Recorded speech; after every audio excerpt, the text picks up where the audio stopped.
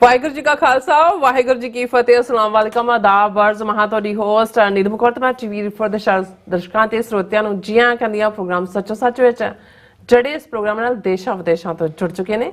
Khalsa affair centre ਦੇ ਸੰਚਾਲਕ doctor Amarjit Singh ਵੀ studio 'ਚ ਮੇਰੇ ਨਾਲ ਸ਼ਾਮਲ ਨੇ। ਉਹਨਾਂ ਨਾਲ ਗੱਲਬਾਤ ਕਰਕੇ ਅੱਜ ਦੇ ਅਹਿਮ ਇਸ਼ੂਜ਼ ਉੱਪਰ ਉਹਨਾਂ ਤੋਂ ਉਹਨਾਂ ਦਾ ਤਜਜ਼ੀਆ ਜਾਣਦੇ ਹਾਂ। ਜੀ ਡਾਕਟਰ ਸਾਹਿਬ ਵਾਹਿਗੁਰੂ ਜੀ ਕਾ ਖਾਲਸਾ ਵਾਹਿਗੁਰੂ ਜੀ ਕੀ ਫਤਿਹ। हाँ जी नीलम कौर जी ਤੁਹਾਨੂੰ ਵੀ ਤੇ ਦੁਨੀਆ ਭਰ ਚ ਬੈਠੇ ਸਾਡੇ ਬਹੁਤ ਹੀ ਪਿਆਰੇ ਸੋਹਣੇ ਸਿਆਣੇ ਟੀਵੀ 84 ਦੇ ਵਿਊਅਰਸ ਨੂੰ ਵੀ ਵਾਹਿਗੁਰੂ ਜੀ ਕਾ ਖਾਲਸਾ ਵਾਹਿਗੁਰੂ ਜੀ ਕੀ ਫਤਿਹ। ਸਾਡੇ ਬਹੁਤ ਹੀ ਪਿਆਰੇ ਮੁਸਲਮਾਨ ਭੈਣਾਂ ਭਰਾਵਾਂ ਨੂੰ ਅਸਲਾਮ ਅਲੈਕਮ। ਗੰਗਾ ਜਮਨੀ ਤਹਿਜ਼ੀਬ ਦੇ ਹਿੰਦੂ ਤਵੀਆਂ ਨੂੰ ਨਮੋ ਨਮੇ। ਜੀ ਡਾਕਟਰ ਸਾਹਿਬ ਜੀ ਆਇਆਂ ਨੂੰ ਪ੍ਰੋਗਰਾਮ ਸੱਚੋ ਸੱਚ ਵਿੱਚ ਬਹੁਤ ਮਿਹਰਬਾਨੀ। ਜੀ ਡਾਕਟਰ ਸਾਹਿਬ ਅੱਜ 22 ਅਪ੍ਰੈਲ 2024 8 ਵਿਸਾਖ ਨਾਨਕ ਸ਼ਾਹੀ ਸੰਮਤ 556 ਦਾ ਦਿਨ ਹੈ ਤੇ ਡਾਕਟਰ ਸਾਹਿਬ ਪ੍ਰੋਗਰਾਮ ਸ਼ੁਰੂ ਕਰਨ ਤੋਂ ਪਹਿਲਾਂ ਅਸੀਂ ਆਪਣੇ ਦਰਸ਼ਕਾਂ ਤੇ ਸਰੋਤਿਆਂ ਨੂੰ ਹਮੇਸ਼ਾ ਤਰ੍ਹਾਂ ਦੱਸਦੇ ਵਿਊਅਰਸ ਜੇ ਤੁਸੀਂ ਹੱਕ ਸੱਚ ਇਨਸਾਫ ਤੇ ਪਾਰਾ ਦਿਨ ਦਾ ਇੱਕੋ ਇੱਕ ਚੈਨਲ ਟੀਵੀ 84 ਨੂੰ ਦੇਖਣਾ ਚਾਹੁੰਦੇ ਹੋ ਤਾਂ ਤੁਸੀਂ ਦੇਖ ਸਕਦੇ ਸਪੈਕਟਰਮ ਕੇਬਲ ਆਰਸੀਐਨ ਕੇਬਲ ਪਲਟਫਾਰਮ ਕੈਨੇਡਾ ਰੋਕੂ ਜਾਦੂ ਬਾਕਸ ਸ਼ਾਵਾ ਫੇਸਬੁੱਕ ਟੀਵੀ 84 ਦੀ ਐਪ ਰਾਹੀਂ online streaming and IP box ਤੇ ਤੁਸੀਂ ਟੀਵੀ 84 ਨੂੰ ਦੇਖ ਸਕਦੇ ਹੋ। ਵਿਊਅਰਸ ਜੇ ਤੁਸੀਂ ਟੀਵੀ 84 ਨਾਲ ਪ੍ਰੋਗਰਾਮ ਸੱਚੋ ਸੱਚ ਨਾਲ ਫੇਸਬੁੱਕ ਰਾਹੀਂ ਜੁੜੇ ਹੋ ਤਾਂ ਵੱਧ ਤੋਂ ਵੱਧ ਲਾਈਕ ਕਰੋ ਤੇ ਸ਼ੇਅਰ ਕਰੋ ਅਤੇ ਨਾਲ ਹੀ YouTube ਤੇ ਸਬਸਕ੍ਰਾਈਬ ਕਰੋ। ਇਹ ਵੀ ਦੱਸ ਦਿਓ ਕਿ ਤੁਸੀਂ ਟੀਵੀ 84 ਦੀ ਐਪ ਨੂੰ ਐਂਡਰੋਇਡ ਐਂਡ ਐਪ ਸਟੋਰ ਤੇ ਡਾਊਨਲੋਡ ਕਰਕੇ ਜੋ ਟੀਵੀ 84 ਦੀ ਲਾਈਵ ਸਟ੍ਰੀਮ ਹੈ ਉਸ ਨੂੰ ਤੁਸੀਂ 24 ਆਵਰਸ ਦੇਖ ਸਕਦੇ ਹੋ। ਸੋ ਵਿਊਅਰਸ ਪ੍ਰੋਗਰਾਮ ਦੀ ਸ਼ੁਰੂਆਤ ਕਰਨ ਜਾ ਰਹੇ ਹਾਂ। ਇਸ ਵੀਕ ਦਾ ਪਹਿਲਾ ਪ੍ਰੋਗਰਾਮ ਕਰਨ ਜਾ ਰਹੇ ਹਾਂ ਔਰ ਆਸ ਕਰਦੇ ਹਾਂ ਜਿਹੜਾ ਤੁਹਾਡਾ ਵੀਕਐਂਡ ਹੈ ਬਹੁਤ ਹੀ ਵਧੀਆ ਗੁਜ਼ਰਿਆ ਹੋਏਗਾ। ਸੋ ਵਿਊਅਰਸ ਪ੍ਰੋਗਰਾਮ ਦੀ ਸ਼ੁਰੂਆਤ ਕਰਾਂਗੇ ਹਮੇਸ਼ਾ ਤਰ੍ਹਾਂ ਅੱਜ ਦੀ ਸਪਾਂਸਰਸ਼ਿਪ ਦੇ ਵਾਲੇ ਨਾਲ ਕਿ ਅੱਜ ਦੇ ਪ੍ਰੋਗਰਾਮ ਸੱਚੋ ਸੱਚ ਨੂੰ ਸਪਾਂਸਰ ਕੀਤਾ ਗਿਆ ਹੈ ਨੋਰਥ ਕੈਰੋਲੀਨਾ ਤੋਂ ਇੱਕ ਗੁਰਸਿੱਖ ਸੇਵਾ ਭਾਵਨਾ ਵਾਲੇ ਜਿਹੜੇ ਨਿਸ਼ਕਾਮ ਸੇਵਾ ਭਾਵਨਾ ਵਾਲੇ ਗੁਰਸਿੱਖ ਪਰਿਵਾਰ ਵੱਲੋਂ। ਸੋ ਇਹਨਾਂ ਨੇ ਅੱਜ ਦਾ ਜਿਹੜਾ ਪ੍ਰੋਗਰਾਮ ਹੈ ਉਹ ਸਪਾਂਸਰ ਕੀਤਾ ਹੈ ਔਰ ਉਹਨਾਂ ਨੇ ਟੀਵੀ 84 ਦੀ ਚੜ੍ਹਦੀ ਕਲਾ ਅਤੇ ਖਾਲਸਾ ਦੀ ਪ੍ਰਾਪਤੀ ਲਈ ਸਿੱਖਾਂ ਨੂੰ ਬਲ ਵਾਹਿਗੁਰੂ ਬਖਸ਼ੇ ਇਸ ਬਾਰੇ ਉਹਨਾਂ ਨੇ ਅਰਦਾਸ ਕੀਤੀ ਹੈ ਔਰ ਅੱਜ ਦਾ ਉਹਨਾਂ ਦਾ ਪ੍ਰੋਗਰਾਮ ਉਹਨਾਂ ਨੇ ਸਪਾਂਸਰ ਕੀਤਾ ਹੈ। ਉਹਨਾਂ ਨੂੰ ਆਪਾਂ ਵਾਹਿਗੁਰੂ ਕਰੇ ਉਹਨਾਂ ਨੂੰ ਪ੍ਰਮਾਤਮਾ ਚੜ੍ਹਦੀ ਕਲਾ ਬਖਸ਼ੇ ਔਰ ਇਸੇ ਤਰ੍ਹਾਂ ਉਹ ਟੀਵੀ 84 ਦੀ ਇਸੇ ਤਰ੍ਹਾਂ ਸਪੋਰਟ ਕਰਦੇ ਰਹਿਣ। ਸੋ ਅੱਜ ਦੀ ਸਪਾਂਸਰਸ਼ਿਪ ਲਈ ਅਸੀਂ ਇਹਨਾਂ ਦਾ ਤਹਿ ਦਿਲ ਤੋਂ ਧੰਨਵਾਦ ਕਰਦੇ ਹਾਂ। ਤੁਹਾਨੂੰ ਵੀ ਅਪੀਲ ਤੇ ਬੇਨਤੀ ਕਰਦੇ ਹਾਂ ਕਿ ਤੁਸੀਂ ਪ੍ਰੋਗਰਾਮ ਸੱਚੋ ਸੱਚ ਨੂੰ ਵੱਧ ਤੋਂ ਵੱਧ ਸਪਾਂਸਰ ਕਰੋ। ਸਪਾਂਸਰਸ਼ਿਪ ਲਈ ਤੁਸੀਂ ਸਾਨੂੰ ਕਾਲ ਕਰ ਸਕਦੇ ਸਾਡੇ ਫੋਨ ਨੰਬਰ ਤੇ 5166191984 ਸੇਮ ਨੰਬਰ ਤੇ WhatsApp ਕਰ ਸਕਦੇ ਹੋ। ਤੁਸੀਂ ਸਾਨੂੰ ਈਮੇਲ ਵੀ ਕਰ ਸਕਦੇ ਹੋ info@tv84.tv ਤੇ। ਸੋ ਵਿਊਅਰਸ ਪਹਿਲੇ ਸੈਗਮੈਂਟ ਵਿੱਚ ਆਪਾਂ ਗੱਲਬਾਤ ਕਰਨ ਜਾ ਰਹੇ ਹਾਂ ਕੈਨੇਡਾ ਦੇ ਜਿਹੜੇ ਵਿੱਚ ਆਪਣਾ ਨਗਰ ਕੀਰਤਨ ਹੋਇਆ ਖਾਲਸਾ ਸਾਜਨਾ ਦਿਵਸ ਨੂੰ। ਜਿਸ ਤਰ੍ਹਾਂ ਕਿ ਕੈਨੇਡਾ ਦੇ ਬ੍ਰਿਟਿਸ਼ ਕੋਲੰਬੀਆ ਸੂਬੇ ਦੇ ਜਿਹੜੇ ਸਰੀ ਸ਼ਹਿਰ ਦੇ ਵਿੱਚ ਸ਼ਨੀਵਾਰ ਨੂੰ 7 ਲੱਖ ਤੋਂ ਜ਼ਿਆਦਾ ਸਿੱਖਾਂ ਨੇ ਖਾਲਸਾ ਸਾਜਨਾ ਦਿਵਸ ਦੇ ਨਗਰ ਕੀਰਤਨ ਵਿੱਚ ਜਿਹੜੀ ਸ਼ਮੂਲੀਅਤ ਕੀਤੀ ਹੈ ਔਰ ਸਮੁੱਚਾ ਨਗਰ ਕੀਰਤਨ ਜਿਹੜਾ ਸੀ ਉਹ ਖਾਲਸਾ ਦੇ ਝੰਡਿਆਂ ਨਾਲ ਕੇਸਰੀ ਰੰਗ ਵਿੱਚ ਰੰਗਿਆ ਹੋਇਆ ਸੀ ਔਰ ਸਰੀ ਦਾ ਇਹ ਇਕੱਠ ਅਨੰਦਪੁਰ ਸਾਹਿਬ ਦੇ ਹੋਲੇ ਮਹੱਲੇ ਦੇ ਇਕੱਠ ਤੋਂ ਬਾਅਦ ਦੁਨੀਆ ਵਿੱਚ ਸਿੱਖਾਂ ਦਾ ਸਭ ਤੋਂ ਵੱਡਾ ਇਕੱਠ ਜਿਹੜਾ ਬਣ ਚੁੱਕਾ। ਸੋ ਸਾਰਾ ਦਿਨ ਖਾਲਸਾ ਦੀਆਂ ਗੂੰਜਾਂ ਪੈਂਦੀਆਂ ਰਹੀਆਂ ਔਰ ਇਸ ਨੂੰ ਟੀਵੀ 84 ਦੀ ਟੀਮ ਨੇ ਲਾਈਵ ਟੈਲੀਕਾਸਟ ਕੀਤਾ ਔਰ ਇਸੇ ਤਰ੍ਹਾਂ ਗੁਰਦੁਆਰਾ ਗ੍ਰੈਂਡਵਰਡ ਸਿਡਨੀ ਆਸਟ੍ਰੇਲੀਆ ਦੇ ਨਗਰ ਕੀਰਤਨ ਵਿੱਚ ਵੀ ਖਾਲਸਾ ਦੀ ਗੂੰਜ ਸੀ ਔਰ ਸਿੱਖ ਵਲੰਟੀਅਰਸ ਆਸਟ੍ਰੇਲੀਆ ਦੀ 10ਵੀਂ ਵਰ੍ਹੇਗੰਢ ਦੇ ਸਾਲਾਨਾ ਸਮਾਗਮ ਦੇ ਵਿੱਚ ਆਸਟ੍ਰੇਲੀਆ ਦੇ ਪ੍ਰਧਾਨ ਮੰਤਰੀ ਐਂਥਨੀ ਐਲਬਨੀਜ਼ ਜਿਹੜੇ ਦਸਤਾਰ ਸਜਾ ਕੇ ਜਿਹੜੇ ਆ ਉਹਨਾਂ ਨੇ ਵੀ ਉਹ ਵੀ ਸ਼ਾਮਲ ਹੋਏ ਉਹਨਾਂ ਨੇ ਵੀ ਉੱਥੇ ਸ਼ਮੂਲੀਅਤ ਕੀਤੀ ਹੈ। ਸੋ ਇਸ ਬਾਰੇ ਆਪਾਂ ਗੱਲਬਾਤ ਕਰਨ ਜਾ ਰਹੇ ਹਾਂ। ਸੋ ਅਸੀਂ ਚਾਹਾਂਗੇ ਕਿ ਤੁਸੀਂ ਇਸੇ ਤਰ੍ਹਾਂ ਬੜੇ ਰਹਿਣਾ ਦੇਖਣ ਸੁਣਨ ਲਈ ਤੁਹਾਡਾ ਸਭ ਦਾ ਬਹੁਤ ਬਹੁਤ ਧੰਨਵਾਦ। ਜੀ ਡਾਕਟਰ ਸਾਹਿਬ ਕੀ ਵਿਚਾਰਾਂ ਨੇ? ਦੇਖੋ ਵੈਸੇ ਤਾਂ ਇਹ ਸਾਰਾ ਅਪ੍ਰੈਲ ਦਾ ਮਹੀਨਾ ਹੀ ਇਸ ਵੇਲੇ ਤੁਸੀਂ ਫਿਜ਼ਾ ਦੇ ਵਿੱਚ ਉਸ ਅਨੰਦਪੁਰ ਦੀ ਧਰਤੀ ਨੂੰ ਉੱਥੋਂ ਦੇ ਉਸ ਖਾਲਸਾਈ ਜਾਓ ਜਲਾਲ ਨੂੰ ਦੁਨੀਆ ਦੇ ਹਰ ਕੋਨੇ 'ਚ ਜਿੱਥੇ ਵੀ ਸਿੱਖ ਬੈਠਾ ਹੈ ਉਹਦੇ ਅੰਦਰ ਅਨੰਦਪੁਰ ਵਸਦਾ ਹੈ। ਉਹਦੇ ਅੰਦਰ ਦਸ਼ਮੇਸ਼ ਪਿਤਾ ਸਰਬੰਸਦਾਨੀ ਗੁਰੂ ਕਲਗੀਧਰ ਪਾਤਸ਼ਾਹ ਉਹਨਾਂ ਦੀ ਸਰਬੰਸ ਦਾਨ ਕਰਨ ਦੀ ਕੁਰਬਾਨੀ ਜਿਹੜੀ ਸਾਨੂੰ ਕਦੇ ਵੀ ਜਿੰਨਾ ਮਰਜ਼ੀ ਕੋਈ ਸਿੱਖ ਕਮਜ਼ੋਰ ਹੋਏ ਡਿੱਗਿਆ ਹੋਏ ਢਹਿੰਦੀ ਕਲਾ 'ਚ ਹੋਏ ਜਾਂ ਈਵਨ ਨਿੱਜ ਜੀਵਨ 'ਚ ਵੀ ਕਮਜ਼ੋਰੀਆਂ ਹੋਣ ਜਦੋਂ ਅਸੀਂ ਗੁਰੂ ਕਲਗੀਧਰ ਪਾਤਸ਼ਾਹ ਉਹਨਾਂ ਦੇ ਸਮੁੱਚੇ ਜੀਵਨ ਔਰ ਖ਼ਾਸ ਤੌਰ 'ਤੇ ਜਿਸ ਨੂੰ ਮੈਂ ਸੱਚ ਹੱਕ ਇਨਸਾਫ ਦਾ ਅਸਲੀ ਰਾਹ ਕਹਿੰਦਾ ਜਿਹੜਾ ਕਿ ਅਨੰਦਪੁਰ ਦੇ ਕਿਲ੍ਹੇ ਤੋਂ ਔਰ ਉਸ ਦੀ ਸ਼ੁਰੂਆਤ ਤਾਂ 1699 ਈਸਵੀ ਦੀ ਵਿਸਾਖੀ ਨੂੰ ਹੋ ਜਾਂਦੀ ਹੈ ਜਦੋਂ ਕਿ ਗੁਰੂ ਨਾਨਕ ਸਾਹਿਬ ਨੇ ਜੋ ਪੈਮਾਨਾ ਰੱਖਿਆ ਸੀ ਰੂਹਾਨੀਅਤ ਦੇ ਇਸ਼ਕ ਹਕੀਕੀ ਦੇ ਤਲਬਗਾਰਾਂ ਦੇ ਲਈ।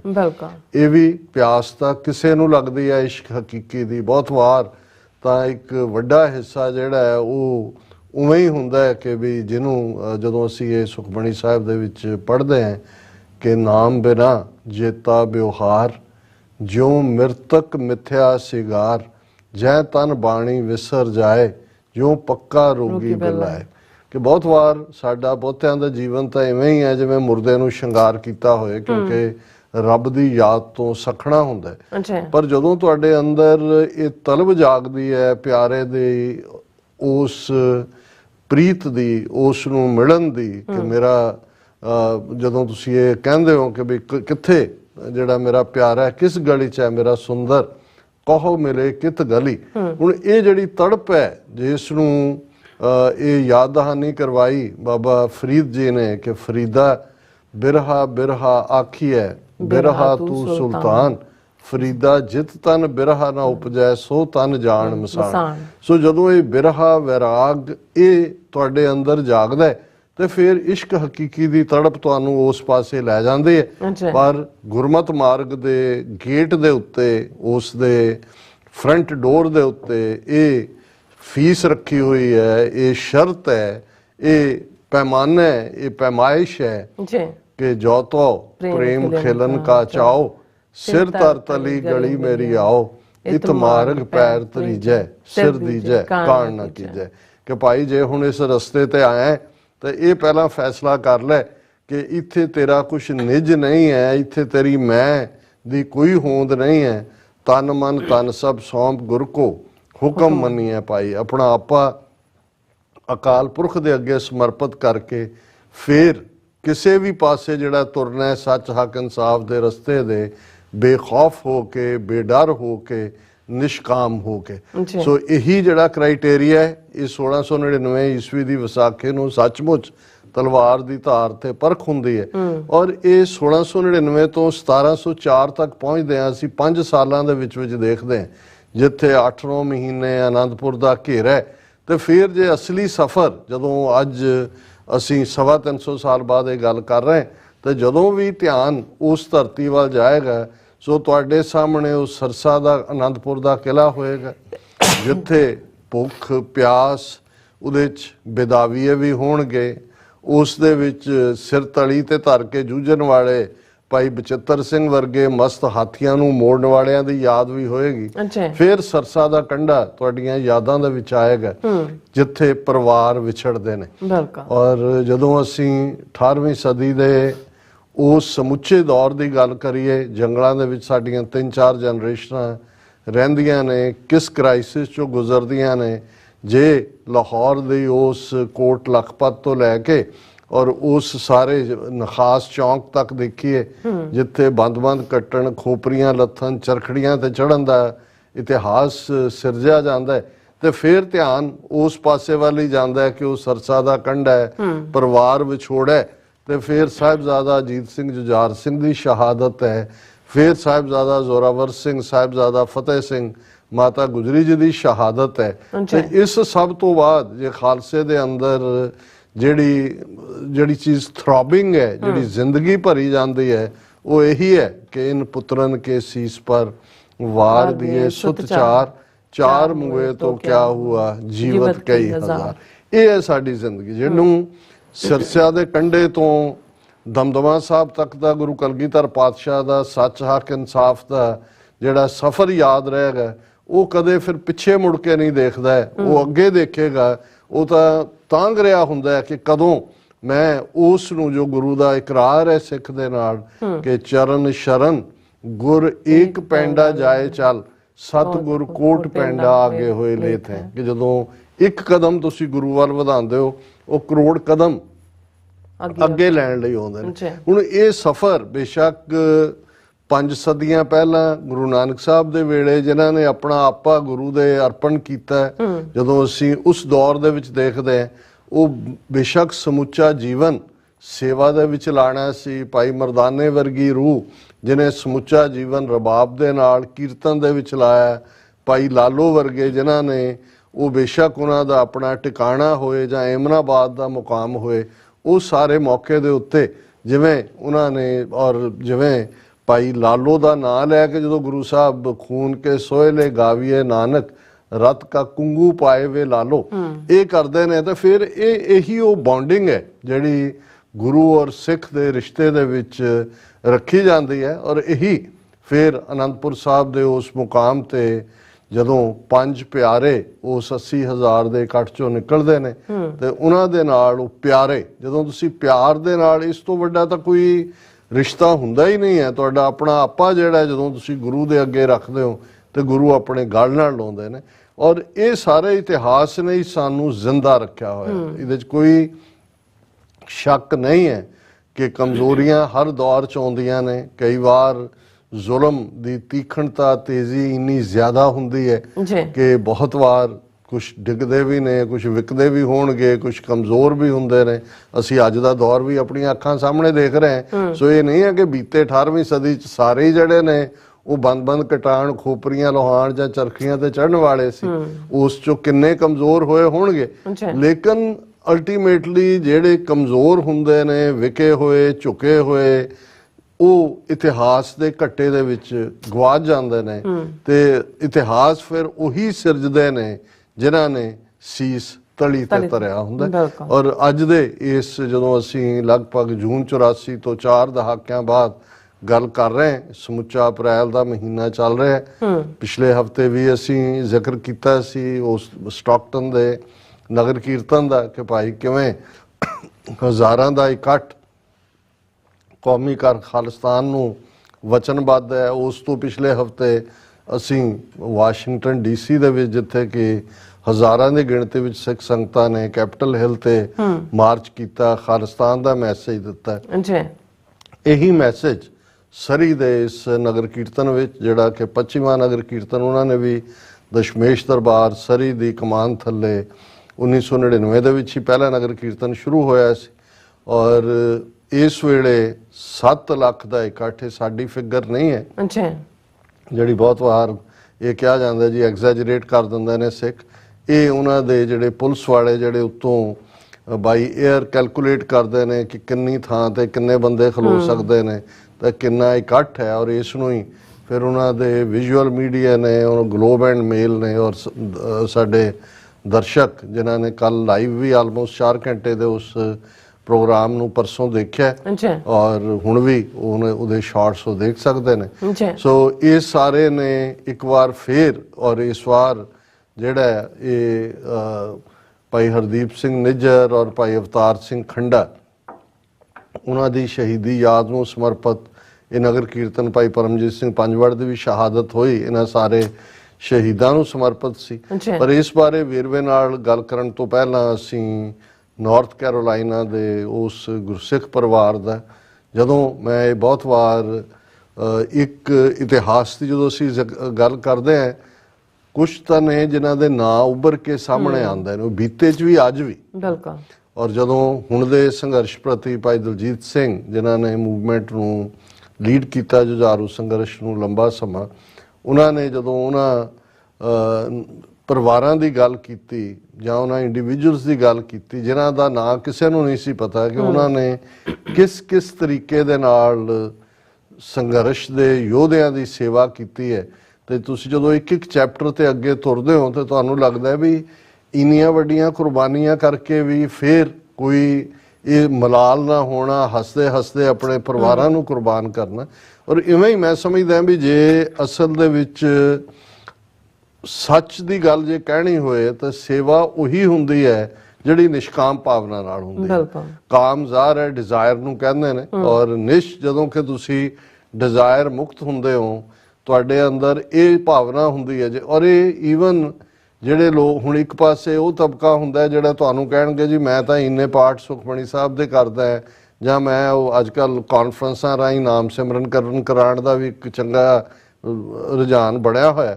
ਪਰ ਉਹਦੇ ਚੋਂ ਵੀ, ਔਰ ਮੈਂ ਬਾਰ-ਬਾਰ ਜਦੋਂ ਇਹ ਸਾਰੇ ਪਾਠ ਨੂੰ ਦੇਖਦਾ ਤੇ ਮੈਨੂੰ ਇਹ ਲੱਗਦਾ ਕਿ ਭਾਈ ਅਸਲ ਦੇ ਵਿੱਚ ਤਾਂ ਇਹ ਸਾਰਾ ਪਾਠ ਕਿਤੇ ਨਾ ਕਿਤੇ ਸਾਡੀ ਹਉਮੈ ਨੂੰ ਵੀ ਵਧਾਉਂਦਾ ਹੈ। ਜਦੋਂ ਅਸੀਂ ਆਪਣੇ ਅੰਮ੍ਰਿਤ ਵੇਲੇ ਉੱਠਣ ਜਾਂ ਜਿਹੜਾ ਉਹ ਗਿਣਤੀ ਕਰਕੇ ਜਾਂ ਕਿੰਨੀ ਮਾਲਾ ਕਿਸੇ ਨੇ ਜਪੀ ਜਾਂ ਕਿੰਨਾ ਕੀ ਹੈ, ਉਸ ਸਾਰੇ ਦੀ ਗੱਲ ਕਰਦੇ। ਪਰ ਦੂਸਰਾ ਪੱਖ ਉਹ ਹੁੰਦਾ ਜਿਹੜਾ ਬਿਨਾਂ ਕਿਸੇ ਗੱਲ ਤੋਂ, ਜਿਸ ਦੇ ਅੰਦਰ ਇਹ ਹੁੰਦਾ ਹੈ ਕਿ ਭਾਈ ਜਿਹਨੂੰ ਭਾਈ ਵੀਰ ਸਿੰਘ ਨੇ ਫਰਮਾਇਆ ਕਿ ਮੇਰੀ ਛਿਪੇ ਰਹਿਣ ਦੀ ਚਾਹ ਛਿਪੇ ਤੁਰ ਜਾਣ ਦੀ ਹਾਏ ਪੂਰੀ ਹੁੰਦੀ ਨਾ ਯਤਨ ਮੈਂ ਕਰ ਰਿਹਾ। ਉਹ ਪਰਿਵਾਰ ਜਿਹੜੇ ਸੇਵਾ ਦੇ ਪਿੜ ਵਿੱਚ ਜਿਨ੍ਹਾਂ ਨੇ ਸਾਡੇ ਖਾੜਕੂ ਸੰਘਰਸ਼ ਦੇ ਵਿੱਚ ਵੀ ਨਿਸ਼ਕਾਮ ਸੇਵਾ ਕੀਤੀ ਔਰ ਅੱਜ ਵੀ ਇੱਥੇ ਰਹਿੰਦਿਆਂ ਤੁਸੀਂ ਪਾਰਟਿਸਿਪੇਸ਼ਨ ਰੱਖ ਸਕਦੇ ਹੋ, ਫਾਈਨੈਂਸ਼ੀਅਲੀ ਤੁਸੀਂ ਹੈਲਪ ਕਰ ਸਕਦੇ ਹੋ। ਸੋ ਇਸ ਕਿਸਮ ਦਾ ਇੱਕ ਨਿਸ਼ਕਾਮ ਪਰਿਵਾਰ ਜਿਹੜਾ ਟੀਵੀ 84 ਦੇ ਨਾਲ ਜੁੜਿਆ ਹੋਇਆ ਹੈ, ਉਹ ਖੁੱਲੇ ਦਿਲ ਦੇ ਨਾਲ ਜਿਹੜਾ ਉਹਨਾਂ ਨੇ ਟੀਵੀ 84 ਨੂੰ ਹਮੇਸ਼ਾ ਨਵਾਜਿਆ ਔਰ ਉਹਨਾਂ ਨੂੰ ਸ਼ਾਇਦ ਇਹ ਵੀ ਚੰਗਾ ਨਹੀਂ ਲੱਗੇਗਾ ਕਿ ਮੈਂ ਮੈਂਸ਼ਨ ਕੀਤਾ ਹੈ। ਵੀਕਐਂਡ ਦੇ ਉੱਤੇ ਹੀ ਉਸ ਪਰਿਵਾਰ ਦੇ ਨਾਲ ਗੱਲ ਹੋਈ ਔਰ ਉਹਨਾਂ ਨੇ ਕਿਹਾ ਵੀ ਅਸੀਂ ਆਪਣਾ ਦਸਵੰਧ ਟੀਵੀ 84 ਨੂੰ ਦੇਣਾ ਚਾਹੁੰਦੇ ਹਾਂ, ਜਿਹੜਾ ਉਹਨਾਂ ਨੇ ਲਾਸਟ ਟਾਈਮ ਵੀ ਜਿਹੜਾ ਕੀਤਾ ਔਰ ਅਸੀਂ ਸਮਝਦੇ ਹਾਂ ਕਿ ਬਈ ਉਹਨੇ ਕਿਹਾ ਵੀ ਅਸੀਂ ਇਸ ਨੂੰ ਚੱਲਦਾ ਦੇਖਣਾ ਚਾਹੁੰਦੇ ਹਾਂ ਕਿ ਟੀਵੀ 84 ਜਿਹੜਾ ਜੋ ਸੇਵਾ ਕਰ ਰਿਹਾ ਔਰ ਅਸੀਂ ਸ਼ੁਕਰਗੁਜ਼ਾਰ ਹੈ ਪਰਿਵਾਰ ਦੇ ਵੀ ਔਰ ਨਾਲ ਦੀ ਨਾਲ ਅਸੀਂ ਇਹ ਗੁਜ਼ਾਰਿਸ਼ ਵੀ ਕਰਾਂਗੇ ਕਿ ਅਲਟੀਮੇਟਲੀ ਜਿਉਂ-ਜਿਉਂ ਸਾਡੀ ਲੜਾਈ ਤਿੱਖੀ ਹੁੰਦੀ ਜਾ ਰਹੀ ਹੈ ਹਕੂਮਤ ਦੇ ਨਾਲ, ਜਿਉਂ-ਜਿਉਂ ਉਹਨਾਂ ਦੇ ਟ੍ਰਾਂਸਨੈਸ਼ਨਲ ਰਿਪਰੈਸ਼ਨ ਕ੍ਰਾਈਮ ਵੱਧਦੇ ਜਾ ਰਹੇ ਨੇ, ਜਿਵੇਂ ਉਹਨਾਂ ਦਾ ਸੋਸ਼ਲ ਮੀਡੀਆ, ਉਹਨਾਂ ਦਾ IT ਸੈੱਲ ਜਿਸ ਕਿਸਮ ਦੀ ਨਫ਼ਰਤ ਨੂੰ ਚਾਰ ਚਫੇਰੇ ਫੈਲਾ ਰਿਹਾ, ਇਹ ਬਹੁਤ ਇੰਪੋਰਟੈਂਟ ਹੈ ਕਿ ਜਿਹੜਾ ਸਿੱਖ ਨੈਰੇਟਿਵ ਹੈ, ਖਾਲਿਸਤਾਨੀ ਨੈਰੇਟਿਵ ਹੈ, ਹਕੂਮਤ ਨੂੰ ਭੰਨਣ ਵਾਲਾ ਨੈਰੇਟਿਵ ਹੈ, ਇਹ ਜਾਰੀ ਰਹਿਣਾ ਚਾਹੀਦਾ। ਔਰ ਚੈਲੰਜਸ ਨੇ, ਇਹ ਅਨਫੋਰਚੂਨੇਟ ਹੈ ਕਿ ਸਾਡੀਆਂ ਬਹੁਤ ਸਾਰੀਆਂ ਗੁਰਦੁਆਰਾ ਕਮੇਟੀਆਂ ਜਾਂ ਵੱਡੇ ਵੱਡੇ ਜਿਹੜੇ ਨਗਰ ਕੀਰਤਨ ਵੀ ਆਰਗੇਨਾਈਜ਼ ਕਰਦੇ ਨੇ, ਉਹਨਾਂ ਦੇ ਸਾਹਮਣੇ ਵੀ ਬਹੁਤ ਵਾਰ ਹੋਰ ਚੀਜ਼ਾਂ ਅਹਿਮੀਅਤ ਵਾਲੀਆਂ ਹੁੰਦੀਆਂ ਨੇ, ਉਹਨਾਂ ਨੂੰ ਸ਼ਾਇਦ ਖੁਦ ਵੀ ਇਹ ਅਹਿਸਾਸ ਨਹੀਂ ਹੁੰਦਾ ਕਿ ਮੀਡੀਆ ਦੀ ਕਿੰਨੀ ਇੰਪੋਰਟੈਂਸ ਹੈ। ਔਰ ਇਹ ਜਦੋਂ ਅਸੀਂ ਈਵਨ ਜਿਵੇਂ ਸਰੀ ਦਾ ਨਗਰ ਕੀਰਤਨ ਭਾਈ ਹਰਦੀਪ ਸਿੰਘ ਨਿੱਜਰ ਉਹਨਾਂ ਦੀ ਸ਼ਹੀਦੀ ਨੂੰ ਸਮਰਪਿਤ ਸੀ, ਤੇ ਮੈਂ 3-4 ਦਿਨ ਪਹਿਲਾਂ ਇੱਕ ਹੋਰ ਸੱਜਣ ਨਾਲ ਗੱਲ ਕਰ ਰਿਹਾ ਸੀ, ਮੈਂ ਕਿਹਾ ਇੱਕ ਜ਼ਮਾਨਾ ਸੀ ਵੀ ਅਸੀਂ ਇੱਕ ਲਾਈਨ ਜਾਂ 2 ਲਾਈਨਾਂ ਕਿਤੇ ਅਖਬਾਰ 'ਚ ਛਪ ਜਾਣ। ਮੈਨੂੰ ਯਾਦ ਹੈ ਵੀ ਇੱਕ ਵਾਰ ਵਾਸ਼ਿੰਗਟਨ ਪੋਸਟ 'ਚ 95 ਦੀ ਗੱਲ ਹੋਏਗੀ, ਅਸੀਂ 2 ਕਾਂਗਰਸਮੈਨ, ਉਹਦੇ 'ਚ ਇੱਕ ਸਟੀਵਨ ਸੋਲਾਰ ਸੀ ਇੱਥੋਂ ਨਿਊਯਾਰਕ ਤੋਂ, ਇੱਕ ਹੋਰ ਸੀ, ਉਹ ਬੜਾ ਇੰਡੀਆ ਦਾ ਜਿਹੜਾ ਉਹ ਫੰਡਿੰਗ ਕਰਦੇ ਸੀ, ਉਹਨਾਂ ਦੇ ਫੰਡ ਰੇਜ਼ਰ ਕਰਦੇ ਸੀ, ਤਾਂ ਉਹਨਾਂ ਦੀ ਐਡਵੋਕੇਸੀ ਕਰਦੇ ਸੀ। ਜਿੰਨੀ ਵਾਰੀ ਵੀ ਕੋਈ ਮਤਾ ਆਣਾ ਕਿ ਭਾਰਤ ਦੇ ਉੱਤੇ ਆਰਥਿਕ ਸੈਂਕਸ਼ਨਸ ਲਾਈਆਂ ਜਾਣ, ਉਹ ਰੁਕਵਾ ਦਿੰਦੇ ਸੀ। ਤੇ US ਕਾਂਗਰਸ ਦੀ ਇਲੈਕਸ਼ਨ ਹੋਣੀ ਸੀ, ਉਹਨਾਂ ਦੀ ਇਲੈਕਸ਼ਨ ਤੇ ਅਸੀਂ ਇੱਕ ਬਰੀਫ ਸਟੇਟਮੈਂਟ ਦਿੱਤੀ ਕਿ ਵੀ Sikhs resolve to defeat Indophile Congressman Stephen Solarz ਔਰ ਦੂਸਰੇ ਦਾ ਮੈਨੂੰ ਹੁਣ ਨਾਂ ਨਹੀਂ ਯਾਦ ਹੈ ਉਹਨਾਂ ਨੂੰ। ਹੁਣ ਉਹ ਕੁਦਰਤੀ ਵਾਸ਼ਿੰਗਟਨ ਪੋਸਟ ਦੇ ਕਿਸੇ ਕਾਲਮ 'ਚ ਖੂੰਜੇ ਜਿਹੇ 'ਚ ਉਹ ਕਾਲੇ ਜਿਹੇ ਹਾਸ਼ੀਏ ਨਾਲ ਲੱਗ ਗਏ ਕਿ Sikhs resolve to defeat Indophile Congressman Stephen Solarz and the other ਜਿਹੜਾ ਵੀ ਸੀ। ਔਰ ਉਹਦਾ ਹੀ ਇੰਨੀ ਧੁੰਮ ਪਈ, ਇੰਨੀ ਗੱਲ ਚਾਰ ਚਫੇਰੇ ਕਿ ਜੀ ਵਾਸ਼ਿੰਗਟਨ ਪੋਸਟ ਦੇ ਵਿੱਚ ਖਾਲਿਸਤਾਨ ਅਫੇਅਰ ਸੈਂਟਰ ਦੀ ਖਬਰ ਲੱਗੀ ਹੈ, ਉਹਨਾਂ ਨੇ ਇਹ ਕਿਹਾ ਵੀ ਅਸੀਂ ਡਿਫੀਟ। ਮੈਂ ਇਹ ਇਸ ਲਈ ਕਹਿਣਾ ਚਾਹੁੰਦਾ ਵੀ ਅਸੀਂ ਜਦੋਂ ਮੈਨੂੰ ਯਾਦ ਹੈ ਕਿ ਮੈਂ 10 ਸਾਲਾ ਦਰਬਾਰ ਸਾਹਿਬ ਤੇ ਹਮਲੇ ਦੀ ਦੁਖਦ ਯਾਦ ਸੀ, ਹੁਣ ਤਾਂ 40 ਸਾਲ ਹੋ ਜਾਣੇ ਨੇ, 1994 ਦੇ ਵਿੱਚ। ਸੋ ਮੈਂ ਨਿਊਯਾਰਕ ਆਇਆ, ਡਾਕਟਰ ਰਣਜੀਤ ਸਿੰਘ ਹੋਰਾਂ ਵਾਲੀ ਠਹਿਰੇ ਸੀ, ਤੇ ਉਦੋਂ ਬਹੁਤ ਸਾਰੇ ਗੁਰਦੁਆਰਿਆਂ ਨੇ ਇਹ ਰਿਜ਼ੋਲਵ ਕੀਤਾ ਕਿ ਜੀ ਅਸੀਂ ਇੱਕ ਜਿਹੜਾ 10 ਸਾਲਾ ਯਾਦ ਨੂੰ ਮਨਾਉਂਦੇ ਹਾਂ ਨਿਊਯਾਰਕ ਟਾਈਮਸ ਦੇ ਵਿੱਚ ਐਡ ਦਈਏ।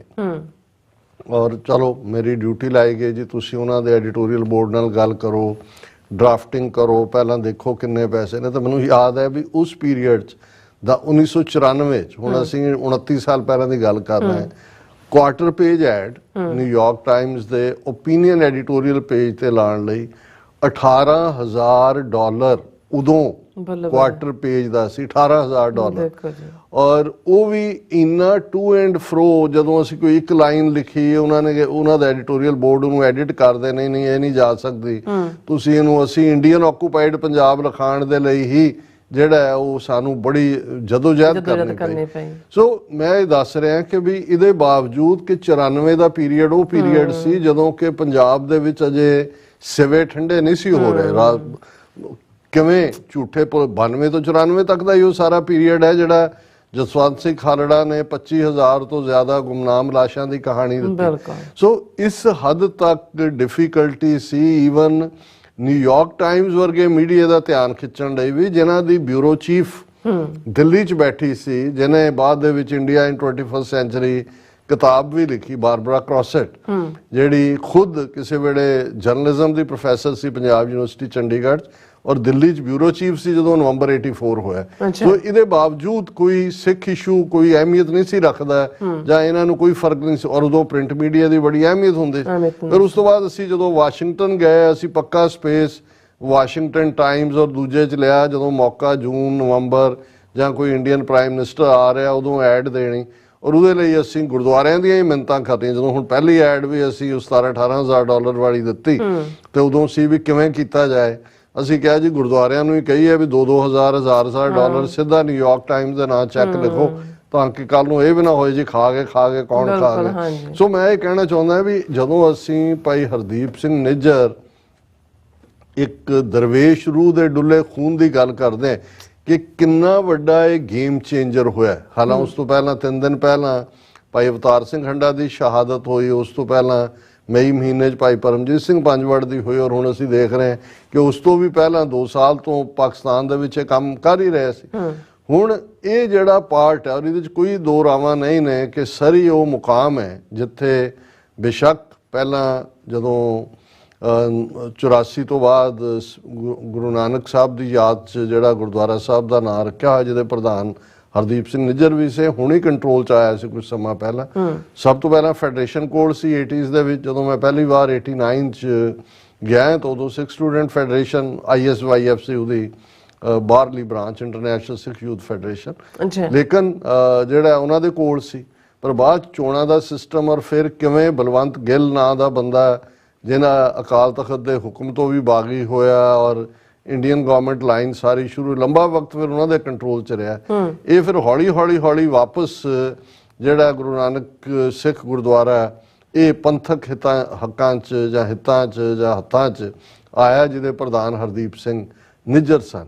ਸੋ ਇਹ ਜਿਹੜਾ ਇਹਨਾਂ ਤੋਂ ਟੁੱਟ ਕੇ ਜਦੋਂ ਬਲਵੰਤ ਸਿੰਘ ਗਿੱਲ ਦਾ ਬਹੁਤ ਜ਼ੋਰ ਪੈ ਗਿਆ ਸੀ ਕਿ ਬਈ ਉੱਥੇ ਤਾਂ ਕੋਈ ਐਕਟੀਵਿਟੀ ਹੋ ਨਹੀਂ ਸੀ ਸਕਦੀ, ਸੋ ਜਿਹੜੇ ਫੈਡਰੇਸ਼ਨ ਦੇ ਸਿੰਘ ਸੀ ਉਹਨਾਂ ਨੇ ਇਹ ਦਸ਼ਮੇਸ਼ ਦਰਬਾਰ ਦੀ ਥਾਂ ਲੈ ਕੇ ਦਸ਼ਮੇਸ਼ ਦਰਬਾਰ ਗੁਰਦੁਆਰਾ ਸਾਹਿਬ ਸਥਾਪਿਤ ਕੀਤਾ। ਚੰਗੀ ਗੱਲ ਹੈ ਕਿ ਵੀ ਸਰੀਵਾੜਾ ਮੁੱਢਲਾ ਗੁਰਦੁਆਰਾ ਵੀ ਔਰ ਦੋਨੋਂ ਹੀ ਖਾਲਿਸਤਾਨੀ ਵਿਚਾਰਧਾਰਾ ਦੇ ਹਾਮੀ ਨੇ।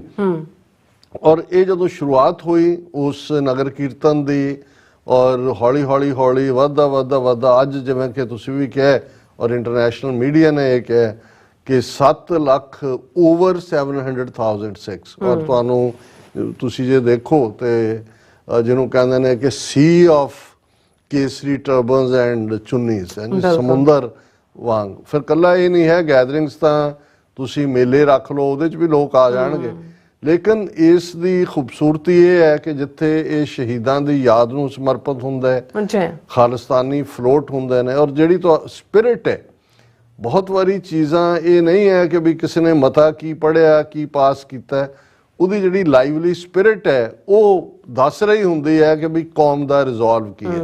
ਜਦੋਂ ਤੁਸੀਂ ਹੋਲੇ ਮਹੱਲੇ ਤੇ ਅਨੰਦਪੁਰ ਸਾਹਿਬ ਜਾਂਦੇ ਹੋ, ਹੋਲੇ ਮਹੱਲੇ ਦੀ ਫਿਜ਼ਾ ਦੇ ਵਿੱਚ ਸੇਵਾ ਵੀ ਹੁੰਦੀ ਹੈ ਔਰ ਜ਼ਾਹਰ ਹੈ ਇੱਥੇ ਵੀ ਹਜ਼ਾਰਾਂ ਦੀ ਗਿਣਤੀ 'ਚ ਲੰਗਰ ਹਰ ਗਲੀ ਦੇ, ਕਿਉਂਕਿ ਜਿੱਥੋਂ ਵੀ ਨਗਰ ਕੀਰਤਨ ਦਾ ਲੰਘਦੇ ਲੋਕਾਂ ਨੇ ਘਰਾਂ ਦੇ ਕਿੰਨੀਆਂ ਸਟੇਜਸ, ਇੱਕ ਮੇਨ ਸਟੇਜ ਹੁੰਦੀ ਹੈ ਦਸ਼ਮੇਸ਼ ਦਰਬਾਰ ਦੀ ਜਿਹਨੂੰ ਜਿਹੜਾ ਸਾਰੇ ਐਡਰੈਸ ਕਰਦੇ ਨੇ, ਇਸ ਵਾਰ ਵੀ ਉਹ ਸੀ।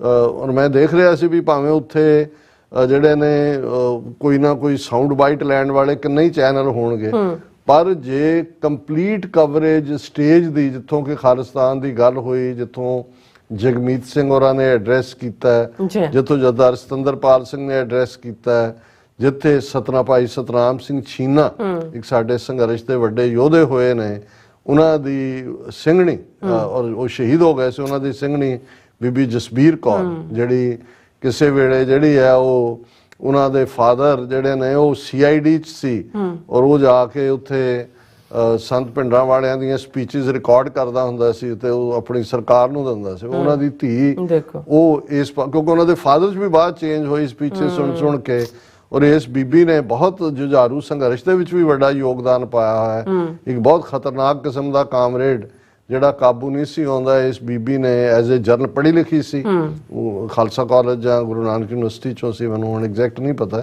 ਸੋ ਬੀਬੀ ਨੇ ਇੱਕ ਜਰਨਲਿਸਟ ਬਣ ਕੇ ਉਹਨਾਂ ਨੇ ਕਿਹਾ ਕਾਮਰੇਡ ਨੂੰ ਕਿ ਜੀ ਤੇਰਾ ਇੰਟਰਵਿਊ, ਉਹਨਾਂ ਨੇ ਵੀ ਕਿਹਾ ਜੀ ਬੀਬੀ ਆ ਰਹੀ ਹੈ ਤੇ ਮੈਨੂੰ ਇੰਟਰਵਿਊ, ਤਾਂ ਉਹਨੇ ਉਡਾਤਾ ਜਾ ਕੇ। ਔਰ ਬਾਅਦ 'ਚ ਜੇਲ੍ਹ ਵੀ ਕੱਟੀ ਲੰਬਾ ਵਕਤ, ਸਿੰਘ ਤਾਂ ਸ਼ਹੀਦ ਹੋ ਗਿਆ। ਸੋ ਉਹਨਾਂ ਨੂੰ ਵੀ ਇਸ ਵਾਰ ਉਸ ਸਟੇਜ ਤੋਂ ਉਹਨਾਂ ਨੇ ਐਡਰੈਸ ਕੀਤਾ, ਔਰ ਸਭ ਤੋਂ ਬਰੀਫ, ਇਫੈਕਟਿਵ ਜੇ ਉਹਨਾਂ ਨੇ ਔਰ ਮੈਂ ਹਮੇਸ਼ਾ ਜਦੋਂ ਮੈਂ ਸਿੰਘਣੀਆਂ ਦੇ ਯੋਗਦਾਨ ਦੀ ਗੱਲ ਕਰਦਾ ਤੇ ਉਹਨਾਂ ਨੇ ਜੋ ਮੈਸੇਜ ਦਿੱਤਾ ਇਹੀ ਕਿ ਭਾਈ ਗੁਰੂ ਦੇ ਨਾਲ ਜੋੜੋ, ਸਿੱਖ ਜਿੱਥੇ ਜਿੱਥੇ ਵੀ ਬੈਠਾ ਹੈ ਉੱਥੇ ਬਾਦਸ਼ਾਹ ਹੈ, ਔਰ ਇਹੀ ਸਾਨੂੰ ਕਰਨ ਦੀ ਲੋੜ ਹੈ, ਔਰ ਇਹ ਸਾਰਾ। ਸੋ ਉਹਦੀ ਕਾਰਵਾਈ ਨੂੰ ਬਾਕੀ ਕਿੰਨੇ ਪੰਜਾਬੀ ਚੈਨਲ ਉੱਥੇ ਕਵਰ ਕਰ ਰਹੇ ਸੀ, ਪਰ ਉਹਨਾਂ ਨੂੰ ਪਤਾ ਹੈ ਵੀ ਜੇ ਉਹਨਾਂ ਨੇ ਵੀ ਆਪਣੇ ਵਿਊਅਰਸ ਨੂੰ ਇਹ ਹੀ ਦੱਸਣਾ ਹੈ ਕਿ ਵੀ ਉੱਥੇ ਖਾਲਿਸਤਾਨ, ਤੁਸੀਂ ਜਾ ਕੇ ਜਲੇਬੀਆਂ ਦੇ ਲੰਗਰ ਵਾਲੇ ਤੋਂ ਪੁੱਛਣ ਲੱਗ ਜਾਓ, ਕੋਈ ਦੂਜੇ ਤੋਂ ਪੁੱਛਣ ਲੱਗ ਜਾਓ।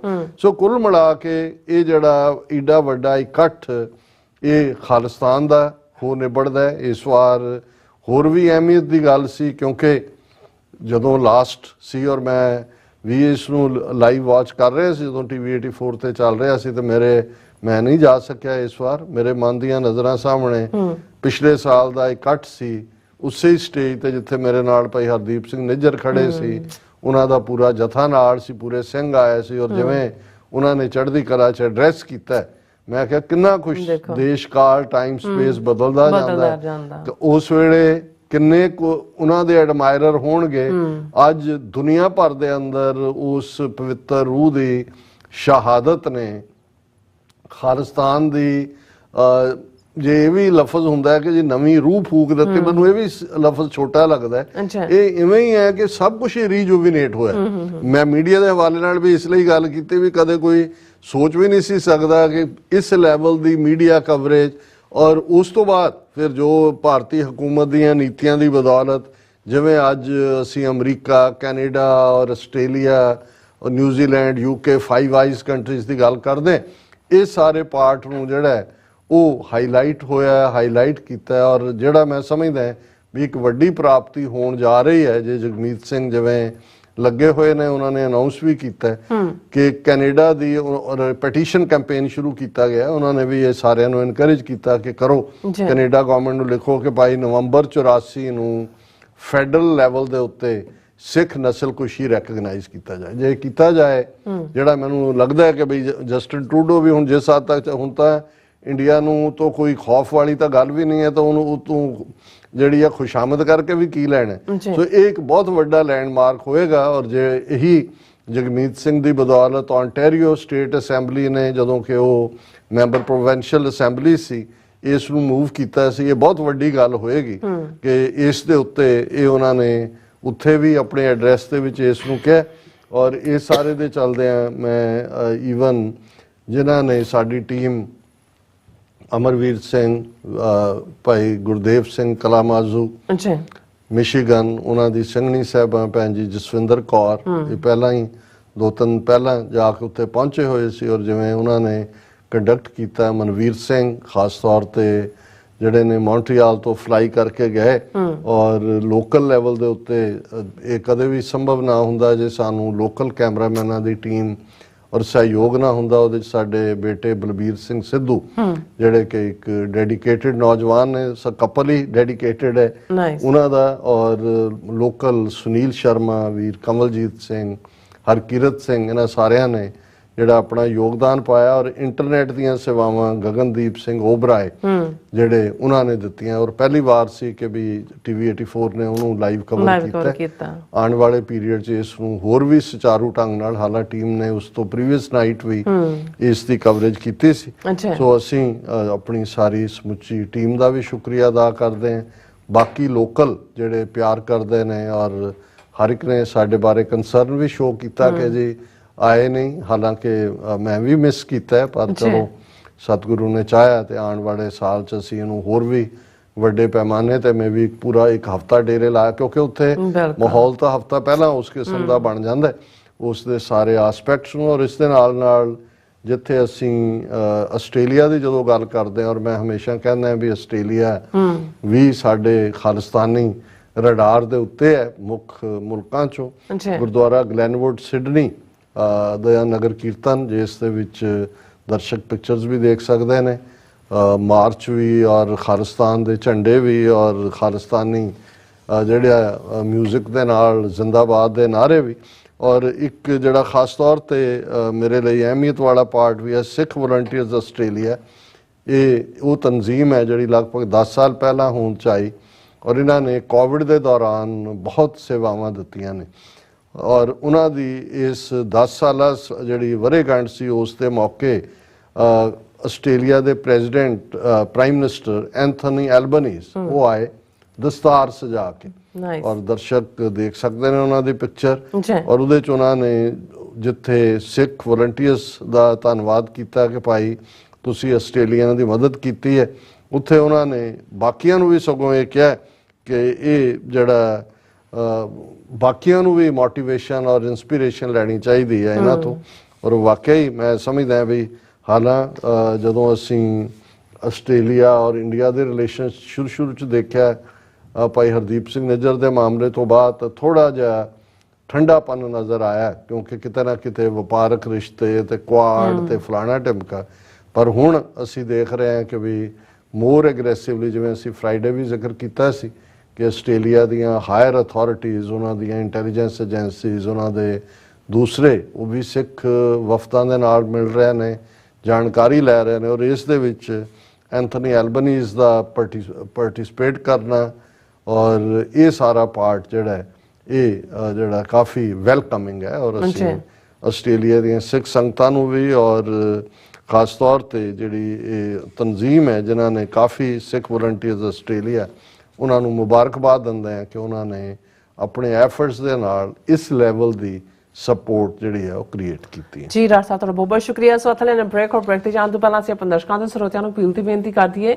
ਵਿਊਅਰਸ, ਜਿਸ ਤਰ੍ਹਾਂ ਕਿ ਤੁਸੀਂ ਜਾਣਦੇ ਹੋ ਕਿ ਟੀਵੀ 84 ਹੱਕ ਸੱਚ ਇਨਸਾਫ ਦੀ ਆਵਾਜ਼ ਬੁਲੰਦ ਕਰ ਰਿਹਾ ਹੈ। ਇਹ ਆਵਾਜ਼ ਤੁਹਾਡੇ ਪਿਆਰ ਸਦਕਾ, ਤੁਹਾਡੇ ਵਿਸ਼ਵਾਸ ਸਦਕਾ, ਤੁਹਾਡੇ ਡੋਨੇਸ਼ਨ ਸਦਕਾ ਹੀ ਹੋ ਸਕਦੀ ਹੈ। ਸੋ ਅਸੀਂ ਚਾਹਾਂਗੇ ਕਿ ਤੁਸੀਂ ਟੀਵੀ 84 ਦੀ ਚੜ੍ਹਦੀ ਕਲਾ ਲਈ ਵੱਧ ਤੋਂ ਵੱਧ ਡੋਨੇਟ ਕਰੋ। ਡੋਨੇਟ ਕਰਨ ਲਈ ਸਾਡੀ ਵੈਬਸਾਈਟ tv84.tv ਤੇ ਜਾ ਕੇ ਪੇਪਲ ਦੀ ਵਰਤੋਂ ਕਰਕੇ ਵਨ ਟਾਈਮ ਡੋਨੇਟ ਕਰ ਸਕਦੇ ਹੋ, ਮੰਥਲੀ ਡੋਨੇਟ ਵੀ ਕਰ ਸਕਦੇ ਹੋ।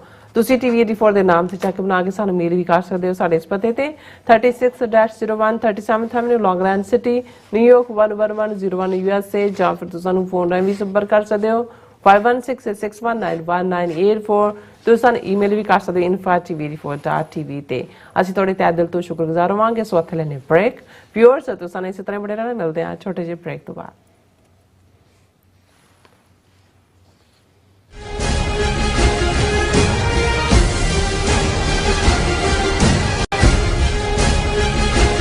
गुरु प्यारी साध संगत जी, वाहिगुरु जी का खालसा, वाहिगुरु जी की फतेह। गुर संगत कीनी खालसा, मन मुखी दुहेला, वाह वाह गोबिंद सिंह आपे गुर चेला।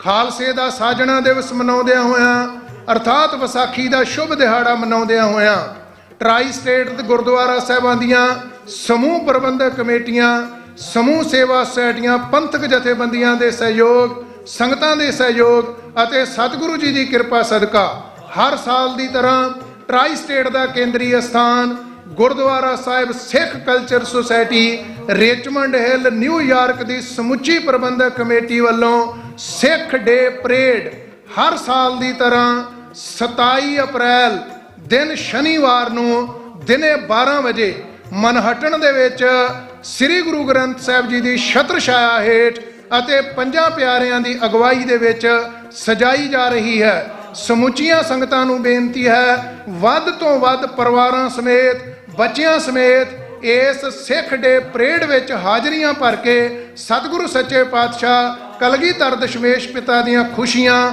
ਬਖਸ਼ਿਸ਼ਾਂ ਪ੍ਰਾਪਤ ਕਰੋ ਅਤੇ ਸਿੱਖ ਡੇ ਪਰੇਡ ਦੀਆਂ ਰੌਣਕਾਂ ਵਧਾਓ ਜੀ। ਵਾਹਿਗੁਰੂ ਜੀ ਕਾ ਖਾਲਸਾ, ਵਾਹਿਗੁਰੂ ਜੀ ਕੀ ਫਤਿਹ। ਸੋ ਨਿਹਾਲ, ਸਤਿ ਸ੍ਰੀ ਅਕਾਲ।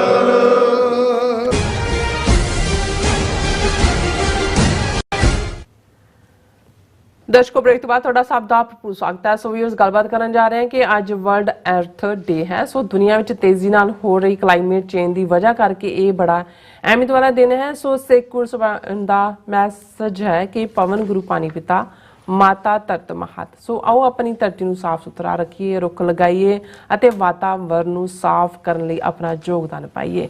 ਸੋ ਇਸ ਦੇ ਬਾਰੇ ਆਪਾਂ ਵਿਚਾਰ ਚਰਚਾ ਕਰਨ ਜਾ ਰਹੇ ਹਾਂ। ਸੋ ਅਸੀਂ ਚਾਹਾਂਗੇ ਕਿ ਤੁਸੀਂ ਇਸੇ ਤਰ੍ਹਾਂ ਬੜੇ ਰਹਿਣਾ। ਦੇਖਣ, ਸੁਣ ਲਈ, ਲਿਖਣ ਲਈ ਤੁਹਾਡਾ ਸਭ ਦਾ ਬਹੁਤ ਬਹੁਤ ਧੰਨਵਾਦ। ਜੀ ਡਾਕਟਰ ਸਾਹਿਬ ਕੀ ਵਿਚਾਰਾਂ ਨੇ? ਦੇਖੋ, ਬਹੁਤ ਵਾਰ ਜਦੋਂ ਮੈਂ ਮਜ਼ਹਬ ਦੀਆਂ ਫਿਲਾਸਫੀਜ਼ ਜਿਹੜੇ ਬੇਸ਼ੱਕ ਈਸਟ ਦੇ ਮਜ਼ਹਬ ਨੇ, ਬ੍ਰਾਹਮਣਿਜ਼ਮ ਹੈ, ਬੁੱਧਿਜ਼ਮ ਹੈ, ਜੈਨਿਜ਼ਮ ਹੈ, ਅੱਛਾ, ਜਾਂ ਮਿਡਲ ਈਸਟ ਚੋਂ ਸੈਮੈਟਿਕ ਰਿਲੀਜਨ ਨੇ, ਜੂਡਿਜ਼ਮ ਹੈ, ਕ੍ਰਿਸਚੀਅਨਿਟੀ ਹੈ, ਇਸਲਾਮ ਹੈ, ਜਾਂ ਇਹਨਾਂ ਤੋਂ ਇਲਾਵਾ ਜਿਹੜੀਆਂ ਫਿਲਾਸਫੀਜ਼ ਖਾਸ ਤੌਰ ਤੇ ਗ੍ਰੀਕ ਫਿਲਾਸਫਰਸ ਦੀਆਂ ਨੇ, ਯੂਨਾਨੀ, ਸੁਕਰਾਤ, ਪਲੇਟੋ, ਅਰਿਸਟੋਟਲ, ਉਹਨਾਂ ਸਾਰਿਆਂ ਨੂੰ ਦੇਖਦਾ ਹੈ ਵੀ ਹਰ ਇੱਕ ਨੇ ਰੂਹ ਦੀ ਜਾਂ ਇੱਕ ਹੋਂਦ ਕੋਈ ਨਾ ਕੋਈ ਉਸ ਦੀ ਹੋਂਦ ਤਾਂ ਮੰਨੀ ਹੋਈ ਹੈ। ਜਿਹੜਾ ਸਾਡਾ ਵਜੂਦ ਹੈ ਉਸ ਦੇ ਵਿੱਚ ਉਹਨੂੰ ਰੂਹ, ਆਤਮਾ, ਮਨ, ਜੋ ਮਰਜ਼ੀ ਕੁਛ ਨਾ ਕੁਛ ਐਸਾ ਲਿਵਿੰਗ ਹੈ। ਉਸ ਕਲਾਸ ਨੂੰ ਛੱਡ ਕੇ ਜਿਹੜੇ ਸਿਰਫ ਤੇ ਸਿਰਫ 5 ਤੱਤਾਂ ਦੇ ਨਾਲ ਹੀ ਸਾਰੀ ਹੋਂਦ ਨੂੰ ਮੰਨਦੇ ਨੇ, ਔਰ ਜਿਹਨੂੰ ਅਸੀਂ ਮੈਟੀਰੀਅਲਿਜ਼ਮ, ਜਿਸ ਤੋਂ ਲਫ਼ਜ਼ ਆਇਆ ਕਿ ਭਾਈ ਕੋਈ ਨਾ ਪਹਿਲਾਂ ਸੀ ਕੁਛ ਨਾ ਪਿੱਛੋਂ ਸੀ, ਇਹ ਵਿਕਾਸ ਚੋਂ ਇੱਕ ਚੀਜ਼ ਆਈ ਔਰ ਜਦੋਂ ਖਤਮ ਹੋ ਗਈ ਐਲੀਮੈਂਟ ਖਤਮ ਹੋ ਜਾਂਦੇ ਨੇ, ਕੋਈ ਵਜੂਦ ਨਹੀਂ ਹੁੰਦਾ। ਲੇਕਿਨ ਇਸ 'ਚ ਜੇ ਅਸੀਂ ਗੁਰਮਤ ਫਿਲਾਸਫੀ ਦੀ ਨਿਗਾਹ ਤੋਂ ਦੇਖਦੇ ਹਾਂ ਤੇ ਫਿਰ ਇਹ ਮਨ ਤੂੰ ਜੋਤ ਸਰੂਪ ਹੈ, ਆਪਣਾ ਮੂਲ ਪਛਾਣ, ਇੰਡੀਵਿਜੂਅਲ ਸਾਡੀ ਹੋਂਦ ਜੋਤ ਦੇ ਨਾਲ ਹੈ। ਫਿਰ ਅਸੀਂ ਅਕਾਊਂਟੇਬਿਲਿਟੀ, ਅਕਾਊਂਟ ਆਪਣਾ ਦੇਣਾ, ਹਿਸਾਬ ਦੇਣਾ, ਇਸ ਦੀ ਗੱਲ ਵੀ ਹੈ। ਉਹ ਜਿਉਂਦੇ ਜੀ ਵੀ ਹੈ ਔਰ ਮਰਨ ਤੋਂ ਬਾਅਦ ਦੀ ਵੀ ਹੈ। ਜਦੋਂ ਅਸੀਂ ਉੱਥੇ ਸੱਚੇ ਹੀ ਸੱਚ ਨਿਬੜਿਆ, ਚੁਣ ਵਕਤ ਕੱਢੇ ਜਮਾਲਿਆ, ਥਾਏ ਨਾ ਪਾਇਨ ਕੂੜਿਆਰ, ਮੂੰਹ ਕਾਲੇ ਦੋਜ਼ਖ 'ਚ, ਉਹਦੀ ਗੱਲ ਕਰਦੇ ਹਾਂ। ਜਾਂ ਸੈਮੈਟਿਕ ਧਰਮ, ਅਜ਼ਰਾਇਲ ਫਰਿਸ਼ਤਾ, ਹਾਂਜੀ, ਬੈਠਾ ਕੱਢ ਬਹੀ, ਜਾਂ ਧਰਮ ਰਾਏ ਜਬ ਲੇਖਾ ਮੰਗੇ, ਕਿਆ ਮੁਖ ਲੈ ਕੇ ਜਾਏਗਾ। ਉਹ ਸਾਰਾ ਜਦੋਂ ਅਸੀਂ ਗੁਰਮਤਿ 'ਚ ਦੇਖਦੇ ਹਾਂ ਅਕਾਊਂਟੇਬਿਲਿਟੀ ਦਾ ਹੈ। ਸੋ ਜਰਨੀ ਇੱਕ ਪਾਸੇ ਇੰਡੀਵਿਜੂਅਲ ਹੈ, ਜਿਹਦੇ 'ਚ ਜਦੋਂ ਰੂਹ ਦਾ ਸਰੀਰ ਦੇ ਨਾਲ ਮੇਲ ਹੁੰਦਾ ਹੈ ਔਰ ਉਸ ਦੀ ਇੱਕ ਜਰਨੀ ਸ਼ੁਰੂ ਹੁੰਦੀ ਹੈ, ਜਿਸ ਨੂੰ ਗੁਰੂ ਅਮਰਦਾਸ ਜੀ ਨੇ ਫਰਮਾਇਆ ਕਿ ਹਰ ਜੀਓ ਗੁਫਾ ਅੰਦਰ ਰੱਖ ਕੇ ਵਾਜਾ ਪਵਨ ਵਜਾਇਆ, ਵਜਾਇਆ ਵਾਜਾ ਪੌਣ 9 ਦੁਆਰੇ ਪ੍ਰਗਟ ਕੀਏ, 10ਵਾਂ ਗੁਪਤ ਰਖਾਇਆ, ਗੁਰਦੁਆਰੇ ਲਾਏ ਭਾਵਨੀ, ਇਕ ਨਾ 10ਵਾਂ ਦੁਆਰ ਦਿਖਾਇਆ, ਤਹ ਅਨੇਕ ਰੂਪ ਨਾਉ ਨਵ ਨਿਧ, ਤਿਸ ਦਾ ਅੰਤ ਨਾ ਜਾਈ ਪਾਇਆ, ਕਹਿ ਨਾਨਕ ਹਰ ਪਿਆਰੇ ਜਿਉ ਗੁਫਾ ਅੰਦਰ ਰੱਖ ਕੇ ਵਾਜਾ ਪਵਨ ਵਜਾਇਆ।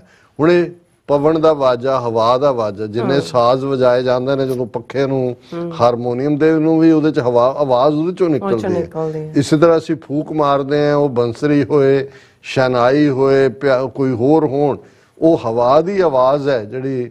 ਸੋ ਇਸ ਲਈ ਜਦੋਂ ਗੁਫਾ ਹਿਊਮਨ ਬਾਡੀ ਵੀ ਹੈ, ਯੂਟਰਸ ਵੀ ਹੈ, ਜਿਸ ਇਨਸਾਨ ਦੀ ਹੋਂਦ ਹੈ, ਪਰ ਲਾਈਫ ਉਦੋਂ ਹੀ ਮੰਨੀ ਜਾਂਦੀ ਜਦੋਂ ਦਿਲ ਧੜਕਣਾ ਸ਼ੁਰੂ ਕਰਦਾ। ਦਿਲ ਉਦੋਂ ਹੀ ਜਦੋਂ ਹਵਾ ਦਾ ਵਾਜਾ ਵੱਜਿਆ। ਇਹਨੂੰ ਆਮ ਲੋਕ ਇਹ ਵੀ ਕਹਿੰਦੇ ਨੇ ਕੀ ਹੈ ਜੀ, ਸਰੀਰ ਜਦੋਂ ਮਰਜੀ ਫੂਕ ਨਿਕਲ ਜਾਏ। ਹੁਣ ਫੂਕ ਵੀ ਹਵਾ ਹੈ, ਭਰੀ ਵੀ ਉਵੇਂ ਹੀ ਜਾਂਦੀ ਹੈ। ਜਦੋਂ ਉਹਦੀ ਧੜਕਣ ਹੁੰਦੀ ਹੈ ਤੇ ਫਿਰ ਨਿਕਲ ਵੀ ਇਵੇਂ ਹੀ ਜਾਂਦੀ ਹੈ। ਸੋ ਇਸ ਸਾਰੇ ਦੇ ਵਿਚਾਲੇ ਇੱਕ ਤਾਂ ਸਾਡੀ ਜਰਨੀ ਹੈ, ਜਿਹਦੇ ਲਈ ਅਸੀਂ ਫਿਕਰਮੰਦ ਵੀ ਹੁੰਦੇ ਹਾਂ, ਜਿਸ ਨੂੰ ਗੁਰੂ ਸਾਹਿਬ ਨੇ ਯਾਦ ਦਹਾਨੀ ਕਰਵਾਈ ਵੀ ਜ਼ਿੰਦਗੀ ਦਾ ਮਨੋਰਥ ਲੱਭ, ਕੀ ਹੈ ਤੂੰ, ਜੋਤ ਸਰੂਪ ਹੈ, ਇਹ ਮਨੁੱਖਾ ਦਈ ਬੜੀ ਕੀਮਤੀ ਹੈ, ਫੇਰ ਨਹੀਂ ਮਿਲਣੀ ਹੈ। ਇਸ ਨੂੰ ਜਿਹੜਾ ਹੈ ਉਹ ਸਕਾਰਥਾ ਕਰ। ਪਰ ਇਸ ਸਾਰੇ ਦੇ ਨਾਲ, ਕਿਉਂਕਿ ਇਹ ਇੱਕ ਰੂਹਾਨੀਅਤ ਦੇ ਸਫ਼ਰ ਦੀ ਇੱਕ ਆਪਣੀ ਦਾਸਤਾਨ ਹੈ, ਆਪਣੀ ਕਹਾਣੀ ਹੈ, ਪਰ ਮੈਂ ਦੂਸਰਾ ਪੱਖ ਇਹ ਦੇਖਦਾ ਹਾਂ ਕਿ ਜਦੋਂ ਅਸੀਂ ਅੱਜ 8 ਬਿਲੀਅਨ ਦੇ ਲਗਭਗ ਲੋਕਾਂ ਦੀ ਇਸ ਪਲੈਨਟ ਦੇ ਉੱਤੇ ਹੋਣ ਦੀ ਗੱਲ ਕਰਦੇ ਹਾਂ, ਇੰਡੀਵਿਜੂਅਲੀ ਤੁਸੀਂ ਇੱਕ ਉਸ ਨੂੰ ਜਿਹੜਾ ਰੂਹ ਦੇ ਸਫ਼ਰ ਨੂੰ ਜੇ ਪਾਸੇ ਰੱਖ ਦਈਏ, ਸਾਡਾ ਵਜੂਦ 8 ਬਿਲੀਅਨ ਲੋਕਾਂ ਦਾ ਇਸ ਪਲੈਨਟ ਦੇ ਉੱਤੇ ਬਾਕੀ ਹਰ ਚੀਜ਼ ਦੇ ਨਾਲ ਜੁੜਿਆ ਹੋਇਆ। ਪਹਿਲਾਂ ਤਾਂ 8 ਬਿਲੀਅਨ ਦਾ ਇੱਕ ਦੂਜੇ ਨਾਲ ਜੁੜਿਆ ਹੋਇਆ, ਬਿਲਕੁਲ, ਕਿਉਂਕਿ ਉਹੀ ਬਲੱਡ ਗਰੁੱਪ, ਉਹੀ ਸਰੀਰ ਦਾ ਸਟਰਕਚਰ, ਉਹੀ ਦੂਜਾ। ਜੇ ਕੋਵਿਡ-19 ਆਇਆ ਤੇ ਉਹਨੇ ਕਾਲਾ, ਗੋਰਾ, ਪੀਲਾ, ਚਿੱਟਾ ਨਹੀਂ ਦੇਖਿਆ, ਉਹਨੇ ਦੁਨੀਆ ਦਾ ਕੋਈ ਖੂੰਜਾ ਨਹੀਂ ਛੱਡਿਆ, ਸਾਰੇ ਪਾਸੇ ਹੋ ਗਏ। ਸੋ ਉਹਦੇ ਲਈ ਫਿਰ ਕਲੈਕਟਿਵ ਹੀ ਜਿਹੜੀ ਹੈ ਉਹ ਵੈਕਸੀਨ ਬਣੀ, ਉਹਦੇ ਲਈ ਉਹੀ ਪ੍ਰਬੰਧ, ਉਹੀ ਪੈਰਾਮੀਟਰ। ਇਹੀ ਗੱਲ ਅਸੀਂ ਜਦੋਂ ਜਹਾਜ਼ਾਂ 'ਚ, ਗੱਡੀਆਂ 'ਚ, ਫੂਡ ਦੇ ਹਵਾਲੇ ਨਾਲ, ਸੋ ਸਾਡੀ ਹੋਣੀ ਜਿਹੜੀ ਹੈ ਉਹ ਇੱਕ 8 ਬਿਲੀਅਨ ਲੋਕਾਂ ਦੀ ਨਹੀਂ। ਹੁਣ ਜੇ ਤੁਸੀਂ ਇਸ ਤੋਂ ਬਿਯੋਂਡ ਜਾਓ, ਇੱਕ ਸਟੇਜ ਤੇ ਉਹਨੇ ਮਾਊਜ਼ੇ ਤੋਂ ਆਰਡਰ ਕੀਤਾ ਸੀ ਚੀਨ 'ਚ ਕਿ ਸਾਰੀਆਂ ਚਿੜੀਆਂ ਮਾਰ ਦੋ। ਉਹਨਾਂ ਨੇ ਦੱਸਿਆ ਜੀ ਚਿੜੀਆਂ ਇੰਨਾ ਅਨਾਜ ਵੇਸਟ ਕਰਦੀਆਂ, ਫਿਰ ਕੀ ਹਾਲ ਹੋਇਆ ਉੱਥੇ। ਉਹਨੂੰ ਅੱਜ ਬਹੁਤ ਵੱਡਾ ਗਲਤ ਡਿਸੀਜਨ ਮੰਨਿਆ ਜਾਂਦਾ ਹੈ ਕਿ ਭਾਈ, ਕਿਉਂਕਿ ਕੁਦਰਤ ਨੇ, ਜੇ ਅਸੀਂ ਧਰਤੀ ਦੇ ਉੱਤੇ ਅਸੀਂ ਸੱਪ ਤੋਂ ਡਰਦੇ ਹਾਂ, ਅਸੀਂ ਦੂਜੇ ਤੋਂ, ਜੇ ਤੁਸੀਂ ਦੇਖੋ ਕੁਦਰਤ ਨੇ ਇੱਕ ਐਸਾ ਨਿਜ਼ਾਮ ਸਿਰਜਿਆ ਹੋਇਆ ਕੁਦਰਤ ਦਾ, ਜਿਸ ਦੇ ਵਿੱਚ ਪਲਾਂਟਸ, ਪੌਦੇ, ਇਨਸਾਨ, ਜਾਨਵਰ ਔਰ ਉਹ ਸਾਰੇ ਦਾ এনवायरमेंट ਕੋਐਗਜ਼ਿਸਟ ਕਰਦਾ ਹੈ। ਜੇ ਕੋਈ ਇੱਕ ਦਾ ਵੀ ਇਨਬੈਲੈਂਸ ਹੋਏਗਾ, ਇਹ ਸਾਰਾ ਹਿੱਲੇਗਾ ਤੇ ਸਭ ਕੁਝ ਹਿੱਲ ਜਾਂਦਾ ਹੈ। ਔਰ ਇਹੀ ਜਦੋਂ ਅਸੀਂ ਦੇਖ ਰਹੇ ਹਾਂ ਹੁਣ ਦੁਬਈ, ਜਿਹਦੇ ਬਾਰੇ ਅਸੀਂ ਕਿਵੇਂ ਜੀ ਆਰਟੀਫੀਸ਼ੀਅਲ ਬਾਰਿਸ਼ ਲੈ ਆਉਂਦੇ ਨੇ ਜੀ, ਕਿਵੇਂ ਯੂਏ 3-4 ਦਿਨ ਪਹਿਲਾਂ ਉੱਥੇ ਪਤਾ ਨਹੀਂ 60 ਸਾਲ ਬਾਅਦ ਇੰਨੇ ਕੁ ਮੀਂਹ ਪਏ, ਸਾਰਾ ਕੁਝ ਡੋਬ ਦਿੱਤਾ ਉਹਨਾਂ ਨੇ। ਉਹਨਾਂ ਸਾਰਿਆਂ ਨੂੰ ਲੱਗਿਆ ਕਿ ਵੀ ਇਹ ਤਾਂ ਆਰਟੀਫੀਸ਼ੀਅਲ ਮੀਂਹ ਪਵਾਏ, ਤਾਂ ਕੁਦਰਤ ਵਾਲੇ ਆ ਗਏ। ਇਵੇਂ ਅਸੀਂ ਗਲੇਸ਼ੀਅਰਸ ਦਾ ਪਿਘਲਣਾ ਦੇਖਦੇ ਹਾਂ, ਜੋਸ਼ੀ ਮੱਠ ਕਿਵੇਂ ਧੱਸਣਾ ਸ਼ੁਰੂ ਹੋਇਆ, ਕਿੱਧਰ ਨੂੰ ਚਲਾ ਗਿਆ। ਹੁਣ ਇਸ ਪਲੈਨਟ ਦੇ ਉੱਤੇ ਕੱਲੇ ਅਸੀਂ ਤਾਂ 8 ਬਿਲੀਅਨ ਨਹੀਂ ਹੈ, 3 ਹਿੱਸੇ ਜਦੋਂ ਅਸੀਂ ਦੇਖਦੇ ਹਾਂ, 2 ਹਿੱਸਾ ਪਾਣੀ ਹੈ, ਕਿੰਨੇ ਵੱਡੇ ਸਮੁੰਦਰ ਨੇ 4 ਚਫੇਰੇ। ਫਿਰ ਸਮੁੰਦਰ ਦੀ ਲਾਈਫ ਵੀ ਜਿਹੜੀ ਹੈ ਉਹ ਧਰਤੀ ਦੀ ਲਾਈਫ ਨਾਲ ਵੀ ਜੁੜੀ ਹੋਈ ਹੈ, ਉਹਨਾਂ ਦੇ ਵੀ ਜੀਵਾਂ ਦਾ ਆਪਸ ਦੇ ਵਿੱਚ ਕਨੈਕਸ਼ਨ ਹੈ। ਜਿਹੜੇ ਹਵਾ ਦੇ ਵਿੱਚ ਰਹਿਣ ਵਾਲੇ ਨੇ, ਜਦੋਂ ਤੁਹਾਡੀ ਗੰਦੀ ਫਜ਼ਾ ਹੁੰਦੀ ਹੈ, ਜਾਂ ਅੱਜ ਉਹੀ ਪੰਜਾਬ ਜਿਸ ਧਰਤੀ ਦੇ ਉੱਤੇ ਕਦੇ ਕੋਇਲ ਔਰ ਉਸ ਕਿਸਮ ਦੇ ਪੰਛੀਆਂ ਦੀ ਆਮਦ ਸੀ, ਅੱਜ ਅਸੀਂ ਧਰਤੀ ਇੰਨੀ ਕੁ ਗੰਦੀ ਕਰ ਲਈ ਪਾ ਪਾ ਕੇ ਫਰਟੀਲਾਈਜ਼ਰ, ਕਿ ਦੂਜੇ ਪੰਛੀਆਂ ਦੀ ਥਾਂ ਨਹੀਂ ਹੈ। ਜੇ ਇਸ ਧਰਤੀ ਦਾ 2 ਹਿੱਸੇ ਪਾਣੀ, 1 ਹਿੱਸਾ ਧਰਤੀ ਸੀ, ਤੇ 1 ਹਿੱਸੇ ਚੋਂ ਅੱਗੋਂ ਆਲਮੋਸਟ ਅੱਧ ਜਿਹੜਾ ਸੀ ਉਹ ਦਰਖਤ ਸਨ, ਰੁੱਖ ਸਨ।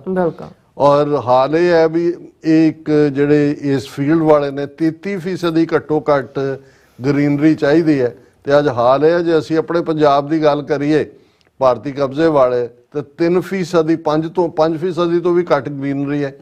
ਨਤੀਜਾ ਗਲੇਸ਼ੀਅਰ ਪਿਘਲ ਰਹੇ ਨੇ, এনवायरमेंट ਬਦਲ ਰਿਹਾ ਹੈ। ਕੱਲਾ ਇਹ ਨਹੀਂ ਕਿ ਵੀ ਇੱਕ ਖਿੱਤੇ ਦੇ ਵਿੱਚ, ਔਰ ਇਸ ਸਾਰੇ ਦੇ ਵਿੱਚ ਜਿਹੜਾ ਲਗਭਗ 2-2.5 ਸਦੀਆਂ ਪਹਿਲਾਂ ਇੰਡਸਟਰੀਲਾਈਜੇਸ਼ਨ ਸ਼ੁਰੂ ਹੋਈ ਦੁਨੀਆ ਦੇ ਵਿੱਚ, ਫੈਕਟਰੀਆਂ, ਔਰ ਉਸ ਨੇ ਕਿੰਨੀਆਂ ਐਮਿਸ਼ਨ, ਓਜ਼ੋਨ, ਕੀ ਕੁਛ ਸਾਰੇ এনवायरमेंट ਦਾ ਬਣਾ ਦਿੱਤਾ ਹੈ। ਜਿਵੇਂ ਕੋਵਿਡ ਹੋਣ ਤੋਂ ਬਾਅਦ ਵੈਕਸੀਨ ਬਣਨ ਤੇ ਵੀ ਇੱਕ ਤਬਕਾ ਡਿਨਾਇਲ 'ਚ ਸੀ ਕਿ ਜੀ ਨਾ ਨਾ ਨਾ ਇਹ ਤਾਂ ਐਵੇਂ ਸਾਜ਼ਿਸ਼ ਰਚੀ ਹੈ ਇਹਨਾਂ ਨੇ, ਕੋਵਿਡ ਕੋਈ ਨਹੀਂ ਹੈ, ਕਈ ਉਹਦੇ ਤੋਂ ਇਹ ਰਹਿੰਦੀ ਹੈ ਕਲਾਸ ਦਾ। ਇਸੇ ਤਰ੍ਹਾਂ ਇੱਕ ਵੱਡਾ ਤਬਕਾ ਜਿਹਨਾਂ 'ਚ ਸਾਡੇ ਪ੍ਰੈਜ਼ੀਡੈਂਟ ਟਰੰਪ ਵੀ ਸ਼ਾਮਲ ਨੇ ਪਿਛਲੇ ਪੀਰੀਅਡ ਦੇ ਵਿੱਚ, ਉਹਨਾਂ ਨੇ ਜਿਹੜਾ ਪੈਰਿਸ ਦੇ ਵਿੱਚ ਕਲਾਈਮੇਟ ਨਾਲ ਹੋਇਆ ਸਮਝੌਤਾ ਸੀ, ਉਹਨੂੰ ਉਡਾਤਾ। ਉਹਨੇ ਕਿਹਾ ਕੁਝ ਨਹੀਂ ਹੈ, ਕਰੋ ਡ੍ਰਿਲਿੰਗ, ਰੱਜ ਕੇ ਤੇਲ ਵੀ ਕੱਢੋ, ਦੂਜਾ ਕੋਈ ਐਮਿਸ਼ਨ ਕੋਈ ਕ੍ਰਾਈਟ। ਨਤੀਜਾ ਅਸੀਂ ਦੇਖ ਰਹੇ ਹਾਂ ਕਿ ਵੀ ਹੁਣ ਗਰਮੀ ਕਿੰਨੀ ਤੇਜ਼ੀ ਨਾਲ, ਔਰ ਇਹ ਇਕੱਲਾ ਨਹੀਂ ਹੈ, ਮੈਂ ਇਹਦੇ ਲਈ ਤਾਂ ਵੈਸੇ ਬਹੁਤ ਸਾਰਾ ਅੱਜ ਮਟੀਰੀਅਲ ਕੱਢਿਆ ਸੀ, ਪਰ ਮੈਂ ਵਕਤ ਵੀ ਦੇਖ ਰਿਹਾ ਕਿ ਵੀ ਉਹਦੇ ਕਰਕੇ ਸ਼ਾਇਦ ਮੈਂ ਇਹਨੂੰ ਸਾਂਝਾ ਨਾ ਕਰ ਸਕਾਂ। ਹੁਣ ਜਦੋਂ ਅਸੀਂ ਦੇਖਦੇ ਹਾਂ, Europe is fastest warming continent at nearly twice the average global rate। ਹੁਣ ਜਿਹੜਾ ਵਾਰਮਿੰਗ ਇਫੈਕਟ ਹੈ ਓਜ਼ੋਨ ਦੇ ਨਾਲ, ਯੂਰਪ ਦੁੱਗਣੀ ਫਾਸਟੈਸਟ ਵਾਰਮਿੰਗ ਕੰਟੀਨੈਂਟ ਹੈ, ਦੁੱਗਣੇ ਉਸ ਰੇਟ ਦੇ ਨਾਲ ਜਿਹਦੇ ਨਾਲ ਕਿ ਜਿਹੜਾ ਗਲੋਬਲ ਰੇਟ ਹੈ। ਹੁਣ ਇਸ ਸਾਰੇ ਦੇ ਚੱਲਦੇ ਆ, ਅੱਜ ਜਦੋਂ ਅਸੀਂ 55ਵੇਂ ਅਰਥ ਡੇ ਦੀ ਗੱਲ ਕਰਦੇ ਹਾਂ, ਔਰ ਅੱਜ ਇਸ ਦੇ ਉੱਤੇ ਮੈਂ ਸਮਝਦਾ ਸੀ ਵੀ ਗੱਲ ਕਰਨੀ ਜ਼ਰੂਰੀ ਹੈ।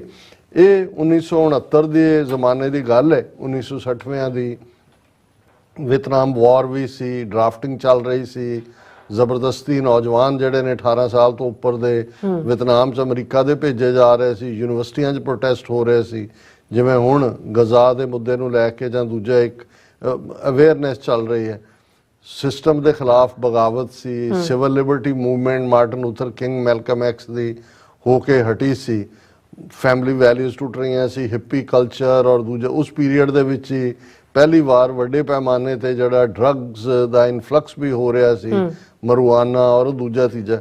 ਉਸ ਦੌਰ ਦੇ ਵਿੱਚ 1900 ਇਹਦਾ ਜਿਹੜਾ 1970 ਦੇ ਨੇੜੇ ਤੇੜੇ ਨਾਲ ਅਸੀਂ ਅਰਥ ਡੇ ਨੂੰ ਜੋੜ ਸਕਦੇ ਹਾਂ, ਇਸ ਲਈ ਅੱਜ ਦਾ 55ਵਾਂ ਇਹ ਅਰਥ ਡੇ ਹੈ। ਔਰ ਉਸ ਪੀਰੀਅਡ ਦੇ ਵਿੱਚ ਇਹ ਹੋਇਆ ਕਿ ਜਨਵਰੀ 1969 ਦੇ ਵਿੱਚ ਸੈਂਟਾ ਬਾਰਬਰਾ ਕੈਲੀਫੋਰਨੀਆ ਦੇ ਵਿੱਚ ਬਹੁਤ ਵੱਡੀ ਆਇਲ ਸਪਿਲ ਹੋਈ, ਔਰ ਉਸਨੇ 4 ਚਫੇਰੇ ਜਿਹੜਾ ਉਹ ਬੜੀ ਬੇਚੈਨੀ ਪੈਦਾ ਕੀਤੀ। ਔਰ ਉਸ ਪੀਰੀਅਡ ਦੇ ਵਿੱਚ ਇੱਕ ਗੇਲਾਰਡ ਨੈਲਸਨ, ਇਹ US ਸੈਨੇਟਰ ਸੀ, ਔਰ ਡੈਨਿਸ ਹੇਜ਼ ਇਹ ਹਾਰਵਰਡ ਸਟੂਡੈਂਟ ਸੀ। ਇਹਨਾਂ ਨੇ ਮਿਲ ਕੇ ਇਹਨਾਂ ਨੇ ਦੇਖਿਆ ਵੀ ਇੱਕ ਪਾਸੇ ਰੋਹ ਹੈ ਨੌਜਵਾਨਾਂ ਦਾ, ਦੂਜੇ ਨਵਾਂ ਇਹ ਜਿਹੜੀ ਸਪਿਲ ਹੋਈ ਹੈ, ਉਹਨਾਂ ਨੇ ਇਸ ਸਾਰੇ ਨੂੰ ਉਹਨਾਂ ਨੇ ਕਿਹਾ ਕਿ ਵੀ ਇਹ ਜਿਹੜੀ ਸਟੂਡੈਂਟਸ ਦੀ એનર્ਜੀ ਹੈ ਇਹ ਬਜਾਏ ਉਧਰ ਕਰਨ ਦੇ ਇਸ ਨੂੰ ਜਿਹੜੀ ਇਸ ਵੇਲੇ ਐਮਰਜਿੰਗ ਜਿਹੜੀ ਹੈ 에ਅਰ ਔਰ ਵਾਟਰ ਪੋਲਿਊਸ਼ਨ ਹੋ ਰਹੀ ਹੈ ਇਹਦੇ ਬਾਰੇ ਪਬਲਿਕ ਕੌਨਸ਼ੀਅਸਨੈਸ ਪੈਦਾ ਕੀਤੀ ਜਾਏ। ਸੋ ਉਹਨਾਂ ਨੇ ਡੈਨਿਸ ਹੇ ਨੂੰ ਜਿਹੜਾ ਇੱਕ ਐਕਟਿਵਿਸਟ ਸੀ ਉਹ ਰਿਕਰੂਟ ਕੀਤਾ ਕੈਂਪਸ ਟੀਚਿੰਗਸ ਔਰ ਦੂਸਰੇ ਸਕੇਲ ਦੇ ਉੱਤੇ এনवायरमेंट ਕੰਜ਼ਰਵੇਸ਼ਨ ਇਹ ਸਾਰੇ ਦੇ ਉੱਤੇ ਗੱਲਬਾਤ ਸ਼ੁਰੂ ਹੋਈ। ਔਰ ਅਪ੍ਰੈਲ 22 ਜਿਹੜਾ ਹੈ ਇਹ ਵੀਕਡੇ ਬਿਟਵੀਨ ਸਪਰਿੰਗ ਬ੍ਰੇਕ ਤੇ ਫਾਈਨਲ ਐਗਜ਼ਾਮ ਚੁਣਿਆ ਗਿਆ ਔਰ ਉਸ ਪੀਰੀਅਡ ਦੇ ਵਿੱਚ ਇੰਨੀ ਕਿ ਦੀ ਸਕਸੈਸ ਹੋਈ ਕਿ massive turn out of 20 million people across the US। ਸੋ ਇਹ 1970 ਦੇ ਵਿੱਚ ਪਹਿਲਾ ਜਿਹੜਾ ਹੈ ਉਹ ਅਰਥ ਡੇ ਆਇਆ ਜਿਹਦੇ ਵਿੱਚ ਕਿ ਇਸ ਪਾਸੇ ਵੱਲ ਧਿਆਨ ਗਿਆ। ਹੁਣ ਅੱਜ ਤੁਸੀਂ ਕਿਤੇ ਵੀ G20 meeting, G6 meeting, economy ਤੁਸੀਂ ਦੇਖੋਗੇ ਸਭ ਤੋਂ ਪਾਵਰਫੁਲ ਪ੍ਰੋਟੈਸਟ ਜਿਹੜਾ ਹੁੰਦਾ ਹੈ ਜਿਹਦੇ 'ਚ ਜਾ ਕੇ ਟੇਕ ਓਵਰ ਕਰ ਲੈਂਦੇ ਨੇ, ਉੱਤੇ ਚੜ ਜਾਂਦੇ ਨੇ ਬੜੀ ਵੱਡੀਆਂ ਬਿਲਡਿੰਗਾਂ, ਉਹ এনवायरमेंटਲਿਸਟ ਦਾ ਹੁੰਦਾ। ਔਰ ਇਹ ਇੱਕ ਬਹੁਤ ਵੱਡੀ ਗੱਲ ਹੈ ਕਿ ਜੇ ਕਿਤੇ ਇੰਨਾ ਵੀ ਦਬਾਅ ਨਾ ਹੁੰਦਾ, ਇਹ ਜਿਹੜੀ ਗਰੀਡ ਹੈ ਇੱਕ ਪਾਸੇ ਇੰਡਸਟਰੀਅਲਾਈਜ਼ ਪੋਲਿਊਸ਼ਨ ਦੀ, ਇਹ ਕਿਤੇ ਦੇ ਕਿਤੇ ਲੈ ਜਾਂਦਾ ਔਰ ਹਰ ਪ੍ਰੈਜ਼ੀਡੈਂਟ ਨੂੰ ਜਵਾਬਦੇਹ ਹੋਣਾ ਪੈਂਦਾ ਹੈ ਕਿ ਵੀ ਉਹਦਾ ਜਿਹੜਾ ਉਹ ਕਲਾਈਮੇਟ ਦੇ ਉੱਤੇ ਕੀ ਸਟੈਂਡ ਹੈ। ਔਰ ਈਵਨ ਮੈਂ ਦੇਖ ਰਿਹਾ ਸੀ ਕਿ ਵਾਈਟ ਹਾਊਸ ਨੇ ਜਿਹੜੀ ਅੱਜ ਇਸ 55th ਅਰਥ ਡੇ ਦੇ ਮੌਕੇ ਦੇ ਉੱਤੇ ਫੈਕਟ ਸ਼ੀਟ ਦਿੱਤੀ ਹੈ, ਆਲਮੋਸਟ 10 ਪੇਜ ਦੀ ਹੈ ਕਿ ਪ੍ਰੈਜ਼ੀਡੈਂਟ ਬਾਈਡਨ ਨੇ ਕੀ ਕੀਤਾ ਹੈ ਔਰ ਅੱਗੋਂ ਕੀ ਕਰੇਗਾ। Expanding access to affordable solar energy. ਹੁਣ ਇਹ ਜਿਹੜੀ ਗੱਲ ਵੀ ਚੱਲ ਰਹੀ ਹੈ ਸੋਲਰ ਐਨਰਜੀ ਲਿਆਓ ਜਾਂ ਦੂਜਾ, ਕਿਉਂਕਿ ਆਇਲ ਦੂਜੇ ਤੀਜੇ ਸਾਰੇ ਹੀ ਪੋਲਿਊਸ਼ਨ ਦਾ ਕਾਰਨ ਬਣਦੇ ਨੇ। ਔਰ ਇਸ ਦੇ ਉੱਤੇ ਫਿਰ mobilizing next generation of climate leaders through the American Climate Corps. ਇਹ ਪੂਰਾ ਜਿਹੜਾ ਪ੍ਰੈਜ਼ੀਡੈਂਟ ਬਾਈਡਨ ਨੇ ਕਿਹਾ ਕਿ several new actions to stand up the American Climate Corps, a groundbreaking initiative modeled after FDR's Civilian Conservation Corps that will put more than 20,000 young Americans to work fighting the impacts। ਹੁਣ ਇਸ level ਦੇ challenge ਜਿਹੜੇ ਨੇ ਇਹ ਸਾਰੀ white house ਨੇ ਅੱਜ ਇਹ statement ਦਿੱਤੀ ਹੈ। Conserving America's lands, waters and wildlife, natural habitat, trees, plants, ਇਹ ਸਾਰਿਆਂ ਤੋਂ। ਔਰ ਉਹਨਾਂ ਨੇ ਇੱਕ major conservative action Biden Harris administration ਵੱਲੋਂ ਲਿਆ ਜਾਣਾ ਹੈ। ਫਿਰ ਟੌਪ ਕਲਾਈਮੇਟ ਅਕੰਪਲਿਸ਼ਮੈਂਟਸ ਉਹਨਾਂ ਨੇ ਦਿੱਤੀਆਂ ਨੇ ਕਿ ਜੀ ਅਸੀਂ ਇਹ ਅਫੋਰਡੇਬਲ ਇਲੈਕਟ੍ਰਿਸਿਟੀ ਦਿੱਤੀ ਹੈ, ਅਸੀਂ ਬੋਸਟਨ ਕਲਾਈਮੇਟ ਰੈਜ਼ਿਲੀਅੰਸ ਅਡਾਪਟੇਸ਼ਨ। ਸੋ ਇਹ ਲੰਬਾ ਚੌੜਾ ਪਾਰਟ ਹੈ, ਮੈਂ ਇਸ ਫੇਰ ਵਿੱਚ ਹੁਣ ਨਹੀਂ ਜਾਵਾਂਗਾ। ਸੋ ਕਹਿਣ ਦਾ ਮਤਲਬ ਇਹ ਹੈ ਵੀ ਇਹ ਇੰਨੀ ਇੰਪੋਰਟੈਂਸ ਦੀ ਗੱਲ ਹੈ ਕਿਉਂਕਿ ਇੱਕ ਤਾਂ ਜ਼ਬਾਨ ਦੇ ਨਾਲ ਤੁਸੀਂ ਜ਼ਹਿਰੀਲਾਪਨ ਫੈਲਾ ਰਹੇ ਹੁੰਦੇ ਹੋ, ਵਿਸ਼ਸ ਨੇ ਜੋ ਭਾਰਤ ਦੇ ਵਿੱਚ ਹਿੰਦੂ ਤਵੀਆਂ ਨੂੰ ਜਾਂ ਉੱਥੇ ਕਿਸੇ ਚੈਨਲ ਨੇ ਇਹਦਾ ਜ਼ਿਕਰ ਨਹੀਂ ਕਰਨਾ, ਕਿਸੇ ਪਲੇਟਫਾਰਮ ਤੇ ਡਿਸਕਸ ਨਹੀਂ ਹੋਣਾ ਕਿ ਭਾਈ। ਔਰ ਸਭ ਤੋਂ ਜ਼ਿਆਦਾ ਪੋਲਿਊਸ਼ਨ ਜਾਂ ਦੂਜੀ ਉਹਨਾਂ ਮੁਲਕਾਂ 'ਚ ਹੈ, ਚਾਈਨਾ ਹੈ, ਇੰਡੀਆ ਹੈ, ਦੂਜੇ ਕੋਲਾ ਜੇ ਵੀ ਬਾਲ ਰਹੇ ਨੇ, ਕਿਵੇਂ ਜੰਗਲ ਕੱਟ ਰਹੇ ਨੇ ਜਿਨ੍ਹਾਂ ਨੂੰ ਅਰਬਨ ਨਕਸਲ ਕਹਿ ਰਹੇ ਨੇ। ਉਹ ਜਿਹੜੇ ਰੀਅਲ ਜਿਹੜੇ ਹੈ ਹੀ ਉੱਥੋਂ ਦੇ ਆਦੀਵਾਸੀ ਜਾਂ ਜੰਗਲਾਂ ਦੇ ਲੋਕ ਨੇ, ਝਾਰਖੰਡ ਵਰਗੇ ਲੋਕ, ਉਹਨਾਂ ਦੇ ਇਲਾਕਿਆਂ ਦੇ ਕਿਵੇਂ ਕਬਜ਼ੇ ਕਰਕੇ ਅੰਬਾਨੀਆਂ ਅਡਾਨੀਆਂ ਦੇ ਹਾਲ ਇਹ ਹੈ ਕਿ 1% ਲੋਕਾਂ ਦੇ ਕੋਲ ਭਾਰਤ ਦੀ 40% ਜਿਹੜੀ ਹੈ ਉਹ ਦੌਲਤ ਹੈ।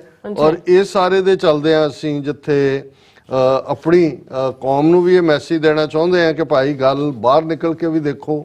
ਸਿਰਫ ਇਹ ਇੱਕ ਇੰਡੀਵਿਜੂਅਲ ਤੁਹਾਡੀ ਜਰਨੀ ਹੈ ਰੂਹਾਨੀਅਤ ਦੀ, ਪਰ ਅਸੀਂ ਇਸ ਸਾਰੀ ਧਰਤੀ ਦਾ ਹਿੱਸਾ ਹੈ ਗੁਰੂ ਨਾਨਕ ਸਾਹਿਬ ਨੇ। ਔਰ ਜਿਸ ਨੂੰ ਅਸੀਂ ਸ਼ਲੋਕ ਜਦੋਂ ਜਪਜੀ ਸਾਹਿਬ ਦਾ ਭੋਗ ਪੈਂਦੇ ਆ, ਅਸੀਂ ਉਹਨਾਂ ਦੀਆਂ 36 ਪੌੜੀਆਂ ਪੜ੍ਹਦੇ ਆ, ਫਿਰ ਅਸੀਂ ਉਹ ਸ਼ਲੋਕ ਜਿਹੜਾ ਮਹਲਾ ਦੂਜਾ ਦੇ ਥੱਲੇ ਵੀ ਦਰਜ ਹੈ ਅਸੀਂ ਪੜ੍ਹਦੇ ਆ। ਪਵਨ ਗੁਰੂ ਪਾਣੀ ਪਿਤਾ ਮਾਤਾ ਧਰਤ ਮਹਤ, ਦਿਵਸ ਰਾਤ ਦੋਇ ਦਾਈ ਦਾਇਆ, ਖੇਲੇ ਸਗਲ ਜਗਤ।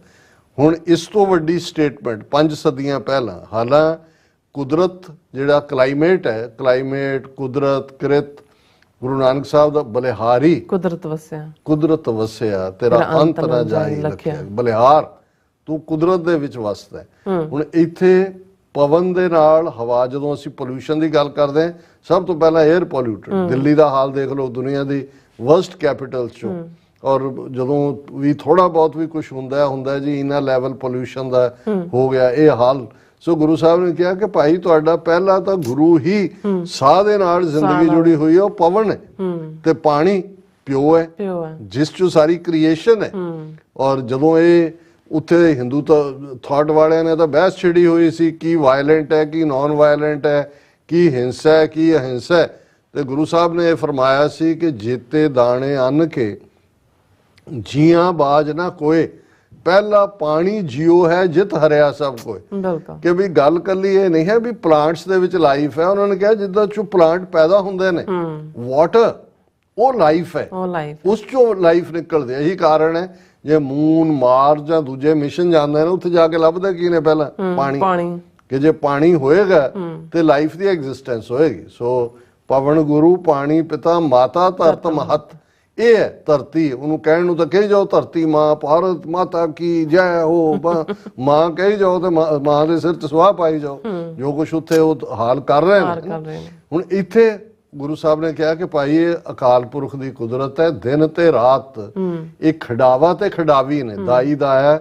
ਜਿਵੇਂ ਅੱਜ ਇੱਥੇ ਨੈਨੀਜ਼ ਕਹਿੰਦੇ ਨੇ ਜਿਹੜੇ ਬੱਚਿਆਂ ਨੂੰ ਖਿਡਾਉਂਦੇ ਨੇ, ਵੀ ਇਹ ਸਾਰੀ ਹਿਊਮਨ ਰੇਸ, ਪਲਾਂਟਸ, ਐਨੀਮਲਸ, ਜਿਸ ਬਾਰੇ ਗੁਰੂ ਸਾਹਿਬ ਨੇ ਫਰਮਾਇਆ ਜੀ ਜੰਤ ਸਭ ਸ਼ਰਨ ਤੁਮਾਰੀ ਸਰਬ ਚਿੰਤ ਤੁਧ। ਉੱਥੇ ਹੁਣ ਜਦੋਂ ਜੀ ਜੰਤ ਦੀ ਗੱਲ ਹੈ ਉਹਦੇ ਚ ਸਾਰਾ ਹੀ ਐਨੀਮਲ ਕਿੰਗਡਮ, ਐਨੀਮਲ ਨੇ ਉਹ ਸਮੁੰਦਰ ਦੇ ਵੀ ਦੂਜੇ ਦੇ ਵੀ, ਅਕਾਲ ਪੁਰਖ ਨੇ ਤਾਂ ਇਸ ਧਰਤੀ ਨੂੰ ਪਰਫੈਕਟ ਬਣਾਇਆ ਹੋਇਆ, ਬਿਲਕੁਲ ਕੰਪਲੀਟ ਕਿ ਆਸਣ ਲੋਏ ਲੋਏ ਭੰਡਾਰ ਜੋ ਕਿਛ ਪਾਇਆ ਸੋ ਏਕਾ ਵਾਰ, ਕਰ ਕਰ ਵੇਖੈ ਸਿਰਜਣਹਾਰ ਨਾਨਕ ਸੱਚੇ ਕੀ ਸਾਚੀ ਕਾਰ। ਇਹ ਉਹਦੀ ਸੱਚੀ ਕ੍ਰਿਤ ਹੈ, ਉਹ ਆਪ ਸੱਚਾ ਹੈ ਤੇ ਉਹਨੇ ਕੋਈ ਇਹ ਨਹੀਂ ਹੈ ਵੀ ਉਹ ਸ਼ਿਵ ਜੀ ਵਿਸ਼ਨੂੰ ਬ੍ਰਹਮਾ ਵਾਂਗੂ ਉਹ ਜਾ ਕੇ ਦੇਖ ਰਿਹਾ ਕੌਣ ਭੁੱਖਾ। ਜੋ ਕੁਛ ਪਾਇਆ ਸੋ ਏਕਾ ਵਾਰ, ਇੱਕੋ ਵਾਰੀ ਉਹ ਭਰ ਦਿੱਤੇ ਨੇ ਭੰਡਾਰੇ। ਔਰ ਉਹ ਭੰਡਾਰੇ ਉਹ ਭਰੇ ਹੋਏ ਨੇ ਕਿ ਨਾਨਕ ਚਿੰਤਾ ਮਤ ਕਰੋ ਚਿੰਤਾ ਤਿਸ ਹੀ ਹੈ, ਜਲ ਮੈਂ ਜੰਤ ਉਪਾਏ ਕੇ ਤਿਨਾ ਵੀ ਰੋਜ਼ੀ ਦੇ। ਉਹਨਾਂ ਸਭ ਦਾ ਭਰਪੂਰ ਰੱਖਿਆ ਹੋਇਆ। ਅਸੀਂ ਸਭ ਤੋਂ ਡਲਟੀ ਜਿਹੜਾ ਕੋਈ ਇਸ ਧਰਤੀ ਦਾ ਜੀਵ ਬਣ ਗਿਆ ਉਹ ਹਿਊਮਨ ਬੀਇੰਗ ਹੈ। ਅਸੀਂ ਧਰਤੀ ਦੀ ਜ਼ਿੰਦਗੀ ਨਾਲ ਵੀ ਛੇੜਛਾੜ ਕਰਦੇ ਹਾਂ, ਪਲਾਂਟਸ ਦਾ ਅਸੀਂ ਕੀ ਹਾਲ ਕੀਤਾ ਹੈ ਔਰ ਪਾਣੀਆਂ ਦੇ ਨਾਲ ਕੀ ਕੀਤਾ ਹੈ, ਧਰਤੀ ਨਾਲ ਕੀ ਕੀਤਾ ਹੈ। ਔਰ ਇਹ ਵੱਡੇ ਵੱਡੇ ਕਾਰਪੋਰੇਟ ਘਰਾਣਿਆਂ ਦੀ ਗਰੀਡ ਜਿਹੜੀ ਕਿ ਇਹ ਮੰਗਦੇ ਨੇ ਜੀ ਸਾਨੂੰ ਅਲਾਸਕਾ 'ਚ ਵੀ ਖੁਦਾਈ ਦਾ ਹੱਕ ਦਿਓ, ਟੈਕਸਸ 'ਚ ਵੀ ਅਸੀਂ ਕਰੀਏ, ਜੋ ਪੋਲਿਊਸ਼ਨ ਜਾਂ ਉਹਦੇ ਨਾਲ ਜੁੜਿਆ ਹੋਇਆ ਪਾਰਟ ਹੈ। ਔਰ ਮੈਨੂੰ ਇਹਦੇ 'ਚ ਲਦਾਖ ਦੇ ਵਿੱਚ ਸੋਨਮ ਵਾਂਗਚੁਕ ਜਿਹੜਾ ਐਨਵਾਇਰਨਮੈਂਟਲਿਸਟ ਹੈ, ਬੜਾ ਵੱਡਾ ਐਕਚੁਅਲੀ, ਜਿਹਨੂੰ ਦੁਨੀਆ ਦੇ 20 ਤੋਂ ਜ਼ਿਆਦਾ ਅਵਾਰਡ ਮਿਲੇ ਹੋਏ ਨੇ, ਰੈਮਸੇ ਅਵਾਰਡ ਵੀ ਮਿਲਿਆ ਹੋਇਆ। ਤੇ ਇੱਕ ਜਿਹੜੀ ਫਿਲਮ 3 ਇਡੀਅਟਸ ਬੜੀ ਪਪੂਲਰ ਹੋਈ, ਉਹ ਐਕਚੁਅਲੀ ਉਹਦੇ ਇੱਕ ਉਹਦਾ ਕਿਰਦਾਰ ਇਹਦੇ ਤੇ ਹੀ ਬੇਸ ਸੀ। ਉਹਨੇ ਵੀ ਅੱਜ ਵੱਡਾ ਇੱਕ ਇਕੱਠ ਲੀਡ ਕੀਤਾ ਤੇ ਉਹਦੇ ਚ ਜਿਹੜੀ ਉਹਨੇ ਗੱਲ ਕਹੀ ਮੈਂ ਹੋਰ ਦੁਨੀਆ 'ਚ ਨਹੀਂ ਦੇਖੀ। ਉਹਨੇ ਕਿਹਾ violence not be limited to guns and daggers, environmental challenges lead to slow death, Sonam Wangchuk. और उन्हें मंग की कि रीडिफाइन करो violence to include pollution, emphasizing the need for updated laws and education. उन्हें कहा वायलेंस सिर्फ तलवारां जां भालियां जां छुरियां नाल तां जां गंद नाल तां नहीं हुंदी, इनू भी शामिल करो भी ਜਿਹੜੇ ਲੋਕ एनवायरनमेंट ਨੂੰ ਗੰਦਾ ਕਰਦੇ ਨੇ, ਜਿਹਦੇ ਨਾਲ ਫਿਰ ਸਲੋ ਡੈਥ ਹੁੰਦੀ ਹੈ, ਹਵਾ ਗੰਦੀ ਹੈ, ਪਾਣੀ ਗੰਦਾ ਹੈ, ਲੋਕ ਕਿਵੇਂ ਮਰ ਰਹੇ ਨੇ, ਇਹਨੂੰ ਵੀ ਪਾਰਟ ਆਫ ਦਾ ਵਾਇਲੈਂਸ ਜਿਹੜਾ ਐਡ ਕੀਤਾ ਜਾਏ। ਸੋ ਅਸੀਂ ਸਮਝਦੇ ਕਿ ਭਾਈ ਇਹ ਅਕਾਲ ਪੁਰਖ ਦੀ ਸਾਜੀ ਹੋਈ ਖੂਬਸੂਰਤ ਧਰਤੀ ਹੈ, ਇਸ ਨੂੰ ਜਿੱਥੇ ਅਸੀਂ ਆਪਣੀ ਜ਼ਿੰਦਗੀ ਨੂੰ ਇੱਕ ਮਿਸਾਲੀ ਜ਼ਿੰਦਗੀ ਬਣਾ ਕੇ ਆਲੇ ਦੁਆਲੇ 'ਚ ਖੁਸ਼ੀ ਵੰਡੀ ਹੈ, ਉੱਥੇ ਇਸ ਗੱਲ ਨੂੰ ਵੀ ਯਕੀਨੀ ਬਣਾਈਏ। ਔਰ ਅਸੀਂ ਉਸ ਧਰਤੀ ਤੋਂ ਆਏ ਹਾਂ ਜਿਹਦੀ ਨਾ ਹੀ ਪੰਜਾਬ, ਔਰ ਕਿਵੇਂ ਘਰਾਂ ਦੇ ਵਿੱਚ ਤੂਤ ਤਰੇਕਾਂ ਪਿੰਡਾਂ ਦੇ ਵਿੱਚ ਉਹ ਸਾਰੀ ਜਿਹੜੀ ਨੈਚੁਰਲ ਜਿਹੜੇ ਉੱਥੋਂ ਦੇ ਸੀ ਅੱਜ ਸਭ ਕੁਝ ਗਾਇਬ ਕਰ ਦਿੱਤਾ ਹੈ। ਤੇ ਜੇ ਤੁਸੀਂ ਉਸ ਇਨਸਾਨ ਵਾਂਗ ਬਣ ਜਾਓ ਜਿਹੜਾ ਰੁੱਖ ਦੀ ਜਿਸ ਟਾਹਣੀ ਤੇ ਬੈਠਾ ਹੈ ਉਹਨੂੰ ਹੀ ਵੱਢ ਰਿਹਾ ਤੇ ਫਿਰ ਉਹ ਥੱਲੇ ਹੀ ਡਿੱਗੇਗਾ। ਐਨਵਾਇਰਨਮੈਂਟ ਦੀ ਤਬਾਹੀ ਅਲਟੀਮੇਟਲੀ ਜਿਹੜੀ ਹੈ ਉਹ ਸਾਨੂੰ ਕਿੱਧਰ ਨੂੰ ਲਿਜਾ ਰਹੀ ਹੈ, ਉਹ ਅਸੀਂ ਉਸ ਦੇ ਇਫੈਕਟ ਚਾਰ ਚਫੇਰੇ ਦੇਖ ਰਹੇ ਹਾਂ। ਜੀ ਡਾਕਟਰ ਸਾਹਿਬ ਤੁਹਾਡਾ ਬਹੁਤ ਬਹੁਤ ਸ਼ੁਕਰੀਆ। ਸੋ ਅਥਲੇ ਨੇ ਬ੍ਰੇਕ ਵਿਊਅਰਸ ਤੁਸੀਂ ਇਸੇ ਤਰ੍ਹਾਂ ਬੜੇ ਰਹਿਣਾ, ਮਿਲਦੇ ਹਾਂ ਛੋਟੇ ਜਿਹੇ ਬ੍ਰੇਕ ਤੋਂ ਬਾਅਦ।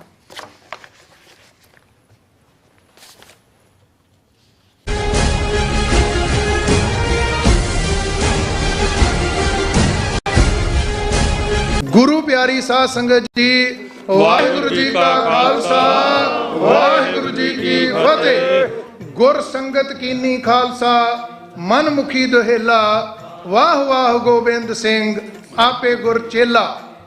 ਖਾਲਸੇ ਦਾ ਸਾਜਣਾ ਦਿਵਸ ਮਨਾਉਂਦਿਆਂ ਹੋਇਆਂ ਅਰਥਾਤ ਵਿਸਾਖੀ ਦਾ ਸ਼ੁਭ ਦਿਹਾੜਾ ਮਨਾਉਂਦਿਆਂ ਹੋਇਆਂ ਟਰਾਈ ਸਟੇਟ ਦੇ ਗੁਰਦੁਆਰਾ ਸਾਹਿਬਾਂ ਦੀਆਂ ਸਮੂਹ ਪ੍ਰਬੰਧਕ ਕਮੇਟੀਆਂ, ਸਮੂਹ ਸੇਵਾ ਸੁਸਾਇਟੀਆਂ, ਪੰਥਕ ਜਥੇਬੰਦੀਆਂ ਦੇ ਸਹਿਯੋਗ, ਸੰਗਤਾਂ ਦੇ ਸਹਿਯੋਗ ਅਤੇ ਸਤਿਗੁਰੂ ਜੀ ਦੀ ਕਿਰਪਾ ਸਦਕਾ ਹਰ ਸਾਲ ਦੀ ਤਰ੍ਹਾਂ ਟਰਾਈ ਸਟੇਟ ਦਾ ਕੇਂਦਰੀ ਅਸਥਾਨ Gurdwara Sahib Sikh culture society Richmond Hill New York ਦੀ ਸਮੁੱਚੀ ਪ੍ਰਬੰਧਕ ਕਮੇਟੀ ਵੱਲੋਂ ਸਿੱਖ ਡੇ ਪਰੇਡ ਹਰ ਸਾਲ ਦੀ ਤਰ੍ਹਾਂ 27 ਅਪ੍ਰੈਲ ਦਿਨ ਸ਼ਨੀਵਾਰ ਨੂੰ ਦਿਨੇ 12 ਵਜੇ ਮਨਹਟਨ ਦੇ ਵਿੱਚ ਸ੍ਰੀ ਗੁਰੂ ਗ੍ਰੰਥ ਸਾਹਿਬ ਜੀ ਦੀ ਛਤਰ ਛਾਇਆ ਹੇਠ ਅਤੇ ਪੰਜਾਂ ਪਿਆਰਿਆਂ ਦੀ ਅਗਵਾਈ ਦੇ ਵਿੱਚ ਸਜਾਈ ਜਾ ਰਹੀ ਹੈ। ਸਮੁੱਚੀਆਂ ਸੰਗਤਾਂ ਨੂੰ ਬੇਨਤੀ ਹੈ, ਵੱਧ ਤੋਂ ਵੱਧ ਪਰਿਵਾਰਾਂ ਸਮੇਤ, ਬੱਚਿਆਂ ਸਮੇਤ ਇਸ ਸਿੱਖ ਡੇ ਪਰੇਡ ਵਿੱਚ ਹਾਜ਼ਰੀਆਂ ਭਰ ਕੇ ਸਤਿਗੁਰੂ ਸੱਚੇ ਪਾਤਸ਼ਾਹ ਕਲਗੀਧਰ ਦਸ਼ਮੇਸ਼ ਪਿਤਾ ਦੀਆਂ ਖੁਸ਼ੀਆਂ ਬਖਸ਼ਿਸ਼ਾਂ ਪ੍ਰਾਪਤ ਕਰੋ ਅਤੇ ਸਿੱਖ ਡੇ ਪਰੇਡ ਦੀਆਂ ਰੌਣਕਾਂ ਵਧਾਓ ਜੀ। ਵਾਹਿਗੁਰੂ ਜੀ ਕਾ ਖਾਲਸਾ ਵਾਹਿਗੁਰੂ ਜੀ ਕੀ ਫਤਿਹ। ਸੋ ਨਿਹਾਲ ਸਤਿ ਸ੍ਰੀ ਅਕਾਲ।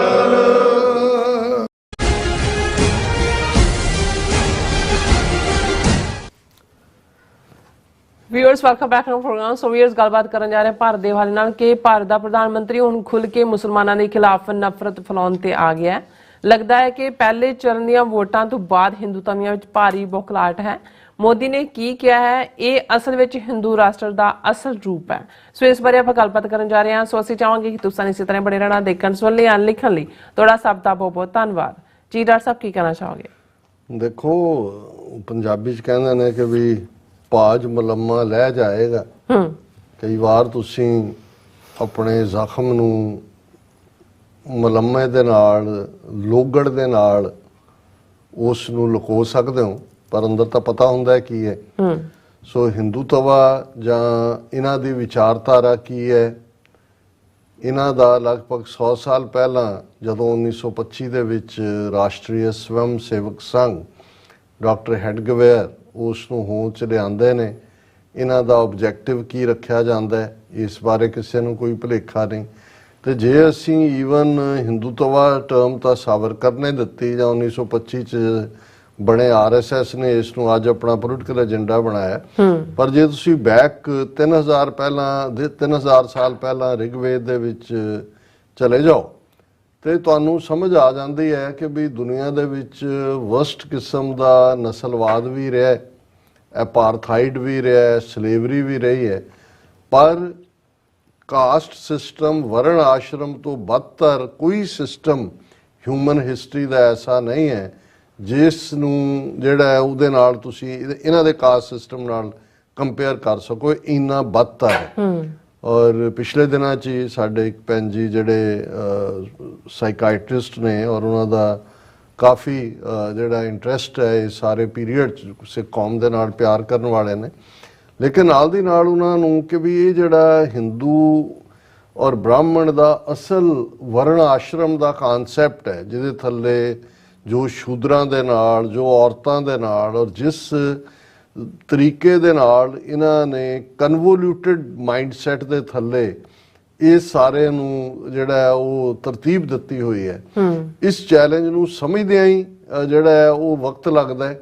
ਫਿਰ ਸਮਝ ਕੇ ਸਮਝਾਉਣਾ, ਔਰ ਇੱਕ ਵੱਡਾ ਤਬਕਾ ਸਾਡਾ ਜਿਹੜਾ ਖਾਓ ਪੀਓ ਐਸ਼ ਕਰੋ ਦੀ ਫਿਲਾਸਫੀ ਦੇ ਨਾਲ ਹੀ ਜਿਹੜਾ ਉਸ ਦਾ ਸੰਬੰਧ ਹੈ, ਉਹ ਇਸ ਨੂੰ ਸਮਝ ਹੀ ਨਹੀਂ ਸਕਦਾ ਕਿ ਇਸ ਦੀਆਂ ਗੁੰਝਲਾਂ ਕੀ ਨੇ। ਔਰ ਇਹ ਜਦੋਂ ਅਸੀਂ ਬ੍ਰਾਹਮਣਵਾਦ ਲਫ਼ਜ਼ ਕਹਿੰਦੇ ਹਾਂ ਤੇ ਇਹ ਉਸ ਆਈਡੀਓਲੋਜੀ ਦਾ ਹੀ ਨਾਂ ਹੈ ਜਿਸ ਨੂੰ ਅਲਾਮਾ ਇਕਬਾਲ ਨੇ ਜਦੋਂ ਇਹ ਕਿਹਾ ਕਿ ਵੀ ਕਿਵੇਂ ਬ੍ਰਾਹਮਣਵਾਦ ਨੇ ਬੁੱਧ ਦੇ ਥਾਟ ਨੂੰ ਖਾਧਾ, ਜਿਹੜਾ ਬੁੱਧ ਜ਼ਾਤ ਪਾਤ ਨੂੰ ਨਕਾਰਦਾ ਸੀ, ਜਿਹੜਾ ਬੁੱਧ ਇਸ ਪੁਜਾਰੀਵਾਦ ਨੂੰ ਨਕਾਰਦਾ ਸੀ, ਔਰ ਕਿਵੇਂ ਉਸ ਦਾ ਐਂਡ ਕੀਤਾ ਕਿ ਉਹਨੇ ਅਲਾਮਾ ਇਕਬਾਲ ਨੇ ਕਿਹਾ ਕਿ ਬ੍ਰਾਹਮਣ सरशार है अब तक, मैं पिंदार में शमाए गौतम जल रही है महफिल अग्यार, गैरां दी महफिल दे विच कि अज भी ब्राह्मण जिहड़ा ਉਸ ਹੰਕਾਰ ਦੀ ਸ਼ਰਾਬ ਪੀ ਕੇ ਜਿਹੜਾ ਇੱਥੇ ਸਰਸ਼ਾਰ ਹੈ ਔਰ ਉਹਦਾ ਸੌਦਾ ਵਿਕ ਰਿਹਾ।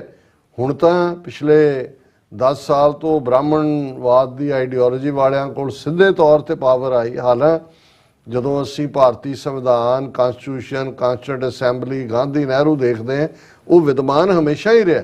ਪਰ ਇੱਕ ਜਦੋਂ ਅਸੀਂ ਪੰਜਾਬੀ 'ਚ ਕਹਿੰਦੇ ਹਾਂ ਜੇ ਨੰਗੇ ਚਿੱਟੇ ਹੋ ਕੇ ਸਾਹਮਣੇ ਆ ਗਏ, ਇੱਕ ਹੁੰਦਾ ਤੁਸੀਂ ਪਰਦੇ ਥੱਲੇ ਕੰਮ ਕਰ ਰਹੇ ਹੋ। ਬਿਲਕੁਲ। ਤੁਸੀਂ ਜਦੋਂ ਕਹਿੰਦੇ ਹੋ ਤੁਸੀਂ ਕਹਿ ਕੁਛ ਰਹੇ ਹੁੰਦੇ ਹੋ, ਮਤਲਬ ਉਹਦਾ ਕੁਝ ਹੋਰ ਹੁੰਦਾ ਹੈ। ਜਿਵੇਂ ਕਾਂਸਟੀਟਿਊਂਟ ਅਸੈਂਬਲੀ 'ਚ ਨਹਿਰੂ ਨੇ ਇੱਕ ਮੌਕੇ ਦੇ ਉੱਤੇ ਕਿਹਾ ਸੀ ਕਿ ਜੀ ਬਾਤ ਐਸੀ ਕੀਜੀਏ ਹਰ ਬਾਤ ਕੇ 100 ਪਹਿਲੂ ਹੋ, ਕੋਈ ਪਹਿਲੂ ਤੋਂ ਰਹੇ ਬਾਤ ਬਦਲਨੇ ਕੇ ਲਈ। ਵੀ ਤੁਹਾਡੇ ਕੋਲ ਕੋਈ ਬਹਾਨਾ ਚਾਹੀਦਾ ਵੀ ਤੁਸੀਂ ਗੱਲ ਨੂੰ ਬਦਲ ਕੇ ਉਹਨੂੰ ਕਿਵੇਂ ਜਸਟੀਫਾਈ ਕਰਨਾ।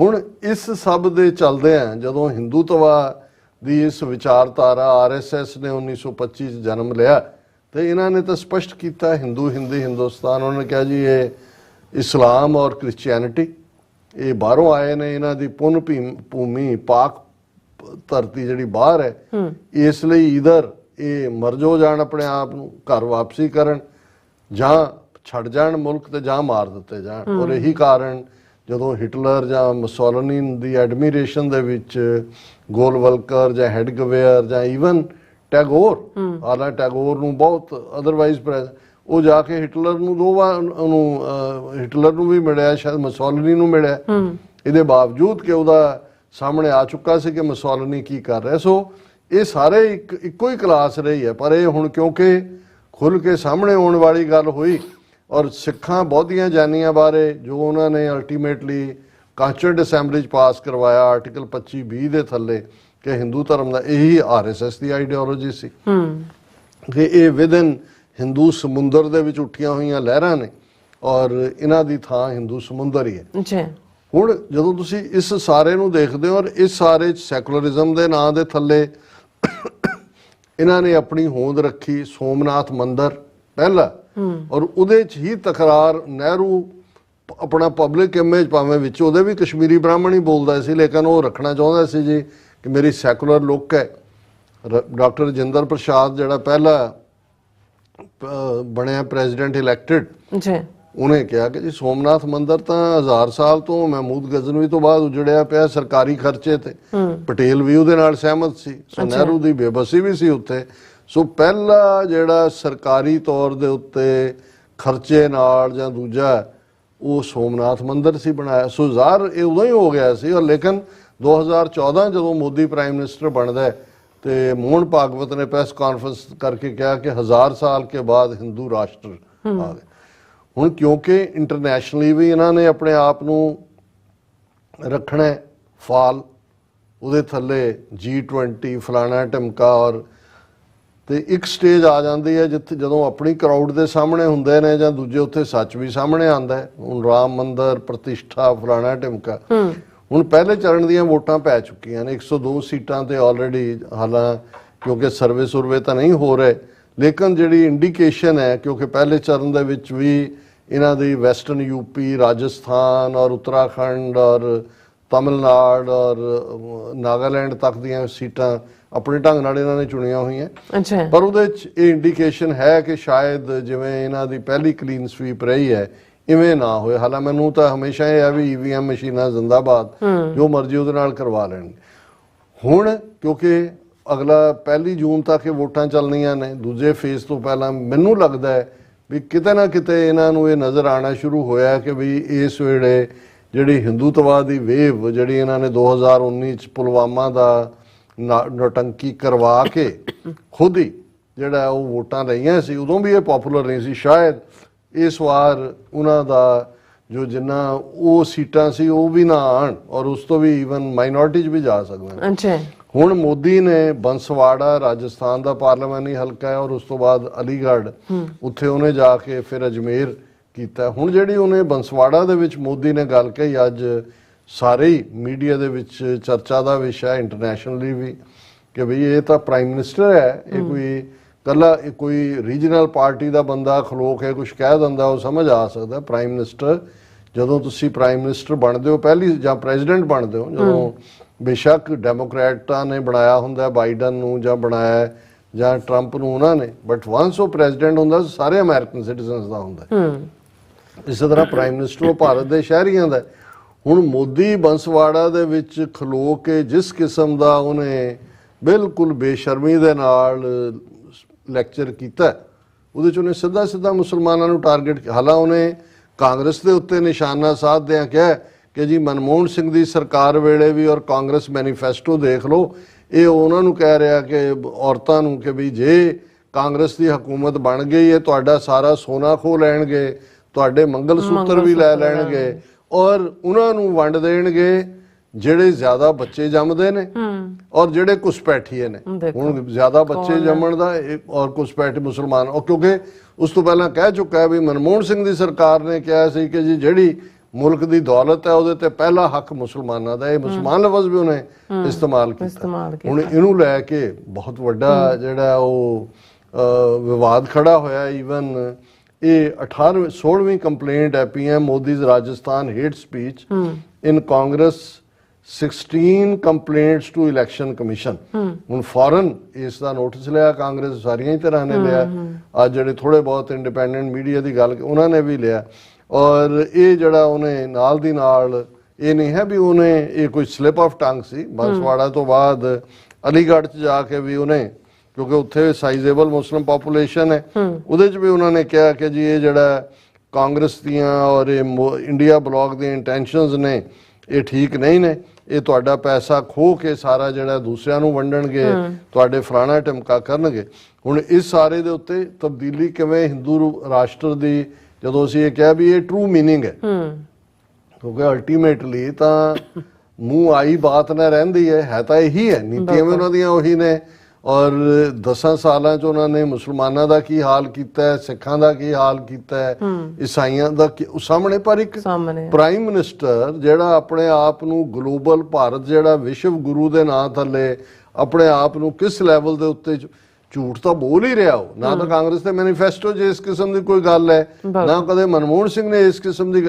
ਇਹ ਤਾਂ ਇਹਨਾਂ ਦੇ ਅੰਦਰ ਦੀ ਗੱਲ ਹੈ ਕਿ ਭਾਈ ਇਹਨਾਂ ਇਹ ਕਿਸ ਹੱਦ ਤੱਕ ਜਾ ਚੁੱਕੇ ਨੇ। ਔਰ ਇਹ ਨਹੀਂ, ਈਵਨ ਅਜੇ ਕੁਝ ਦਿਨ ਪਹਿਲਾਂ ਹੀ, ਜਦੋਂ ਕਿ ਹੁਣ ਪਹਿਲਾ ਅਜੇ ਚਰਨ ਹੋ ਕੇ ਹਟਿਆ, ਇਹਨਾਂ ਨੇ ਦੂਰਦਰਸ਼ਨ ਜਿਹੜਾ ਸਰਕਾਰੀ ਚੈਨਲ ਹੈ ਉਹਦਾ ਲੋਗੋ ਉਹਨੂੰ ਬਦਲ ਕੇ ਭਗਵਾ ਕਰਤਾ।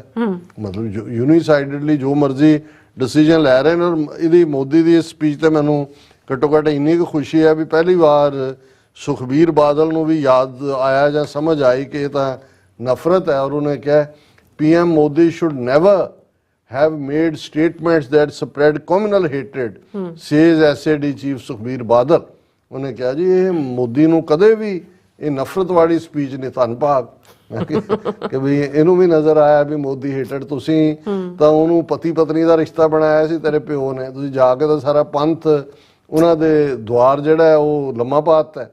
ਔਰ ਹੁਣ ਜੇ ਇਹਨਾਂ ਨੂੰ ਇਹ ਨਜ਼ਰ ਆਇਆ ਤਾਂ ਇਹਦਾ ਮਤਲਬ ਇਹ ਹੈ ਵੀ ਇਹ ਜਿਹੜਾ ਕੋਸ਼ਿਸ਼ ਵਗੈਰਾ ਤੁਹਾਨੂੰ ਇਹ ਸਾਰੇ ਪੀਰੀਅਡ ਬੀਜੇਪੀ ਦੇ ਖਿਲਾਫ ਕੋਈ ਸਟੇਟਮੈਂਟ ਇਹਨਾਂ ਦੀ ਨਜ਼ਰ ਨਹੀਂ ਆਈ। ਅਕਾਲੀਆਂ ਦੀ ਟਿਕਟਾਂ ਵੀ ਦੇ ਰਹੇ ਨੇ, ਜਿਨ੍ਹਾਂ ਨੂੰ ਦੇ ਰਹੇ ਨੇ ਦੇਖ ਰਹੇ ਨੇ ਕੌਣ ਆ ਰਿਹਾ ਹੈ, ਇਹਨਾਂ ਦੇ ਵੀ ਉਧਰ ਚਲੇ ਗਏ ਨਹੀਂ। ਲੇਕਿਨ ਇਹ ਵੀ ਮੈਨੂੰ ਸਿਗਨੀਫਿਕੈਂਟ ਲੱਗਾ। ਮੈਨੂੰ ਲੱਗਾ ਕਿ ਜਾਂ ਤਾਂ ਇਹਨਾਂ ਨੂੰ ਇਹ ਹੈ ਵੀ ਸ਼ਾਇਦ ਮੋਦੀ ਹੁਣ ਜਾ ਰਿਹਾ ਤੇ ਜਾਂਦੇ ਜਾਂਦੇ ਨੂੰ ਤੁਸੀਂ ਵੀ ਇੱਕ ਲੱਤ ਮਾਰ ਦਿਓ, ਬਾਕੀਆਂ ਨੇ ਕੁੱਟਿਆ ਹੁੰਦਾ, ਤੇ ਜਾਂ ਇਹਨਾਂ ਨੂੰ ਇਹ ਸਮਝ ਆਣੀ ਸ਼ੁਰੂ ਹੋਈ ਹੈ ਕਿ ਭਾਈ ਸਾਨੂੰ ਘੱਟ ਗਿਣਤੀਆਂ ਨੂੰ ਇੱਕ ਨਾਲ ਖਲੋਣਾ ਪਏਗਾ, ਅਦਰਵਾਈਜ਼ ਜੋ ਮੁਸਲਮਾਨਾਂ ਈਸਾਈਆਂ ਦੇ ਨਾਲ ਹੋ ਰਿਹਾ ਉਹ ਸਾਡੇ ਨਾਲ ਤਾਂ ਹੋ ਹੀ ਰਿਹਾ। ਇਹ ਤਾਂ ਇਹਨਾਂ ਨੂੰ ਨਜ਼ਰ ਨਾ ਆ ਰਿਹਾ ਹੋਏ ਜਾਂ ਇਹ ਭਾਗੀਦਾਰ ਬਣੇ ਹੋਏ ਨੇ ਉਹਨਾਂ ਦੇ ਨਾਲ, ਇਹ ਇੱਕ ਵੱਖਰੀ ਕਹਾਣੀ ਹੈ। ਜੀ ਡਾਕਟਰ ਸਾਹਿਬ, ਤੁਹਾਡਾ ਬਹੁਤ ਬਹੁਤ ਧੰਨਵਾਦ। ਸਾਥ ਲੈਣ ਬ੍ਰੇਕ ਵਿਊਅਰਸ, ਤੁਸੀਂ ਇਸੇ ਤਰ੍ਹਾਂ ਬਣੇ ਰਹਿਣਾ। ਮਿਲਦੇ ਹਾਂ ਆਫਟਰ ਦਿਸ ਸ਼ਾਰਟ ਬ੍ਰੇਕ।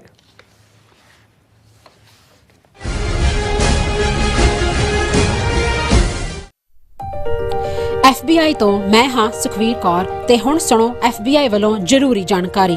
ਸਾਡੇ ਦੇਸ਼ ਅਮਰੀਕਾ ਵਿੱਚ ਬਾਹਰਲੇ ਦੇਸ਼ਾਂ ਦੀਆਂ ਸਰਕਾਰਾਂ ਵੱਲੋਂ ਅੰਤਰਰਾਸ਼ਟਰੀ ਦਬਾਅ ਪਾਇਆ ਜਾ ਰਿਹਾ ਹੈ। ਇਸ ਨੂੰ ਰੋਕਣ ਲਈ FBI ਨੂੰ ਤੁਹਾਡੇ ਸਹਿਯੋਗ ਦੀ ਲੋੜ ਹੈ। ਵਿਦੇਸ਼ੀ ਸਰਕਾਰਾਂ ਜਾਂ ਉਹਨਾਂ ਦੇ ਮੁਲਾਜ਼ਮਾਂ ਜਾਂ ਮੁਖਬਰਾਂ ਵੱਲੋਂ ਅਮਰੀਕਾ ਵਿੱਚ ਵਸਦੇ ਕਿਸੇ ਵੀ ਇਨਸਾਨ ਨਾਲ ਕੀਤੇ ਜਾ ਰਹੇ ਅੰਤਰਰਾਸ਼ਟਰੀ ਦਬਾਅ ਦੀਆਂ ਕੁਝ ਕਿਸਮਾਂ ਇਹ ਨੇ: ਨਿਗਰਾਨੀ ਰੱਖਣੀ, ਪਿੱਛਾ ਕਰਨਾ, ਤੰਗ ਪਰੇਸ਼ਾਨ ਕਰਨਾ, ਅਗਵਾ ਕਰਨ ਦੀ ਕੋਸ਼ਿਸ਼ ਜਾਂ ਉਸ ਤੇ ਸਰੀਰਕ ਹਮਲਾ ਕਰਨਾ, ਅਤੇ ਧਮਕੀਆਂ ਤੇ ਡਰਾਵੇ ਰਾਹੀਂ ਜ਼ਬਰਦਸਤੀ ਕਿਸੇ ਭਾਈਚਾਰੇ ਜਾਂ ਵਿਅਕਤੀਆਂ ਬਾਰੇ ਜਾਣਕਾਰੀ ਇਕੱਠੀ ਕਰਨ ਦੀ ਕੋਸ਼ਿਸ਼ ਕਰਨੀ। ਕਿਸੇ ਨੂੰ ਉਸ ਦੇ ਮੂਲ ਦੇਸ਼ ਨੂੰ ਮੁੜਨ ਲਈ ਮਜਬੂਰ ਕਰਨਾ ਜਾਂ ਮੂਲ ਦੇਸ਼ ਵਿੱਚ ਵਸਦੇ ਉਸ ਦੇ ਰਿਸ਼ਤੇਦਾਰਾਂ ਨੂੰ ਡਰਾਉਣਾ ਜਾਂ ਹਿਰਾਸਤ ਵਿੱਚ ਲੈਣਾ, ਕਿਸੇ ਦੇ ਕੰਪਿਊਟਰ ਜਾਂ ਫੋਨ ਨੂੰ ਹੈਕ ਕਰਕੇ ਉਸ ਦੀ ਨਿੱਜਤਾ ਤੇ ਹਮਲਾ ਕਰਨਾ ਜਾਂ ਉਸ ਬਾਰੇ ਇੰਟਰਨੈਟ ਤੇ ਕੂੜ ਪ੍ਰਚਾਰ ਕਰਨਾ, ਕਿਸੇ ਦੀਆਂ ਵਿੱਤੀ ਜਾਇਦਾਦਾਂ ਨੂੰ ਜ਼ਬਤ ਕਰਨਾ। ਜੇ ਤੁਹਾਨੂੰ ਲੱਗਦਾ ਹੈ ਕਿ ਤੁਸੀਂ ਅੰਤਰਰਾਸ਼ਟਰੀ ਦਬਾਅ ਦੇ ਸ਼ਿਕਾਰ ਹੋ ਤਾਂ FBI ਨੂੰ ਹੁਣੇ ਕਾਲ ਕਰੋ 1-800-CALL-FBI ਜਾਂ 1-800-225-5324 ਤੇ ਸੰਪਰਕ ਕਰੋ। ਤੇ ਜੇ ਤੁਹਾਡੇ ਲਈ ਅੰਗਰੇਜ਼ੀ ਵਿੱਚ ਗੱਲ ਕਰਨਾ ਮੁਸ਼ਕਲ ਹੈ ਤਾਂ ਤੁਸੀਂ ਪੰਜਾਬੀ ਵਿੱਚ ਗੱਲ ਕਰਨ ਲਈ ਕਹਿ ਸਕਦੇ ਹੋ ਜਾਂ FBI ਦੀ ਵੈਬਸਾਈਟ tips.fbi.gov ਤੇ ਆਪਣੀ ਸ਼ਿਕਾਇਤ ਦਰਜ ਕਰਾਓ। ਹੋਰ ਜਾਣਕਾਰੀ ਲਈ ਦੇਖੋ fbi.gov/TNR। ਜੇਕਰ ਤੁਸੀਂ ਤੁਰੰਤ ਸਰੀਰਕ ਖਤਰੇ ਵਿੱਚ ਹੋ ਤਾਂ 911 ਤੇ ਕਾਲ ਕਰੋ।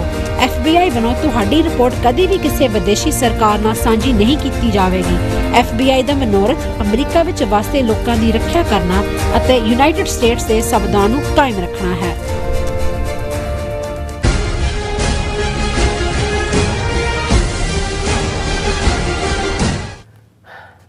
ਦਰਸ਼ਕੋ, ਬ੍ਰੇਕ ਤੋਂ ਬਾਅਦ ਤੁਹਾਡਾ ਸਭ ਦਾ ਭਰਪੂਰ ਸਵਾਗਤ ਹੈ। ਸੋ ਵੀਅਰਸ, ਗੱਲਬਾਤ ਕਰਨ ਜਾ ਰਹੇ ਹਾਂ ਕਿ ਭਾਰਤ ਦੇ ਰੱਖਿਆ ਮੰਤਰੀ ਰਾਜਨਾਥ ਸਿੰਘ ਨੇ ਇੱਕ ਵਾਰ ਫਿਰ ਆਜ਼ਾਦ ਕਸ਼ਮੀਰ ਦੇ ਉੱਤੇ ਆਪਣਾ ਜਿਹੜਾ ਦਾਅਵਾ ਜਤਾਇਆ, ਉਸ ਵੱਲੋਂ ਬਾਰ-ਬਾਰ ਆਜ਼ਾਦ ਕਸ਼ਮੀਰ ਦਾ ਜ਼ਿਕਰ ਕਰਨਾ ਦੱਸਦਾ ਹੈ ਕਿ ਹਿੰਦੂਤਵੀ ਭਾਰਤ ਵੱਲੋਂ ਪਾਕਿਸਤਾਨ ਨਾਲ ਕੋਈ ਛੇੜਛਾੜ ਕੀਤੀ ਜਾ ਸਕਦੀ ਹੈ। ਔਰ ਇਸੇ ਤਰ੍ਹਾਂ ਈਰਾਨ ਦੇ ਪ੍ਰੈਜ਼ੀਡੈਂਟ ਦੀ ਪਾਕਿਸਤਾਨ ਵਿਜ਼ਿਟ ਦੀ ਅਹਿਮੀਅਤ ਬਾਰੇ ਵੀ ਆਪਾਂ ਜਿਹੜੀ ਗੱਲਬਾਤ ਕਰਨ ਜਾ ਰਹੇ ਹਾਂ। ਸੋ ਅਸੀਂ ਚਾਹਾਂਗੇ ਕਿ ਤੁਸੀਂ ਇਸੇ ਤਰ੍ਹਾਂ ਬੜੇ ਰਹਿਣਾ, ਦੇਖਣ ਸੁਣਨ ਲਈ, ਲਿਖਣ ਲਈ। ਤੁਹਾਡਾ ਸਭ ਦਾ ਬਹੁਤ ਬਹੁਤ ਸ਼ੁਕਰੀਆ ਜੀ। ਡਾਕਟਰ ਸਾਹਿਬ, ਕੀ ਕਹਿਣਾ ਚਾਹੋਗੇ? ਦੇਖੋ, ਅਸੀਂ ਪਿਛਲੇ ਸੈਗਮੈਂਟ 'ਚ ਜ਼ਿਕਰ ਕਰਕੇ ਹਟੇ ਹਾਂ ਕਿ ਵੀ ਮੋਦੀ ਕਿਵੇਂ ਬੁਖਲਾਇਆ ਔਰ ਖੁੱਲ੍ਹ ਕੇ ਜਿਹੜਾ ਹਿੰਦੂਤਵਾ ਦੇ ਏਜੰਡੇ ਦਾ ਐਂਟਾਈ ਮੁਸਲਿਮ ਪਾਰਟ ਹੈ, ਇੱਥੋਂ ਤੱਕ ਉਹਨੇ ਇੱਕ ਫੀਅਰ ਫੈਕਟਰ ਕ੍ਰੀਏਟ ਕਰਨ ਦੀ ਕੋਸ਼ਿਸ਼ ਕੀਤੀ ਹੈ ਹਿੰਦੂ ਔਰਤਾਂ 'ਚ ਕਿ ਜੇ ਹਕੂਮਤ ਵਿਰੋਧੀ ਧਿਰਾਂ ਦੀ ਬਣ ਗਈ ਤੇ ਤੁਹਾਡੇ ਮੰਗਲ ਸੂਤਰ ਵੀ ਇਹਨਾਂ ਨੇ ਖੋਹ ਲੈਣੇ ਨੇ ਔਰ ਇਹ ਮੁਸਲਮਾਨਾਂ 'ਚ ਵੰਡ ਦੇਣੇ ਨੇ। ਤੁਹਾਡੇ ਜੇ 2 ਘਰ ਨੇ, ਤੁਹਾਡੇ ਇੱਕ ਇਹਨਾਂ ਨੇ ਲੈ ਜਾਣਾ ਹੈ, ਮੁਸਲਮਾਨਾਂ ਨੂੰ ਦੇ ਦੇਣਾ ਔਰ ਘੁਸਪੈਠੀਆਂ ਨੂੰ ਦੇ ਦੇਣਾ। ਸੋ ਇਸ ਹੱਦ ਤੱਕ ਖੁੱਲ੍ਹ ਕੇ ਨਫ਼ਰਤ, ਇਹ ਬੁਖਲਾਟ ਵੀ ਹੈ। ਔਰ ਵੈਸੇ ਇਹ ਜਿਹੜਾ ਹੈ, ਜਦੋਂ ਗੁਰੂ ਸਾਹਿਬ ਨੇ ਯਾਦ ਦਹਾਨੀ ਕਰਵਾਈ ਕਿ ਜੋ ਜੀ ਹੋਏ ਸੋ ਉਗਵੈ, ਮੂੰਹ ਕਾ ਕਿਹਾ ਵਾਓ, ਬੀਜੇ ਬਿਖ ਮੰਗੇ ਅੰਮ੍ਰਿਤ ਵੇਖੋ ਇਹੋ ਨਿਆਓ, ਕਿ ਬਹੁਤ ਮੂੰਹ ਚੋਂ ਤਾਂ ਹਵਾ ਨਿਕਲਦੀ ਹੈ। ਪਰ ਕੁਝ ਮੌਕੇ ਹੁੰਦੇ ਨੇ ਕਿ ਬਈ ਤੁਹਾਡੇ ਅੰਦਰ ਜੋ ਜੀ ਹੋਏ ਸੋ ਉਗਵੇ, ਉਹ ਬਾਹਰ ਉਗੜ ਕੇ ਆ ਜਾਂਦਾ। ਸੋ ਇਹ ਉਹਨੇ ਕੀਤਾ ਹੀ ਹੈ। ਪਰ ਮੈਨੂੰ ਇਹ ਲੱਗਦਾ ਕਿ ਵੀ ਜੇ ਅਜੇ, ਕਿਉਂਕਿ ਫਸਟ ਫੇਜ਼ ਦੇ ਵਿੱਚ ਹੀ ਇਹ 102 ਸੀਟਾਂ ਦੀਆਂ ਹੀ ਵੋਟਾਂ ਪੈ ਕੇ ਹਟੀਆਂ ਨੇ ਔਰ 1 ਜੂਨ ਤੱਕ ਪੰਜਾਬ 'ਚ 1 ਜੂਨ ਨੂੰ ਹੈ, ਤਾਂ ਇਹ ਕੋਈ ਨਾ ਕੋਈ, ਕਿਉਂਕਿ 2019 ਦੀਆਂ ਚੋਣਾਂ ਵੇਲੇ ਵੀ ਜਿਹੜੇ ਉਸ ਤੋਂ ਪਹਿਲਾਂ ਸਰਵੇ ਆ ਰਹੇ ਸੀ, ਇਹ ਬੁਰੀ ਤਰ੍ਹਾਂ ਪਿੱਟ ਰਹੇ ਸੀ, ਹਾਰ ਰਹੇ ਸੀ। ਔਰ ਜੇ ਸਤਪਾਲ ਮਲਿਕ ਜਿਹੜਾ ਜੰਮੂ ਕਸ਼ਮੀਰ ਦਾ ਗਵਰਨਰ ਹੈ, ਉਹਨੇ ਖੁੱਲ੍ਹ ਕੇ ਆਪਣੀ ਅਹੁਦੇ ਤੋਂ ਰਿਟਾਇਰ ਹੋਣ ਤੋਂ ਬਾਅਦ ਜੋ ਗੱਲਾਂ ਕਹੀਆਂ ਨੇ, ਅਸੀਂ ਤਾਂ ਪਹਿਲਾਂ ਹੀ ਪੁਆਇੰਟ ਆਊਟ ਕੀਤਾ ਸੀ ਕਿ ਪੁਲਵਾਮਾ ਇਹਨਾਂ ਦੀ ਆਪਣੀ ਨੌਟੰਕੀ ਹੈ। ਉਸ ਦੀ ਆੜ 'ਚ ਇਹਨਾਂ ਨੇ ਜਿਹੜਾ ਪਾਕਿਸਤਾਨ ਦੇ ਵਿੱਚ ਜਾ ਕੇ ਜੋ ਇਹਨਾਂ ਨੇ ਆਪਣੇ ਆਪ ਨੂੰ ਇਹ ਦੱਸਿਆ ਕਿ ਜੀ ਅਸੀਂ ਸਰਜੀਕਲ ਸਟ੍ਰਾਈਕ ਕੀਤਾ, ਅਸੀਂ ਬਾਲਾਕੋਟ ਕੀਤਾ, ਅਸੀਂ ਕੈਂਪ ਉਡਾਤਾ, ਉਹ ਸਾਰੀ ਡਰਾਮਾ। ਪਰ ਜਿਵੇਂ ਉਹਨਾਂ ਨੇ ਵੇਚਿਆ ਲੋਕਾਂ ਦੇ ਵਿੱਚ, ਉਹਨਾਂ ਨੂੰ ਸ਼ਹੀਦ ਬਣਾ ਕੇ 40 ਜਿਹੜੇ ਵਿਚਾਰੇ ਬੇਗੁਨਾਹ ਮਾਰੇ ਗਏ, ਉਹਦੇ ਜਿਹੜੇ ਦਲਿਤ ਜਾਂ ਸਿੱਖ ਜਾਂ ਗਰੀਬ ਪਰਿਵਾਰਾਂ ਦੇ ਸੀ, ਉਹਦੇ ਥੱਲੇ ਮੋਦੀ ਨੇ 300+ ਸੀਟਾਂ ਕੱਢ ਲਈਆਂ। ਹੁਣ ਕਿਉਂਕਿ ਲੂਜ਼ਰ ਨੇ, ਇੱਕ ਪਾਸੇ ਉਹਨਾਂ ਨੇ ਐਂਟੀ ਮੁਸਲਿਮ ਲਾਈਨ ਖੋਲ੍ਹ ਦਿੱਤੀ ਹੈ। ਔਰ ਮੈਂ ਦੇਖਦਾ ਵੀ ਇਹਨਾਂ 'ਚ ਜਦੋਂ ਥੋੜ੍ਹੇ ਜਿਹੇ ਵਿਦਨ RSS ਸੈਂਸੀਬਲ ਲੋਕਾਂ ਦੇ, ਅਮਿਤ ਸ਼ਾਹ ਤਾਂ ਉਸੇ ਦਾ ਹੀ ਬਿੱਲਾ ਰੰਗਾ ਜੋੜੀ ਹੈ, ਪਰ ਇਹਨਾਂ ਦੇ ਵਿੱਚ ਰਾਜਨਾਥ ਸਿੰਘ ਜਿਹੜਾ ਡਿਫੈਂਸ ਮਿਨਿਸਟਰ ਹੈ UP ਦਾ, ਕਿਉਂਕਿ ਖੁਦ ਉੱਥੋਂ ਦਾ ਰਾਜਪੂਤ ਹੈ, ਔਰ ਗਡਕਰੀ ਜਿਹੜਾ ਮਹਾਰਾਸ਼ਟਰ ਦਾ, ਹਾਲਾਂਕਿ ਗਡਕਰੀ RSS ਦੇ ਬਹੁਤ ਨੇੜੇ ਹੈ, ਪਰ ਇਹਨਾਂ ਬਾਰੇ ਇਹ ਹੈ ਕਿ ਵੀ ਇਹ ਐਵੇਂ ਵਾਹਿਯਾਤ ਨਹੀਂ ਬਹੁਤਾ ਬੋਲਦੇ, ਇਹ ਸੀਮਾ 'ਚ ਰਹਿੰਦੇ ਨੇ। ਪਰ ਮੈਂ ਇਹ ਦੇਖ ਰਿਹਾ ਕਿ ਰਾਜਨਾਥ ਸਿੰਘ ਨੇ ਕੁਝ ਦਿਨ ਪਹਿਲਾਂ ਵੀ ਇਸ ਦਾ ਜ਼ਿਕਰ ਕੀਤਾ ਸੀ, ਪਰ ਹੁਣ ਜਦੋਂ ਕਿ ਉਹ ਸਿਆਚਿਨ ਵੱਲ ਜਾ ਰਿਹਾ ਸੀ ਅੱਜ, ਕਿਉਂਕਿ ਜਿਹਨੂੰ ਇਹਨਾਂ ਨੇ ਸੋ ਕਾਲਡ ਆਪਰੇਸ਼ਨ ਮੇਘਦੂਤ ਦਾ ਨਾਂ ਦਿੱਤਾ ਸੀ, ਕਿ ਜੂਨ 84 'ਚ ਦਰਬਾਰ ਸਾਹਿਬ ਤੇ ਫੌਜ ਚਾੜ ਕੇ ਹਮਲਾ ਕੀਤਾ। ਜੁਲਾਈ ਅਗਸਤ ਦੇ ਵਿੱਚ ਇਹਨਾਂ ਨੇ ਜਿਹੜਾ ਦੂਜਾ ਸਭ ਤੋਂ ਵੱਡਾ ਗਲੇਸ਼ੀਅਰ ਹੈ ਸਿਆਚਿਨ, ਉਸ ਦੇ ਉੱਤੇ ਕਬਜ਼ਾ ਕਰ ਲਿਆ ਸੀ ਕਿ ਜੀ ਅਸੀਂ, ਹਾਲਾਂ ਉੱਥੇ ਕਿੰਨਾ ਖਰਚ ਕਰ ਰਹੇ ਨੇ, ਕਿੰਨੇ ਉੱਥੇ ਲੱਤਾਂ ਬਾਹਾਂ ਕੱਟੀਆਂ ਜਾਂਦੀਆਂ ਨੇ, ਇੰਨਾ ਕੋਲਡ ਹੈ, ਔਰ ਦੂਜਾ ਪਤਾ ਨਹੀਂ ਕਿੰਨੇ ਹਜ਼ਾਰ ਫੀਟ ਤੇ ਹੈ। ਉੱਥੇ ਜਿਹੜਾ ਆਪਰੇਸ਼ਨ ਇਹਨਾਂ ਨੇ ਕੀਤਾ, ਕਿਉਂਕਿ 40 ਸਾਲ ਇਹਨਾਂ ਨੇ ਕਿਹਾ ਜੀ ਅਸੀਂ ਆਪਰੇਸ਼ਨ ਮੇਘਦੂਤ ਦੀ ਬਰਸੀ। ਪਰ ਜਿਹੜੀ ਗੱਲ ਜਾਂਦੇ ਜਾਂਦੇ ਰਾਜਨਾਥ ਸਿੰਘ ਨੇ ਰਾਹ ਦੇ ਵਿੱਚ ਕਹੀ, ਦਾਰਜਲਿੰਗ ਬੰਗਾਲ ਦੇ ਵਿੱਚ ਹੈ, ਉੱਥੋਂ ਉਹਨੇ ਅੱਗੇ ਜਾਣਾ ਸੀ। ਉਹਨੇ ਕਿਹਾ ਕਿ people of Pakistan occupied Kashmir will demand to be with India. ਉਹਨੇ ਕਿਹਾ ਜੀ ਇੱਕ ਬਹੁਤ ਜਲਦੀ ਜਿਹੜਾ ਹੈ ਉਹ ਜਿਹੜੇ ਪਾਕਿਸਤਾਨੀ ਕਬਜ਼ੇ ਵਾਲਾ ਕਸ਼ਮੀਰ ਹੈ, ਜਿਹੜਾ ਜ਼ਾਹਰ ਆਜ਼ਾਦ ਕਸ਼ਮੀਰ ਹੈ, ਉਸ ਦੇ ਵਿੱਚ ਉਹਨੇ ਕਹਿੰਦਾ don't worry, Pakistan occupied Kashmir was is and will remain ours, ਕਿ ਇਹ ਸੀ ਹੈ ਤੇ ਹਮੇਸ਼ਾ ਸਾਡਾ ਰਹੇਗਾ। ਇਹ ਦਾਰਜਲਿੰਗ ਚ ਕਹਿ ਰਿਹਾ ਵੈਸਟ ਬੰਗਾਲ, ਜਿੱਥੇ ਕੋਈ ਕਸ਼ਮੀਰ ਨਾਲ ਤਾਲੁਕ ਨਹੀਂ ਹੈ। ਔਰ ਉਹਨੇ ਫਿਰ ਇਹ ਕਿਹਾ ਕਿ ਜੀ ਇਹ ਇੱਕ ਦਿਨ ਐਸਾ ਆਏਗਾ, India's power is increasing, India's prestige is increasing around the world and our economy is fast progressing. Now our brothers and sisters in Pakistan occupied Kashmir will themselves demand to come with India. Singh further, ਉਹਨੇ ਕਿਹਾ ਜੀ ਅਸੀਂ ਇੰਨੀ ਵੱਡੀ power ਬਣ ਗਏ ਹਾਂ, develop ਕਰ ਰਹੇ ਹਾਂ ਕਿ ਇਹ ਜਿਹੜੇ ਸਾਡੇ ਭੈਣ ਭਰਾ ਪਾਕਿਸਤਾਨੀ ਕਬਜ਼ੇ ਵਾਲੇ ਇਹ ਵੀ ਕਹਿਣਗੇ ਵੀ ਅਸੀਂ ਇੰਡੀਆ ਦੇ ਨਾਲ ਰਲਣਾ। ਔਰ ਇਹ ਜਿਹੜਾ ਉਹਨਾਂ ਨੇ ਕਿਹਾ ਜੀ ਬਾਕੀ ਤਾਂ ਜਿਹੜਾ ਅਸੀਂ ਦੱਸ ਦਿਆਂਗੇ ਕਿ ਬਈ ਅਸੀਂ। ਸੋ ਇਸ ਤੋਂ ਮੈਨੂੰ ਇਹ ਲੱਗਦਾ ਹੈ ਵੀ ਕੁਛ ਨਾ ਕੁਛ ਐਸਾ ਕੁੱਕ ਹੋ ਰਿਹਾ ਹੈ। ਬਾਰ-ਬਾਰ ਇੱਕ ਡਿਫੈਂਸ ਮਿਨਿਸਟਰ ਫੌਜ ਨੂੰ ਐਡਰੈਸ ਕਰਦੇ ਆ ਜਾਂ ਪਬਲਿਕ ਨੂੰ ਉਹ ਬਾਰ-ਬਾਰ, ਕਿਉਂਕਿ ਅਮਿਤ ਸ਼ਾਹ ਨੇ ਤਾਂ ਪਾਰਲੀਮੈਂਟ 'ਚ ਕਿਹਾ ਹੀ ਸੀ ਕਿ ਨੈਕਸਟ ਇਹ ਜਿਹੜਾ ਆਜ਼ਾਦ ਜਿਹੜਾ ਪਾਕਿਸਤਾਨ ਹੈਲਡ ਕਸ਼ਮੀਰ ਹੈ ਜਾਂ ਅਕਸਾਈ ਚਿੰਨ੍ਹ ਕਿਹਾ ਸੀ, ਉਹ ਤਾਂ ਚੀਨ ਨੇ ਇਹਨਾਂ ਨੂੰ ਦਾ ਮੂੰਹ ਭੰਨ ਦਿੱਤਾ। ਹੁਣ ਇੱਕ ਪਾਸੇ ਪਾਕਿਸਤਾਨ ਦੇ ਵਿੱਚ ਵੀ ਬੇਸ਼ੱਕ ਇਸ ਵੇਲੇ ਫੋਰਨ ਪਾਲਿਸੀ ਦੇ ਲਿਹਾਜ਼ ਨਾਲ ਪਾਕਿਸਤਾਨ ਜਿਹੜਾ ਉਹ ਹਾਈ ਗ੍ਰੇਡਿੰਗ ਚਾਹੁੰਦਾ ਹੈ, ਕਿਉਂਕਿ ਜੋ ਈਰਾਨ ਔਰ ਇਜ਼ਰਾਈਲ ਦੇ ਵਿਚਾਲੇ ਹੋਇਆ 1 ਅਪ੍ਰੈਲ ਨੂੰ, ਜਿਹੜਾ ਉਹ ਇਜ਼ਰਾਈਲ ਨੇ ਡੈਮਸਕਸ ਸੀਰੀਆ ਦੇ ਵਿੱਚ ਈਰਾਨੀਅਨ ਦੂਤਾਵਾਸ ਤੇ ਹਮਲਾ ਕਰਕੇ ਉਹਨਾਂ ਦੇ 5-6 ਰੈਵੋਲੂਸ਼ਨਰੀ ਗਾਰਡ 3-4 ਹੋਰ ਮਾਰਤੇ। ਈਰਾਨ ਨੇ 13 ਅਪ੍ਰੈਲ ਨੂੰ ਵਾਪਸ ਜਿਹੜਾ ਡਰੋਨਸ ਔਰ ਬੈਲਿਸਟਿਕ ਮਿਸਲਸ ਦਾ ਮੀਂਹ ਵਰਾ ਦਿੱਤਾ ਇਜ਼ਰਾਈਲ ਤੇ। ਇਜ਼ਰਾਈਲ ਨੇ ਹਫ਼ਤੇ 10 ਦਿਨ ਬਾਅਦ ਫਿਰ ਕਿਹਾ ਜੀ ਅਸੀਂ ਉਹਨਾਂ ਦੇ ਜਿਹੜਾ ਨਿਊਕਲੀਅਰ ਸ਼ਹਿਰ ਹੈ ਉਹਦੇ ਤੇ ਮਾਰਿਆ ਉਹਨੂੰ, ਹਾਲਾਂਕਿ ਈਰਾਨ ਨੇ ਡਿਨਾਈ ਕੀਤਾ। ਇਸ ਸਭ ਦੇ ਚੱਲਦਿਆਂ 3 ਰੋਜ਼ਾ ਦੌਰੇ ਦੇ ਉੱਤੇ ਈਰਾਨ ਦਾ ਪ੍ਰੈਜ਼ੀਡੈਂਟ ਇਬਰਾਹਿਮ ਰਈਸੀ ਉਹ ਪਾਕਿਸਤਾਨ ਪਹੁੰਚ ਗਏ। ਪਹਿਲੀ ਵਾਰ ਹੈ ਵੀ ਉਹਨਾਂ ਨੇ ਈਵਨ ਕਰਾਚੀ ਵੀ ਜਾਣਾ ਹੈ, ਜਿੱਥੇ ਕਿ ਕਾਇਦ ਆਜ਼ਮ ਮੁਹੰਮਦ ਅਲੀ ਜਿਨ੍ਹਾਂ ਦੇ ਮਜ਼ਾਰ ਦੇ ਉੱਤੇ ਉਹਨਾਂ ਨੇ ਆਪਣੀ ਅਕੀਦਤ ਸ਼ੋਅ ਕਰਨੀ ਹੈ। ਇਸ ਵਾਰ ਲਾਹੌਰ ਵੀ ਆਣਾ ਹੈ, ਇਸਲਾਮਾਬਾਦ ਤਾਂ ਜ਼ਾਹਰ ਹੈ ਕੈਪੀਟਲ ਹੈ, ਜਾਣਾ ਹੀ ਜਾਣਾ ਹੈ। ਹੁਣ ਇਸ ਨੂੰ ਵੀ ਕਿਉਂਕਿ ਇਹ ਇਜ਼ਰਾਈਲ ਈਰਾਨ ਕਨਫਲਿਕਟ ਤੋਂ ਬਾਅਦ ਵੀ ਔਰ ਉਸ ਤੋਂ ਪਹਿਲਾਂ ਬਹੁਤਿਆਂ ਨੂੰ ਸਾਡੇ ਵਿਊਜ਼ ਨੂੰ ਯਾਦ ਹੋਏਗਾ ਕਿ ਇਸ ਸਾਲ ਦੀ ਬਿਗਨਿੰਗ ਦੇ ਵਿੱਚ ਇੱਕ ਵਾਕਿਆ ਹੋਇਆ ਸੀ ਜਿਹਦੇ 'ਚ ਕਿ ਈਰਾਨ ਨੇ ਇੱਕ ਮਿਸਾਈਲ ਛੱਡ ਕੇ ਪਾਕਿਸਤਾਨ ਦੇ ਵਿੱਚ ਜਿਹੜਾ ਉਹਦੀ ਪਾਕਿਸਤਾਨ ਦੇ 에ਅਰ ਸਪੇਸ ਨੂੰ ਵਾਇਓਲੇਟ ਕੀਤਾ ਸੀ ਕਿ ਜੀ ਇਹ ਸਾਊਦੀ ਅਰੇਬੀਆ ਔਰ UAE ਸਪੋਰਟਡ ਗੁਰਿਲੇ ਜਿਹੜੇ ਨੇ ਉਹ ਸ਼ਿਸਤਾਨ ਦੇ ਵਿੱਚ ਜਿਹੜਾ ਉਹ ਗੜਬੜ ਕਰ ਰਹੇ ਨੇ ਈਰਾਨ ਦੇ ਅੰਦਰ ਜਾ ਕੇ। ਤੇ ਪਾਕਿਸਤਾਨ ਨੇ ਫਿਰ ਜਵਾਬੀ ਤੌਰ ਤੇ ਕੁਝ ਘੰਟਿਆਂ ਬਾਅਦ, ਸ਼ਾਇਦ 48 ਜਾਂ 72 ਘੰਟੇ ਬਾਅਦ ਵਾਪਸ ਮਿਜ਼ਾਈਲ ਫਾਇਰ ਕਰਕੇ ਕਿਹਾ ਸੀ ਕਿ ਬਈ ਇਹ ਉੱਥੋਂ ਜਿਹੜਾ ਪਾਕਿਸਤਾਨ 'ਚ ਗੜਬੜ ਕਰ ਰਹੇ ਸੀ। ਸੋ ਉਹ ਨਜਿੱਠ ਲਿਆ ਸੀ ਇਹਨਾਂ ਨੇ।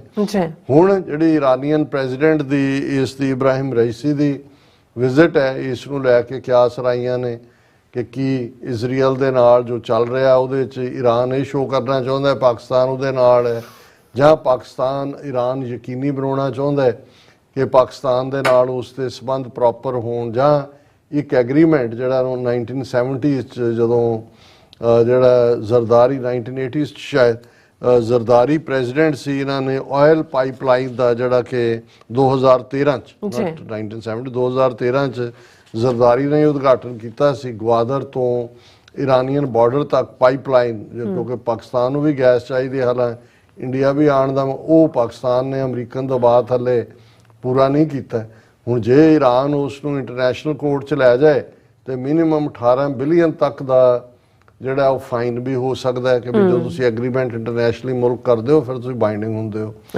ਅਮਰੀਕਾ ਦਾ ਦਬਾਅ ਕਿਉਂਕਿ ਇਰਾਨੀਅਨ ਸੈਂਕਸ਼ਨਸ ਨੂੰ ਲੈ ਕੇ ਹੈ, ਸੋ ਇਸ ਨਾਲ ਜੁੜਿਆ ਹੋਇਆ ਵੀ ਕੁਛ ਹੈ। ਲੇਕਿਨ ਇਹਦੇ 'ਚ ਕੋਈ ਸ਼ੱਕ ਨਹੀਂ ਹੈ ਕਿ ਬਹੁਤ ਸਾਰੀ ਤਬਦੀਲੀ, ਹੁਣ ਜਿਵੇਂ ਅਮਰੀਕਾ ਦੇ secretary of state Antony Blinken already China ਪਹੁੰਚੇ ਹੋਏ ਨੇ, 3 ਰੋਜ਼ਾ ਦੌਰਾ ਹੈ ਔਰ ਉਹ ਸਾਰੇ ਨੂੰ ਵੀ ਨਾਰਮਲਾਈਜ਼ ਕਰ ਰਹੇ ਨੇ। ਔਰ ਇਸੇ ਤਰ੍ਹਾਂ ਆਉਣ ਵਾਲੇ ਪੀਰੀਅਡ ਦੇ ਵਿੱਚ ਇਜ਼ਰਾਈਲ ਦਾ ਅਰਦੋਗਾਨ ਜਿਹੜਾ ਨਾਟ ਇਜ਼ਰਾਈਲ ਟਰਕੀ ਦਾ ਅਰਦੋਗਾਨ ਜਿਹੜਾ ਉਹ ਵੀ ਇਰਾਕ ਦੇ ਦੌਰੇ ਤੇ ਜਾ ਰਿਹਾ ਹੈ। ਔਰ ਕਿਉਂਕਿ ਇਰਾਕ ਦੇ ਵਿੱਚ ਜਿਹੜੇ ਕੁਰਦ ਨੇ ਉਹ ਆਪਣੇ ਆਪ ਨੂੰ, ਕਿਉਂਕਿ ਇਰਾਕ ਦੇ ਕੁਰਦ ਦਾ ਇੱਕ ਨਾਰਦਰਨ ਕੁਰਦਿਸਤਾਨ 'ਚ ਨੇ ਔਰ ਆਲਮੋਸਟ 6 ਮਿਲੀਅਨ ਕੁਰਦ ਜਿਹੜੇ ਨੇ ਉਹ ਟਰਕੀ ਦੇ ਵਿੱਚ ਨੇ ਜਿਨ੍ਹਾਂ ਨੂੰ ਚੰਗਾ ਉਹਨਾਂ ਤੁਰਕਾਂ ਨੇ ਦੱਬਿਆ ਹੋਇਆ। ਸੋ ਬਹੁਤ ਸਾਰੀਆਂ ਤਬਦੀਲੀਆਂ ਚੇਂਜਸ ਹੋ ਰਹੀਆਂ ਨੇ ਇਹ ਸਾਰੇ ਖਿੱਤੇ।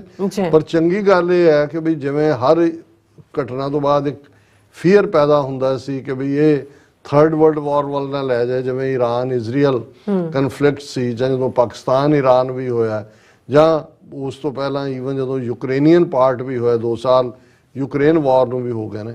ਸੋ ਮੈਂ ਇਹ ਸਮਝਦਾ ਵੀ ਇੱਕ ਪਾਸੇ ਸਿਆਣਪ ਵੀ ਹੈ, ਨਿਊਕਲੀਅਰ ਡੈਟਰੈਂਟ ਵੀ ਹੈ, ਹਰ ਇੱਕ ਕੋਈ ਨਿਊਕਲੀਅਰ ਲੈ ਕੇ ਬੈਠਾ ਹੈ, ਖਾਸ ਤੌਰ ਤੇ ਜਿਹਨਾਂ ਤਾਕਤਾਂ ਦਾ ਅਸੀਂ ਜ਼ਿਕਰ ਕੀਤਾ India, Pakistan, China, Russia, America ਔਰ ਈਰਾਨ ਬਾਰੇ ਵੀ ਪੋਸੀਬਲ ਹੈ ਵੀ ਉਹਨਾਂ ਦੇ ਕੋਲ ਨਿਊਕਲੀਅਰ ਮਿਸਲ ਨਿਊਕਲੀਅਰ ਟਿਪਡ ਮਿਸਲ ਹੋਏ। ਸੋ ਇਹ ਸਾਰਾ ਜਿਹੜਾ ਪਾਰਟ ਉਸ ਸਾਡੇ ਖਿੱਤੇ 'ਚ ਚੱਲ ਰਿਹਾ। ਤੋ ਇਸ ਚੋਂ ਬਾਕੀ ਤਾਂ ਸਾਰੇ ਸਜਗ ਨੇ ਕੀ ਹੋ ਰਿਹਾ ਹੈ। ਤੇ ਵੈਸੇ ਜਿਹੜੀ ਸ਼ਾਇਦ ਉਹਦੀ गजल है कि भाई पत्ता पत्ता बूटा बूटा हाल हमारा जाने है, जाने ना जाने तो पता नहीं की है कि भाई बाकी हर एक नूं पता है कि भाई पत्ता पत्ता भी जानदा है, गुल हर फुल भी जानदा है की है, लेकिन जे नहीं पता तो सानू ही नहीं पता भी की हो रहा है। सो मैं सिख कौम के एंगल तो कह रहा भी बाकी तो पत्ता पत्ता बूटा बूटा हाल हमारा जाने है, लेकिन सानू खुद नूं ही नहीं पता कि भाई ਸਾਡਾ ਖਿੱਤਾ ਜਿਹੜਾ ਉਹ ਕਿੰਨੀ ਇੰਪੋਰਟੈਂਸ ਵਾਲਾ ਹੈ, ਕਿੰਨੀ ਅਹਿਮੀਅਤ ਵਾਲਾ ਹੈ ਔਰ ਖਾਲਿਸਤਾਨ ਦੀ ਕਾਇਮੀ ਇੱਕ ਬਫਰ ਸਟੇਟ ਵਾਂਗ ਜਾਂ ਉਸ ਖਿੱਤੇ ਦੇ ਵਿੱਚ ਸਾਡੇ ਮੁਲਕ ਦਾ ਜਿਹੜਾ ਹੋਂਦ ਹੈ ਉਹ ਕਿੰਨੀ ਅਹਿਮੀਅਤ ਰੱਖਦੀ ਹੈ। ਜੀ ਡਾਕਟਰ ਸਾਹਿਬ ਤੁਹਾਡਾ ਬਹੁਤ ਬਹੁਤ ਸ਼ੁਕਰੀਆ। ਇਸ ਵਕਤ ਲੈਣ ਬ੍ਰੇਕ। ਵਿਊਅਰਸ ਤੁਸੀਂ ਕਿਤੇ ਨਹੀਂ ਜਾਣਾ, ਮਿਲਦੇ ਹਾਂ ਆਫਟਰ ਦਿਸ ਸ਼ਾਰਟ ਬ੍ਰੇਕ।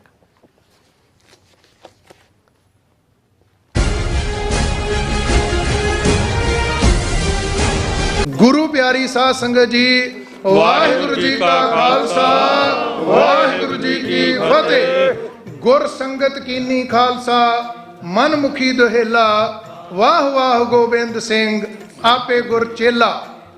ਖਾਲਸੇ ਦਾ ਸਾਜਣਾ ਦਿਵਸ ਮਨਾਉਂਦਿਆਂ ਹੋਇਆਂ ਅਰਥਾਤ ਵਿਸਾਖੀ ਦਾ ਸ਼ੁਭ ਦਿਹਾੜਾ ਮਨਾਉਂਦਿਆਂ ਹੋਇਆਂ ਟਰਾਈ ਸਟੇਟ ਤੇ ਗੁਰਦੁਆਰਾ ਸਾਹਿਬਾਂ ਦੀਆਂ ਸਮੂਹ ਪ੍ਰਬੰਧਕ ਕਮੇਟੀਆਂ, ਸਮੂਹ ਸੇਵਾ ਸੁਸਾਇਟੀਆਂ, ਪੰਥਕ ਜਥੇਬੰਦੀਆਂ ਦੇ ਸਹਿਯੋਗ, ਸੰਗਤਾਂ ਦੇ ਸਹਿਯੋਗ ਅਤੇ ਸਤਿਗੁਰੂ ਜੀ ਦੀ ਕਿਰਪਾ ਸਦਕਾ ਹਰ ਸਾਲ ਦੀ ਤਰ੍ਹਾਂ ਟਰਾਈ ਸਟੇਟ ਦਾ ਕੇਂਦਰੀ ਅਸਥਾਨ Gurdwara Sahib Sikh culture society Richmond Hill New York ਦੀ ਸਮੁੱਚੀ ਪ੍ਰਬੰਧਕ ਕਮੇਟੀ ਵੱਲੋਂ ਸਿੱਖ ਡੇ ਪਰੇਡ ਹਰ ਸਾਲ ਦੀ ਤਰ੍ਹਾਂ 27 ਅਪ੍ਰੈਲ ਦਿਨ ਸ਼ਨੀਵਾਰ ਨੂੰ ਦਿਨੇ 12 ਵਜੇ ਮਨਹਟਨ ਦੇ ਵਿੱਚ ਸ੍ਰੀ ਗੁਰੂ ਗ੍ਰੰਥ ਸਾਹਿਬ ਜੀ ਦੀ ਛਤਰ ਛਾਇਆ ਹੇਠ ਅਤੇ 5 ਪਿਆਰਿਆਂ ਦੀ ਅਗਵਾਈ ਦੇ ਵਿੱਚ ਸਜਾਈ ਜਾ ਰਹੀ ਹੈ।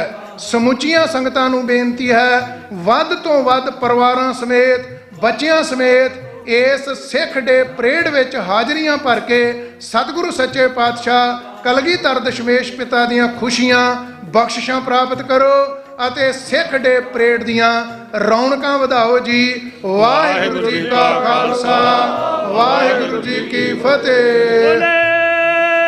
ਸੋ ਨਿਹਾਲ ਸਤਿ ਸ੍ਰੀ ਅਕਾਲ।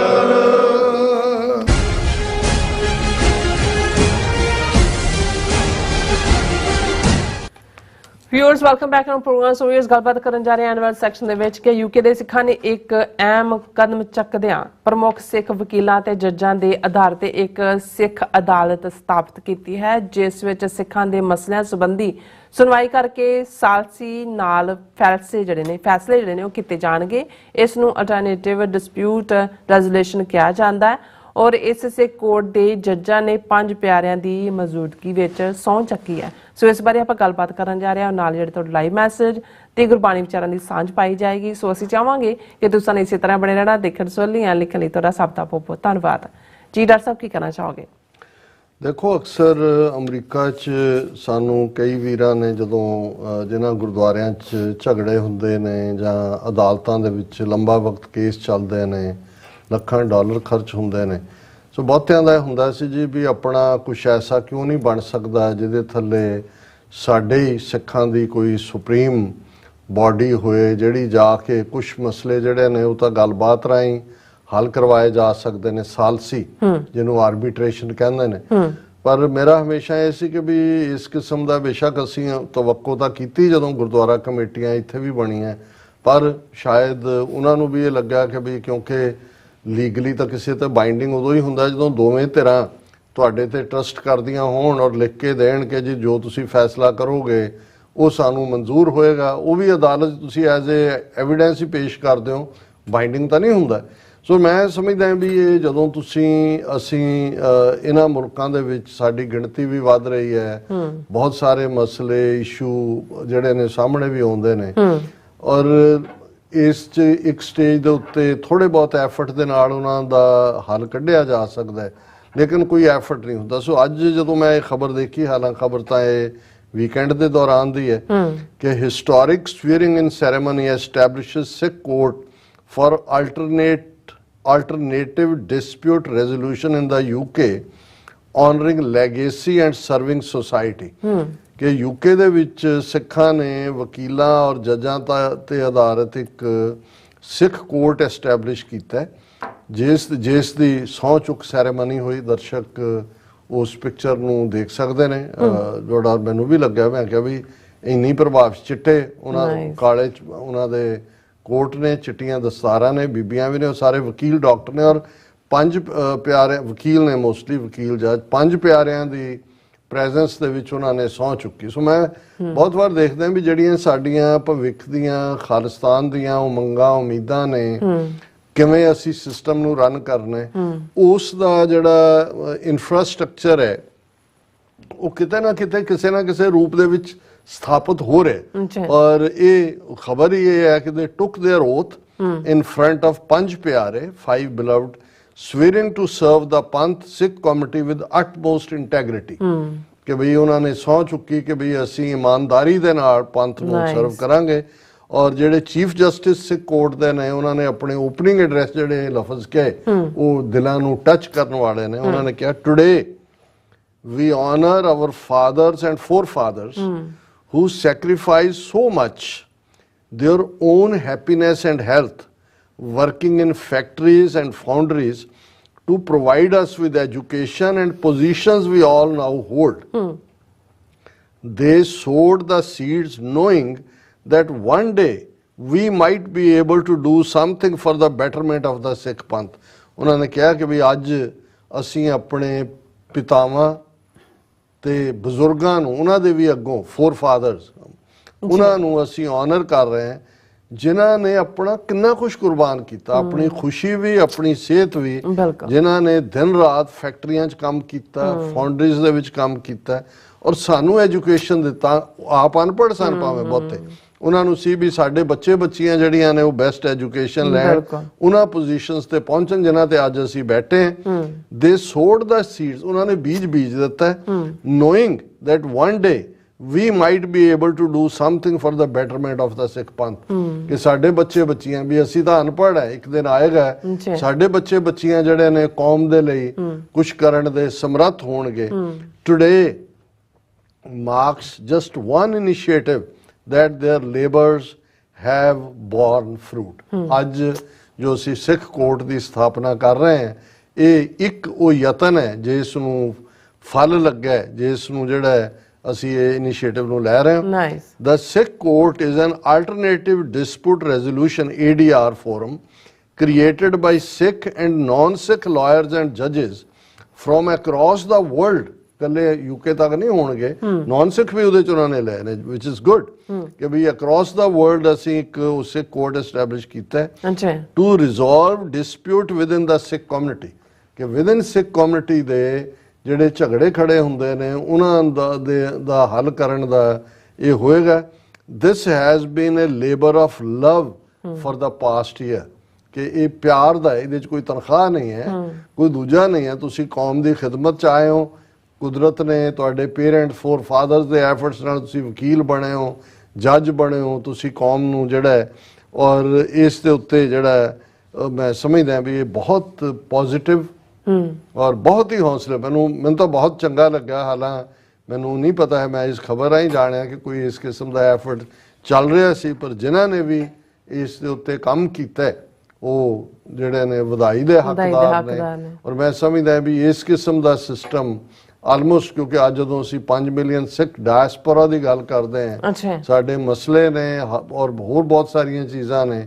ਸੋ ਇਹਦੇ ਚ ਅੱਧਿਓਂ ਜ਼ਿਆਦਾ ਮਸਲੇ ਜਿਹੜੇ ਹਾਲਾਂ ਜਿਹੜੇ ਦੀਵਾਨੀ ਨੇ, ਕੋਈ ਝਗੜਾ ਕੋਈ ਦੂਜਾ ਉਹਦੇ ਤੇ ਜਾਂ ਕੋਈ ਕ੍ਰਿਮੀਨਲ ਕੇਸ ਬਣ ਜਾਏ ਉਹਦੇ ਤਾਂ ਫਿਰ ਲੋਕਲ ਲਾ ਐਨਫੋਰਸਮੈਂਟ ਇਨਵੋਲਵ ਹੋ ਜਾਂਦੀ ਹੈ। ਅੱਛਾ ਪਰ ਬਹੁਤ ਸਾਰੇ ਜਿਹੜੇ ਨੇ ਡਿਸਪਿਊਟ ਉਹ ਹੱਲ ਕੀਤੇ ਜਾ ਸਕਦੇ ਨੇ ਔਰ ਇਹ ਬਹੁਤ ਜ਼ਬਰਦਸਤ ਪੇਸ਼ਕਦਮੀ ਹੈ। ਜੀ ਡਾਕਟਰ ਸਾਹਿਬ ਤੁਹਾਡਾ ਬਹੁਤ ਸ਼ੁਕਰੀਆ। ਹੁਣ ਆਪਾਂ ਆਪਣੇ ਵਿਊਅਰਸ ਜਿਹੜੇ ਮੈਸੇਜ ਨੇ ਉਹ ਲੈਣ ਜਾਣੇ ਆ।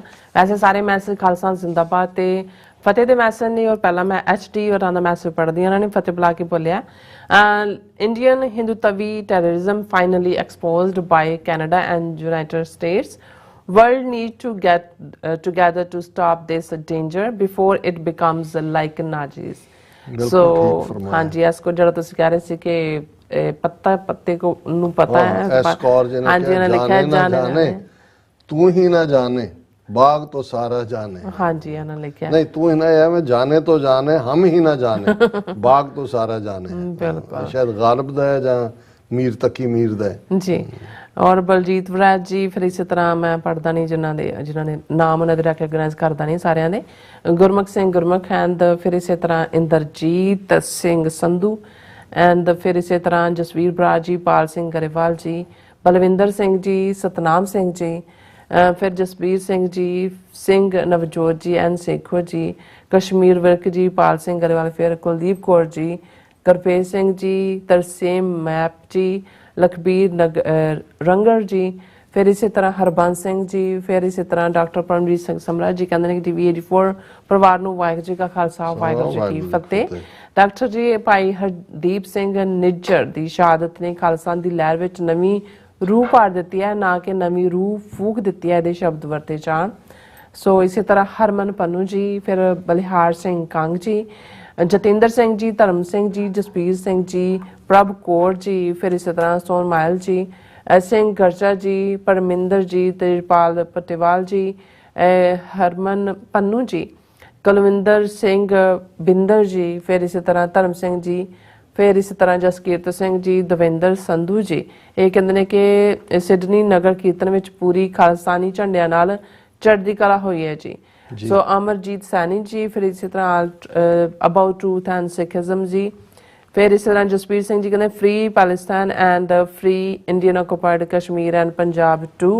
लखविंदर सिंह जी औलख, फिर इसी तरह जसकीरत सिंह जी, सुखजीवन बच्चू जी, फिर सोन माल जी, तो हरदीप सिंह जी, जगविंदर सिंह जी, मनदीप बाजवा जी, हरदीप सिंह जी, सब का बहुत बहुत शुक्रिया। फतेह बुलाते हैं और खालसा जिंदाबाद कहते हैं जी। डॉक्टर साहब जी देखो ਅਸੀਂ 12ਵਾਂ ਤੁਖਾਰੀ ਗੁਰੂ ਨਾਨਕ ਸਾਹਿਬ ਦੇ ਫਰਮਾਨ ਚੋਂ वाला 12वां उसकी विचार करते हैं। अच्छा। और अक्सर मैं ये दोहरांदा भी है कि एक 12वां माज है जिहड़ा गुरु अर्जन साहब रचित है, जिस द्वारे क्योंकि जदों महीने का आगाज हुंदा है तो 12वां माज का पाठ भी हुंदा है, महीना भी सुनाया जाता है। और ये महीने होण, दिन होण, वार होण जां पट्टी लिखी च लफज होण, इन्हां सारियां नूं कावक रूप दे विच गुरु साहब ने बाणी दे विच उस वाहिगुरू दे प्यार दा मैसेज देण दे लई ये सारे जिहड़े ने एज ए सिंबल वरते ने। और क्योंकि इस दे विच जिहड़े 12 महीने ने जिन्हां नूं असीं हुण तां नानकशाही महीने कहंदे आ, पहलां देसी महीने कहा जांदा सी, ये साडे पंजाब दे जिहड़ा मौसम दे विच 6 रुत्तां ने, उस नाल जिहड़ा मौसम दी तब्दीली है उस नाल इंसानी रूहां ते पैंदे प्रभाव ने, ਜਾਂ ਅਲੰਕਾਰ ਦੇ ਤੌਰ ਤੇ ਪਤੀ ਪਤਨੀ ਜਾਂ ਉਸ ਸਾਰੇ ਰੁੱਖਾਂ ਨੂੰ ਦੂਸਰਿਆਂ ਨੂੰ ਸਿੰਬਲ ਦੇ ਤੌਰ ਤੇ ਵਰਤਿਆ ਗਿਆ। ਔਰ ਅਸੀਂ ਅੱਸੂ ਦੇ ਮਹੀਨੇ ਬਾਰੇ ਗੁਰੂ ਸਾਹਿਬ ਦਾ ਫਰਮਾਨ ਹੈ, ਅਸੁਨ ਆਓ ਪਿਰਾ ਸਾ ਧਨ ਝੂਰ ਮੁਈ ਤਾਂ ਮਿਲੀਐ ਪ੍ਰਭ ਮੇਲੇ ਦੂਜੈ ਭਾਏ ਖੁਈ। ਕਿ ਅੱਸੂ ਦਾ ਮਹੀਨਾ ਆਇਆ, ਆ ਮੇਰੇ ਪਿਆਰੇ, ये रूह की पुकार है वाहिगुरू निरंकार नूं, असुन आओ पिरा आके मैनू मिल। क्योंकि इस्तरी रूह रूपी इस्तरी जिहड़ी है वो उस विछोड़े दे विच झूर के मोया वांग है। जदों असीं विछोड़े की गल करते हैं तो विछोड़ा इन्ना क दर्द देण वाला हुंदा है ਕਿ ਜਿਵੇਂ ਮਾਨੋ ਤੁਹਾਨੂੰ ਤੁਹਾਡੇ ਅੰਦਰੋਂ ਸਾਹ ਸੱਤ ਨਿਕਲ ਗਿਆ। ਇਹ ਵਿਛੋੜੇ ਦੀ ਪੀੜ ਦੀ ਗੱਲ ਹੈ। ਅਸੁਨ ਆਓ ਪਿਰਾ ਸਾ ਤਨ ਝੂਰ ਮੋਈ ਤਾਂ ਮਿਲਿਆ ਪ੍ਰਭ ਮੇਲੇ ਦੂਜੇ ਭਾਏ ਕੋਈ। ਹੁਣ ਦੂਜੇ ਭਾਏ ਹੈ ਮਾਇਆ ਦੇ ਨਾਲ ਲੱਗਣਾ। ਜੇ ਵਾਹਿਗੁਰੂ ਦੀ ਪ੍ਰੀਤ ਹੈ ਫਿਰ ਤਾਂ ਵਿਛੋੜਾ ਹੀ ਨਹੀਂ ਹੈ। ਜਦੋਂ ਉਸ ਪ੍ਰੀਤ 'ਚ ਵਿਘਨ ਆਉਂਦਾ ਹੈ, ਅਸੀਂ ਮਾਇਆ ਵੱਲ ਦੂਸਰੇ ਭਾਵ 'ਚ ਲੱਗਦੇ, ਫਿਰ ਖੁਆਰੀ ਜਿਹੜੀ ਹੈ ਉਹ ਪੱਲੇ ਪੈਂਦੀ ਹੈ। ਝੂਠ ਵਿਗੁੱਤੀ ਤਾਂ ਫਿਰ ਮੁੱਤੀ ਕੁੱਕੈ ਕਾ ਸੇ ਫੁੱਲੇ, ਕਿ ਵੀ ਜੇ ਤੁਸੀਂ ਝੂਠ ਦਾ ਸਹਾਰਾ ਲਿਆ ਫਿਰ ਪਿਆਰੇ ਨੇ ਛੱਡ ਦਿੱਤਾ। ਉਸ ਅਕਾਲ ਪੁਰਖ ਤੋਂ ਵਿੱਤ ਜਿਹੜੀ ਵਿੱਤ ਹੈ ਉਹ ਪਈ ਹੈ। ਔਰ ਇਸ ਦੇ ਨਾਲ ਜਿਹੜੇ ਨੇ ਇਵੇਂ ਹੈ ਜਿਵੇਂ ਜ਼ਿੰਦਗੀ ਗੁਜ਼ਰਦੀ ਗਈ, ਔਰ ਜਿਵੇਂ ਸਿਰ ਦੇ ਵਾਲ ਚਿੱਟੇ ਹੋ ਜਾਂਦੇ ਨੇ। ਕੁੱਕੇ ਕਾਹ ਸੇ ਫੁੱਲ, ਕਾਹ ਦੇ ਫੁੱਲ ਜਿਹੜੇ ਚਿੱਟੇ ਹੁੰਦੇ ਨੇ, ਵੀ ਮੇਰੇ ਸਿਰ ਦੇ ਵਾਲ ਚਿੱਟੇ ਹੋ ਗਏ, ਭਾਵ ਮੇਰੀ ਜ਼ਿੰਦਗੀ ਗੁਜ਼ਰ ਗਈ ਉਸ ਵਿਛੋੜੇ 'ਚ, ਕਿਉਂਕਿ ਪਿਰ ਨੇ ਮੈਂ ਦੂਜੇ ਪਾਏ ਲੱਗੀ ਸੀ, ਦੁਬਿਧਾ ਦੇ ਵਿੱਚ ਮਾਇਆ ਦੇ ਵਿੱਚ ਫਸੀ ਰੂਹ ਸੀ, ਇਸ ਲਈ ਪਿਰ ਨੇ ਮੈਨੂੰ ਆਪਣੇ ਅੰਗ ਨਹੀਂ ਲਾਇਆ। ਉਸ ਵਿਛੋੜੇ ਦੀ ਪੀੜ 'ਚ ਕਰਦੇ ਕਰਦੇ ਮੇਰਾ ਅੱਜ ਹਾਲ ਮੈਂ ਬੁਢਾਪੇ 'ਚ ਆ ਗਈ ਹਾਂ। ਕੁੱਕੇ ਕਾਹ ਸੇ ਫੁੱਲੇ ਆ ਗਿਆ ਕਾਮ ਪਿੱਛੇ ਰੁੱਤ ਜਾਡਾ ਦੇਖ ਚਲਤ ਮਨ ਡੋਲੇ, ਕਿ ਹੁਣ ਇੱਕ ਪਾਸੇ ਜਿਹੜੀ ਹੈ ਗਰਮੀ ਤਾਂ ਪਿੱਛੇ ਛੱਡ ਆਏ ਆ, ਕਾਮ ਗਰਮੀ ਨੂੰ, ਜਦੋਂ ਜੇਠ ਹਾੜ ਪਿੱਛੇ ਹੈ ਤੇ ਅੱਗੇ ਕੀ ਹੈ, ਅੱਗੇ ਨਜ਼ਰ ਆ ਗਿਆ ਕਾਮ ਪਿੱਛੇ ਰੁੱਤ ਜੜ। ਹੁਣ ਵਿੰਟਰ ਆ ਰਹੀ ਹੈ, ਨਹੀਂ ਵਿੰਟਰ ਨੂੰ ਪਿੱਛੇ ਛੱਡਿਆ ਦਸੰਬਰ ਜਨਵਰੀ ਨੂੰ ਦੂਜਿਆਂ ਨੂੰ, ਤੇ ਅੱਗੋਂ ਜਿਹੜੀ ਆ ਗਿਆ ਕਾਮ ਪਿੱਛੇ ਰੁੱਤ ਜੜ ਦੇਖ ਚਲਤ ਮਨ ਡੋਲੇ, ਕਿ ਬਈ ਮੇਰੇ ਮਨ ਦੇ ਅੰਦਰ ਜਿਹੜਾ ਉਹ ਡੋਲਣਾ ਹੋ ਰਿਹਾ। ਦਹਿ ਦਿਸ ਸਾਖ ਹਰੀ ਹਰਿਆਵਲ ਸਹਿਜ ਪੱਕੈ ਸੋ ਮਿੱਠਾ, ਕਿ ਚਾਰੋਂ ਪਾਸੇ 10 ਦਿਸ਼ਾਵਾਂ, ਬਹੁਤ ਵਾਰੀ 4 ਕਿਹਾ ਜਾਂਦਾ ਹੈ, ਫਿਰ ਤੁਸੀਂ north East, south East, north West, south West ਇਹ ਤੁਸੀਂ ਕਰਦੇ ਹੋ ਤਾਂ ਦਹਿ ਦਿਸ ਜਿਹੜਾ ਦਹਿ ਦਿਸ ਬਹੁਤ ਸਾਰੀਆਂ ਥਾਵਾਂ ਤੇ ਬਾਣੀ 'ਚ 10 ਦਿਸ਼ਾਵਾਂ ਦਾ ਜ਼ਿਕਰ ਹੈ ਕਿ ਭਾਈ ਚਾਰੇ ਪਾਸੇ ਹਰੀ ਹਰਿਆਵਲ ਹੈ। ਔਰ ਇਹ ਹੌਲੀ ਹੌਲੀ, ਇਹ ਵੀ ਸਹਿਜ ਪੱਕਾ ਸੋ ਮਿੱਠਾ, ਇਹ ਯਾਦ ਦਹਾਨੀ ਹੈ ਕਿ ਬਹੁਤ ਵਾਰ ਵਿਛੋੜਾ ਵੀ ਹੁੰਦਾ ਹੈ, ਮਿਲਣ ਦੀ ਤਾਂਘ ਵੀ ਹੁੰਦੀ ਹੈ, ਪਰ ਜਿਹੜਾ ਮਿਲਾਪ ਹੈ ਜਿਸ ਨੂੰ ਕਬੀਰ ਸਾਹਿਬ ਨੇ ਯਾਦ ਦਹਾਨੀ ਕਰਵਾਈ ਕਿ ਭਾਈ ਹੌਲੀ ਹੌਲੀ ਜਿਹੜਾ ਸਹਿਜੇ ਸਹਿਜੇ ਇਹ ਪੱਕਦਾ। ਔਰ ਉਹਨਾਂ ਦਾ ਜਿਵੇਂ ਕਬੀਰ ਵਿਚੇ ਗ੍ਰੰਥ ਹੈ, ਸਹਿਜੇ ਸਹਿਜੇ ਰੇ ਮਨਾ ਸਹਿਜੇ ਹੀ ਫਲ ਹੋਏ ਮਾਲੀ ਸਿੰਚੇ 100 ਘੜਾ ਰਿਤੂ ਆਏ ਫਲ ਹੋਏ, ਕਿ ਵੀ ਭਾਵੇਂ ਤੁਸੀਂ 100 ਘੜੇ ਪਾ ਦਿਓ, ਅਲਟੀਮੇਟਲੀ ਰਿਤੂ ਦੇ ਨਾਲ, ਮੌਸਮ ਦੇ ਨਾਲ ਹੀ ਫਲ ਲੱਗਦਾ ਹੈ। ਇਸੇ ਤਰ੍ਹਾਂ ਤੁਸੀਂ ਯਤਨ ਕਰਦੇ ਹੋ, ਪਰ ਵਾਹਿਗੁਰੂ ਦੀ ਯਾਦ ਪੱਕੇ ਤੌਰ ਤੇ ਤੁਹਾਡੇ 'ਚ ਕਦੋਂ ਟਿਕਦੀ ਹੈ? ਸਹਿਜ ਪੱਕਾ ਸੋ ਮਿੱਠਾ, ਹੌਲੀ ਹੌਲੀ ਉਹ ਪਰਪੱਕਤਾ ਹੁੰਦੀ ਹੈ। ਨਾਨਕ ਅਸੁਨ ਮਿਲੋ ਪਿਆਰੇ ਸਤਿਗੁਰ ਭੈ ਬਸੀਠਾ। ਗੁਰੂ ਨਾਨਕ ਸਾਹਿਬ ਫਰਮਾਉਂਦੇ ਨੇ ਕਿ ਅੱਸੂ ਦੇ ਮਹੀਨੇ 'ਚ ਪਿਆਰੇ ਨਾਲ ਮੇਲ ਹੋਏਗਾ, ਕਿਉਂਕਿ ਸਤਿਗੁਰੂ ਦਿਆਲ ਹੋ ਕੇ ਬਸੀਠ ਜਿਹੜੇ ਨੇ ਉਹ ਪਿਆਰ ਦੇ ਵਿੱਚ ਆ ਕੇ ਟੁੱਟ ਕੇ ਬਖਸ਼ਿਸ਼ ਕਰਨਗੇ, ਕਿ ਉਸ ਪਿਆਰੇ ਦੇ ਨਾਲ ਮੇਲ ਹੋਏਗਾ।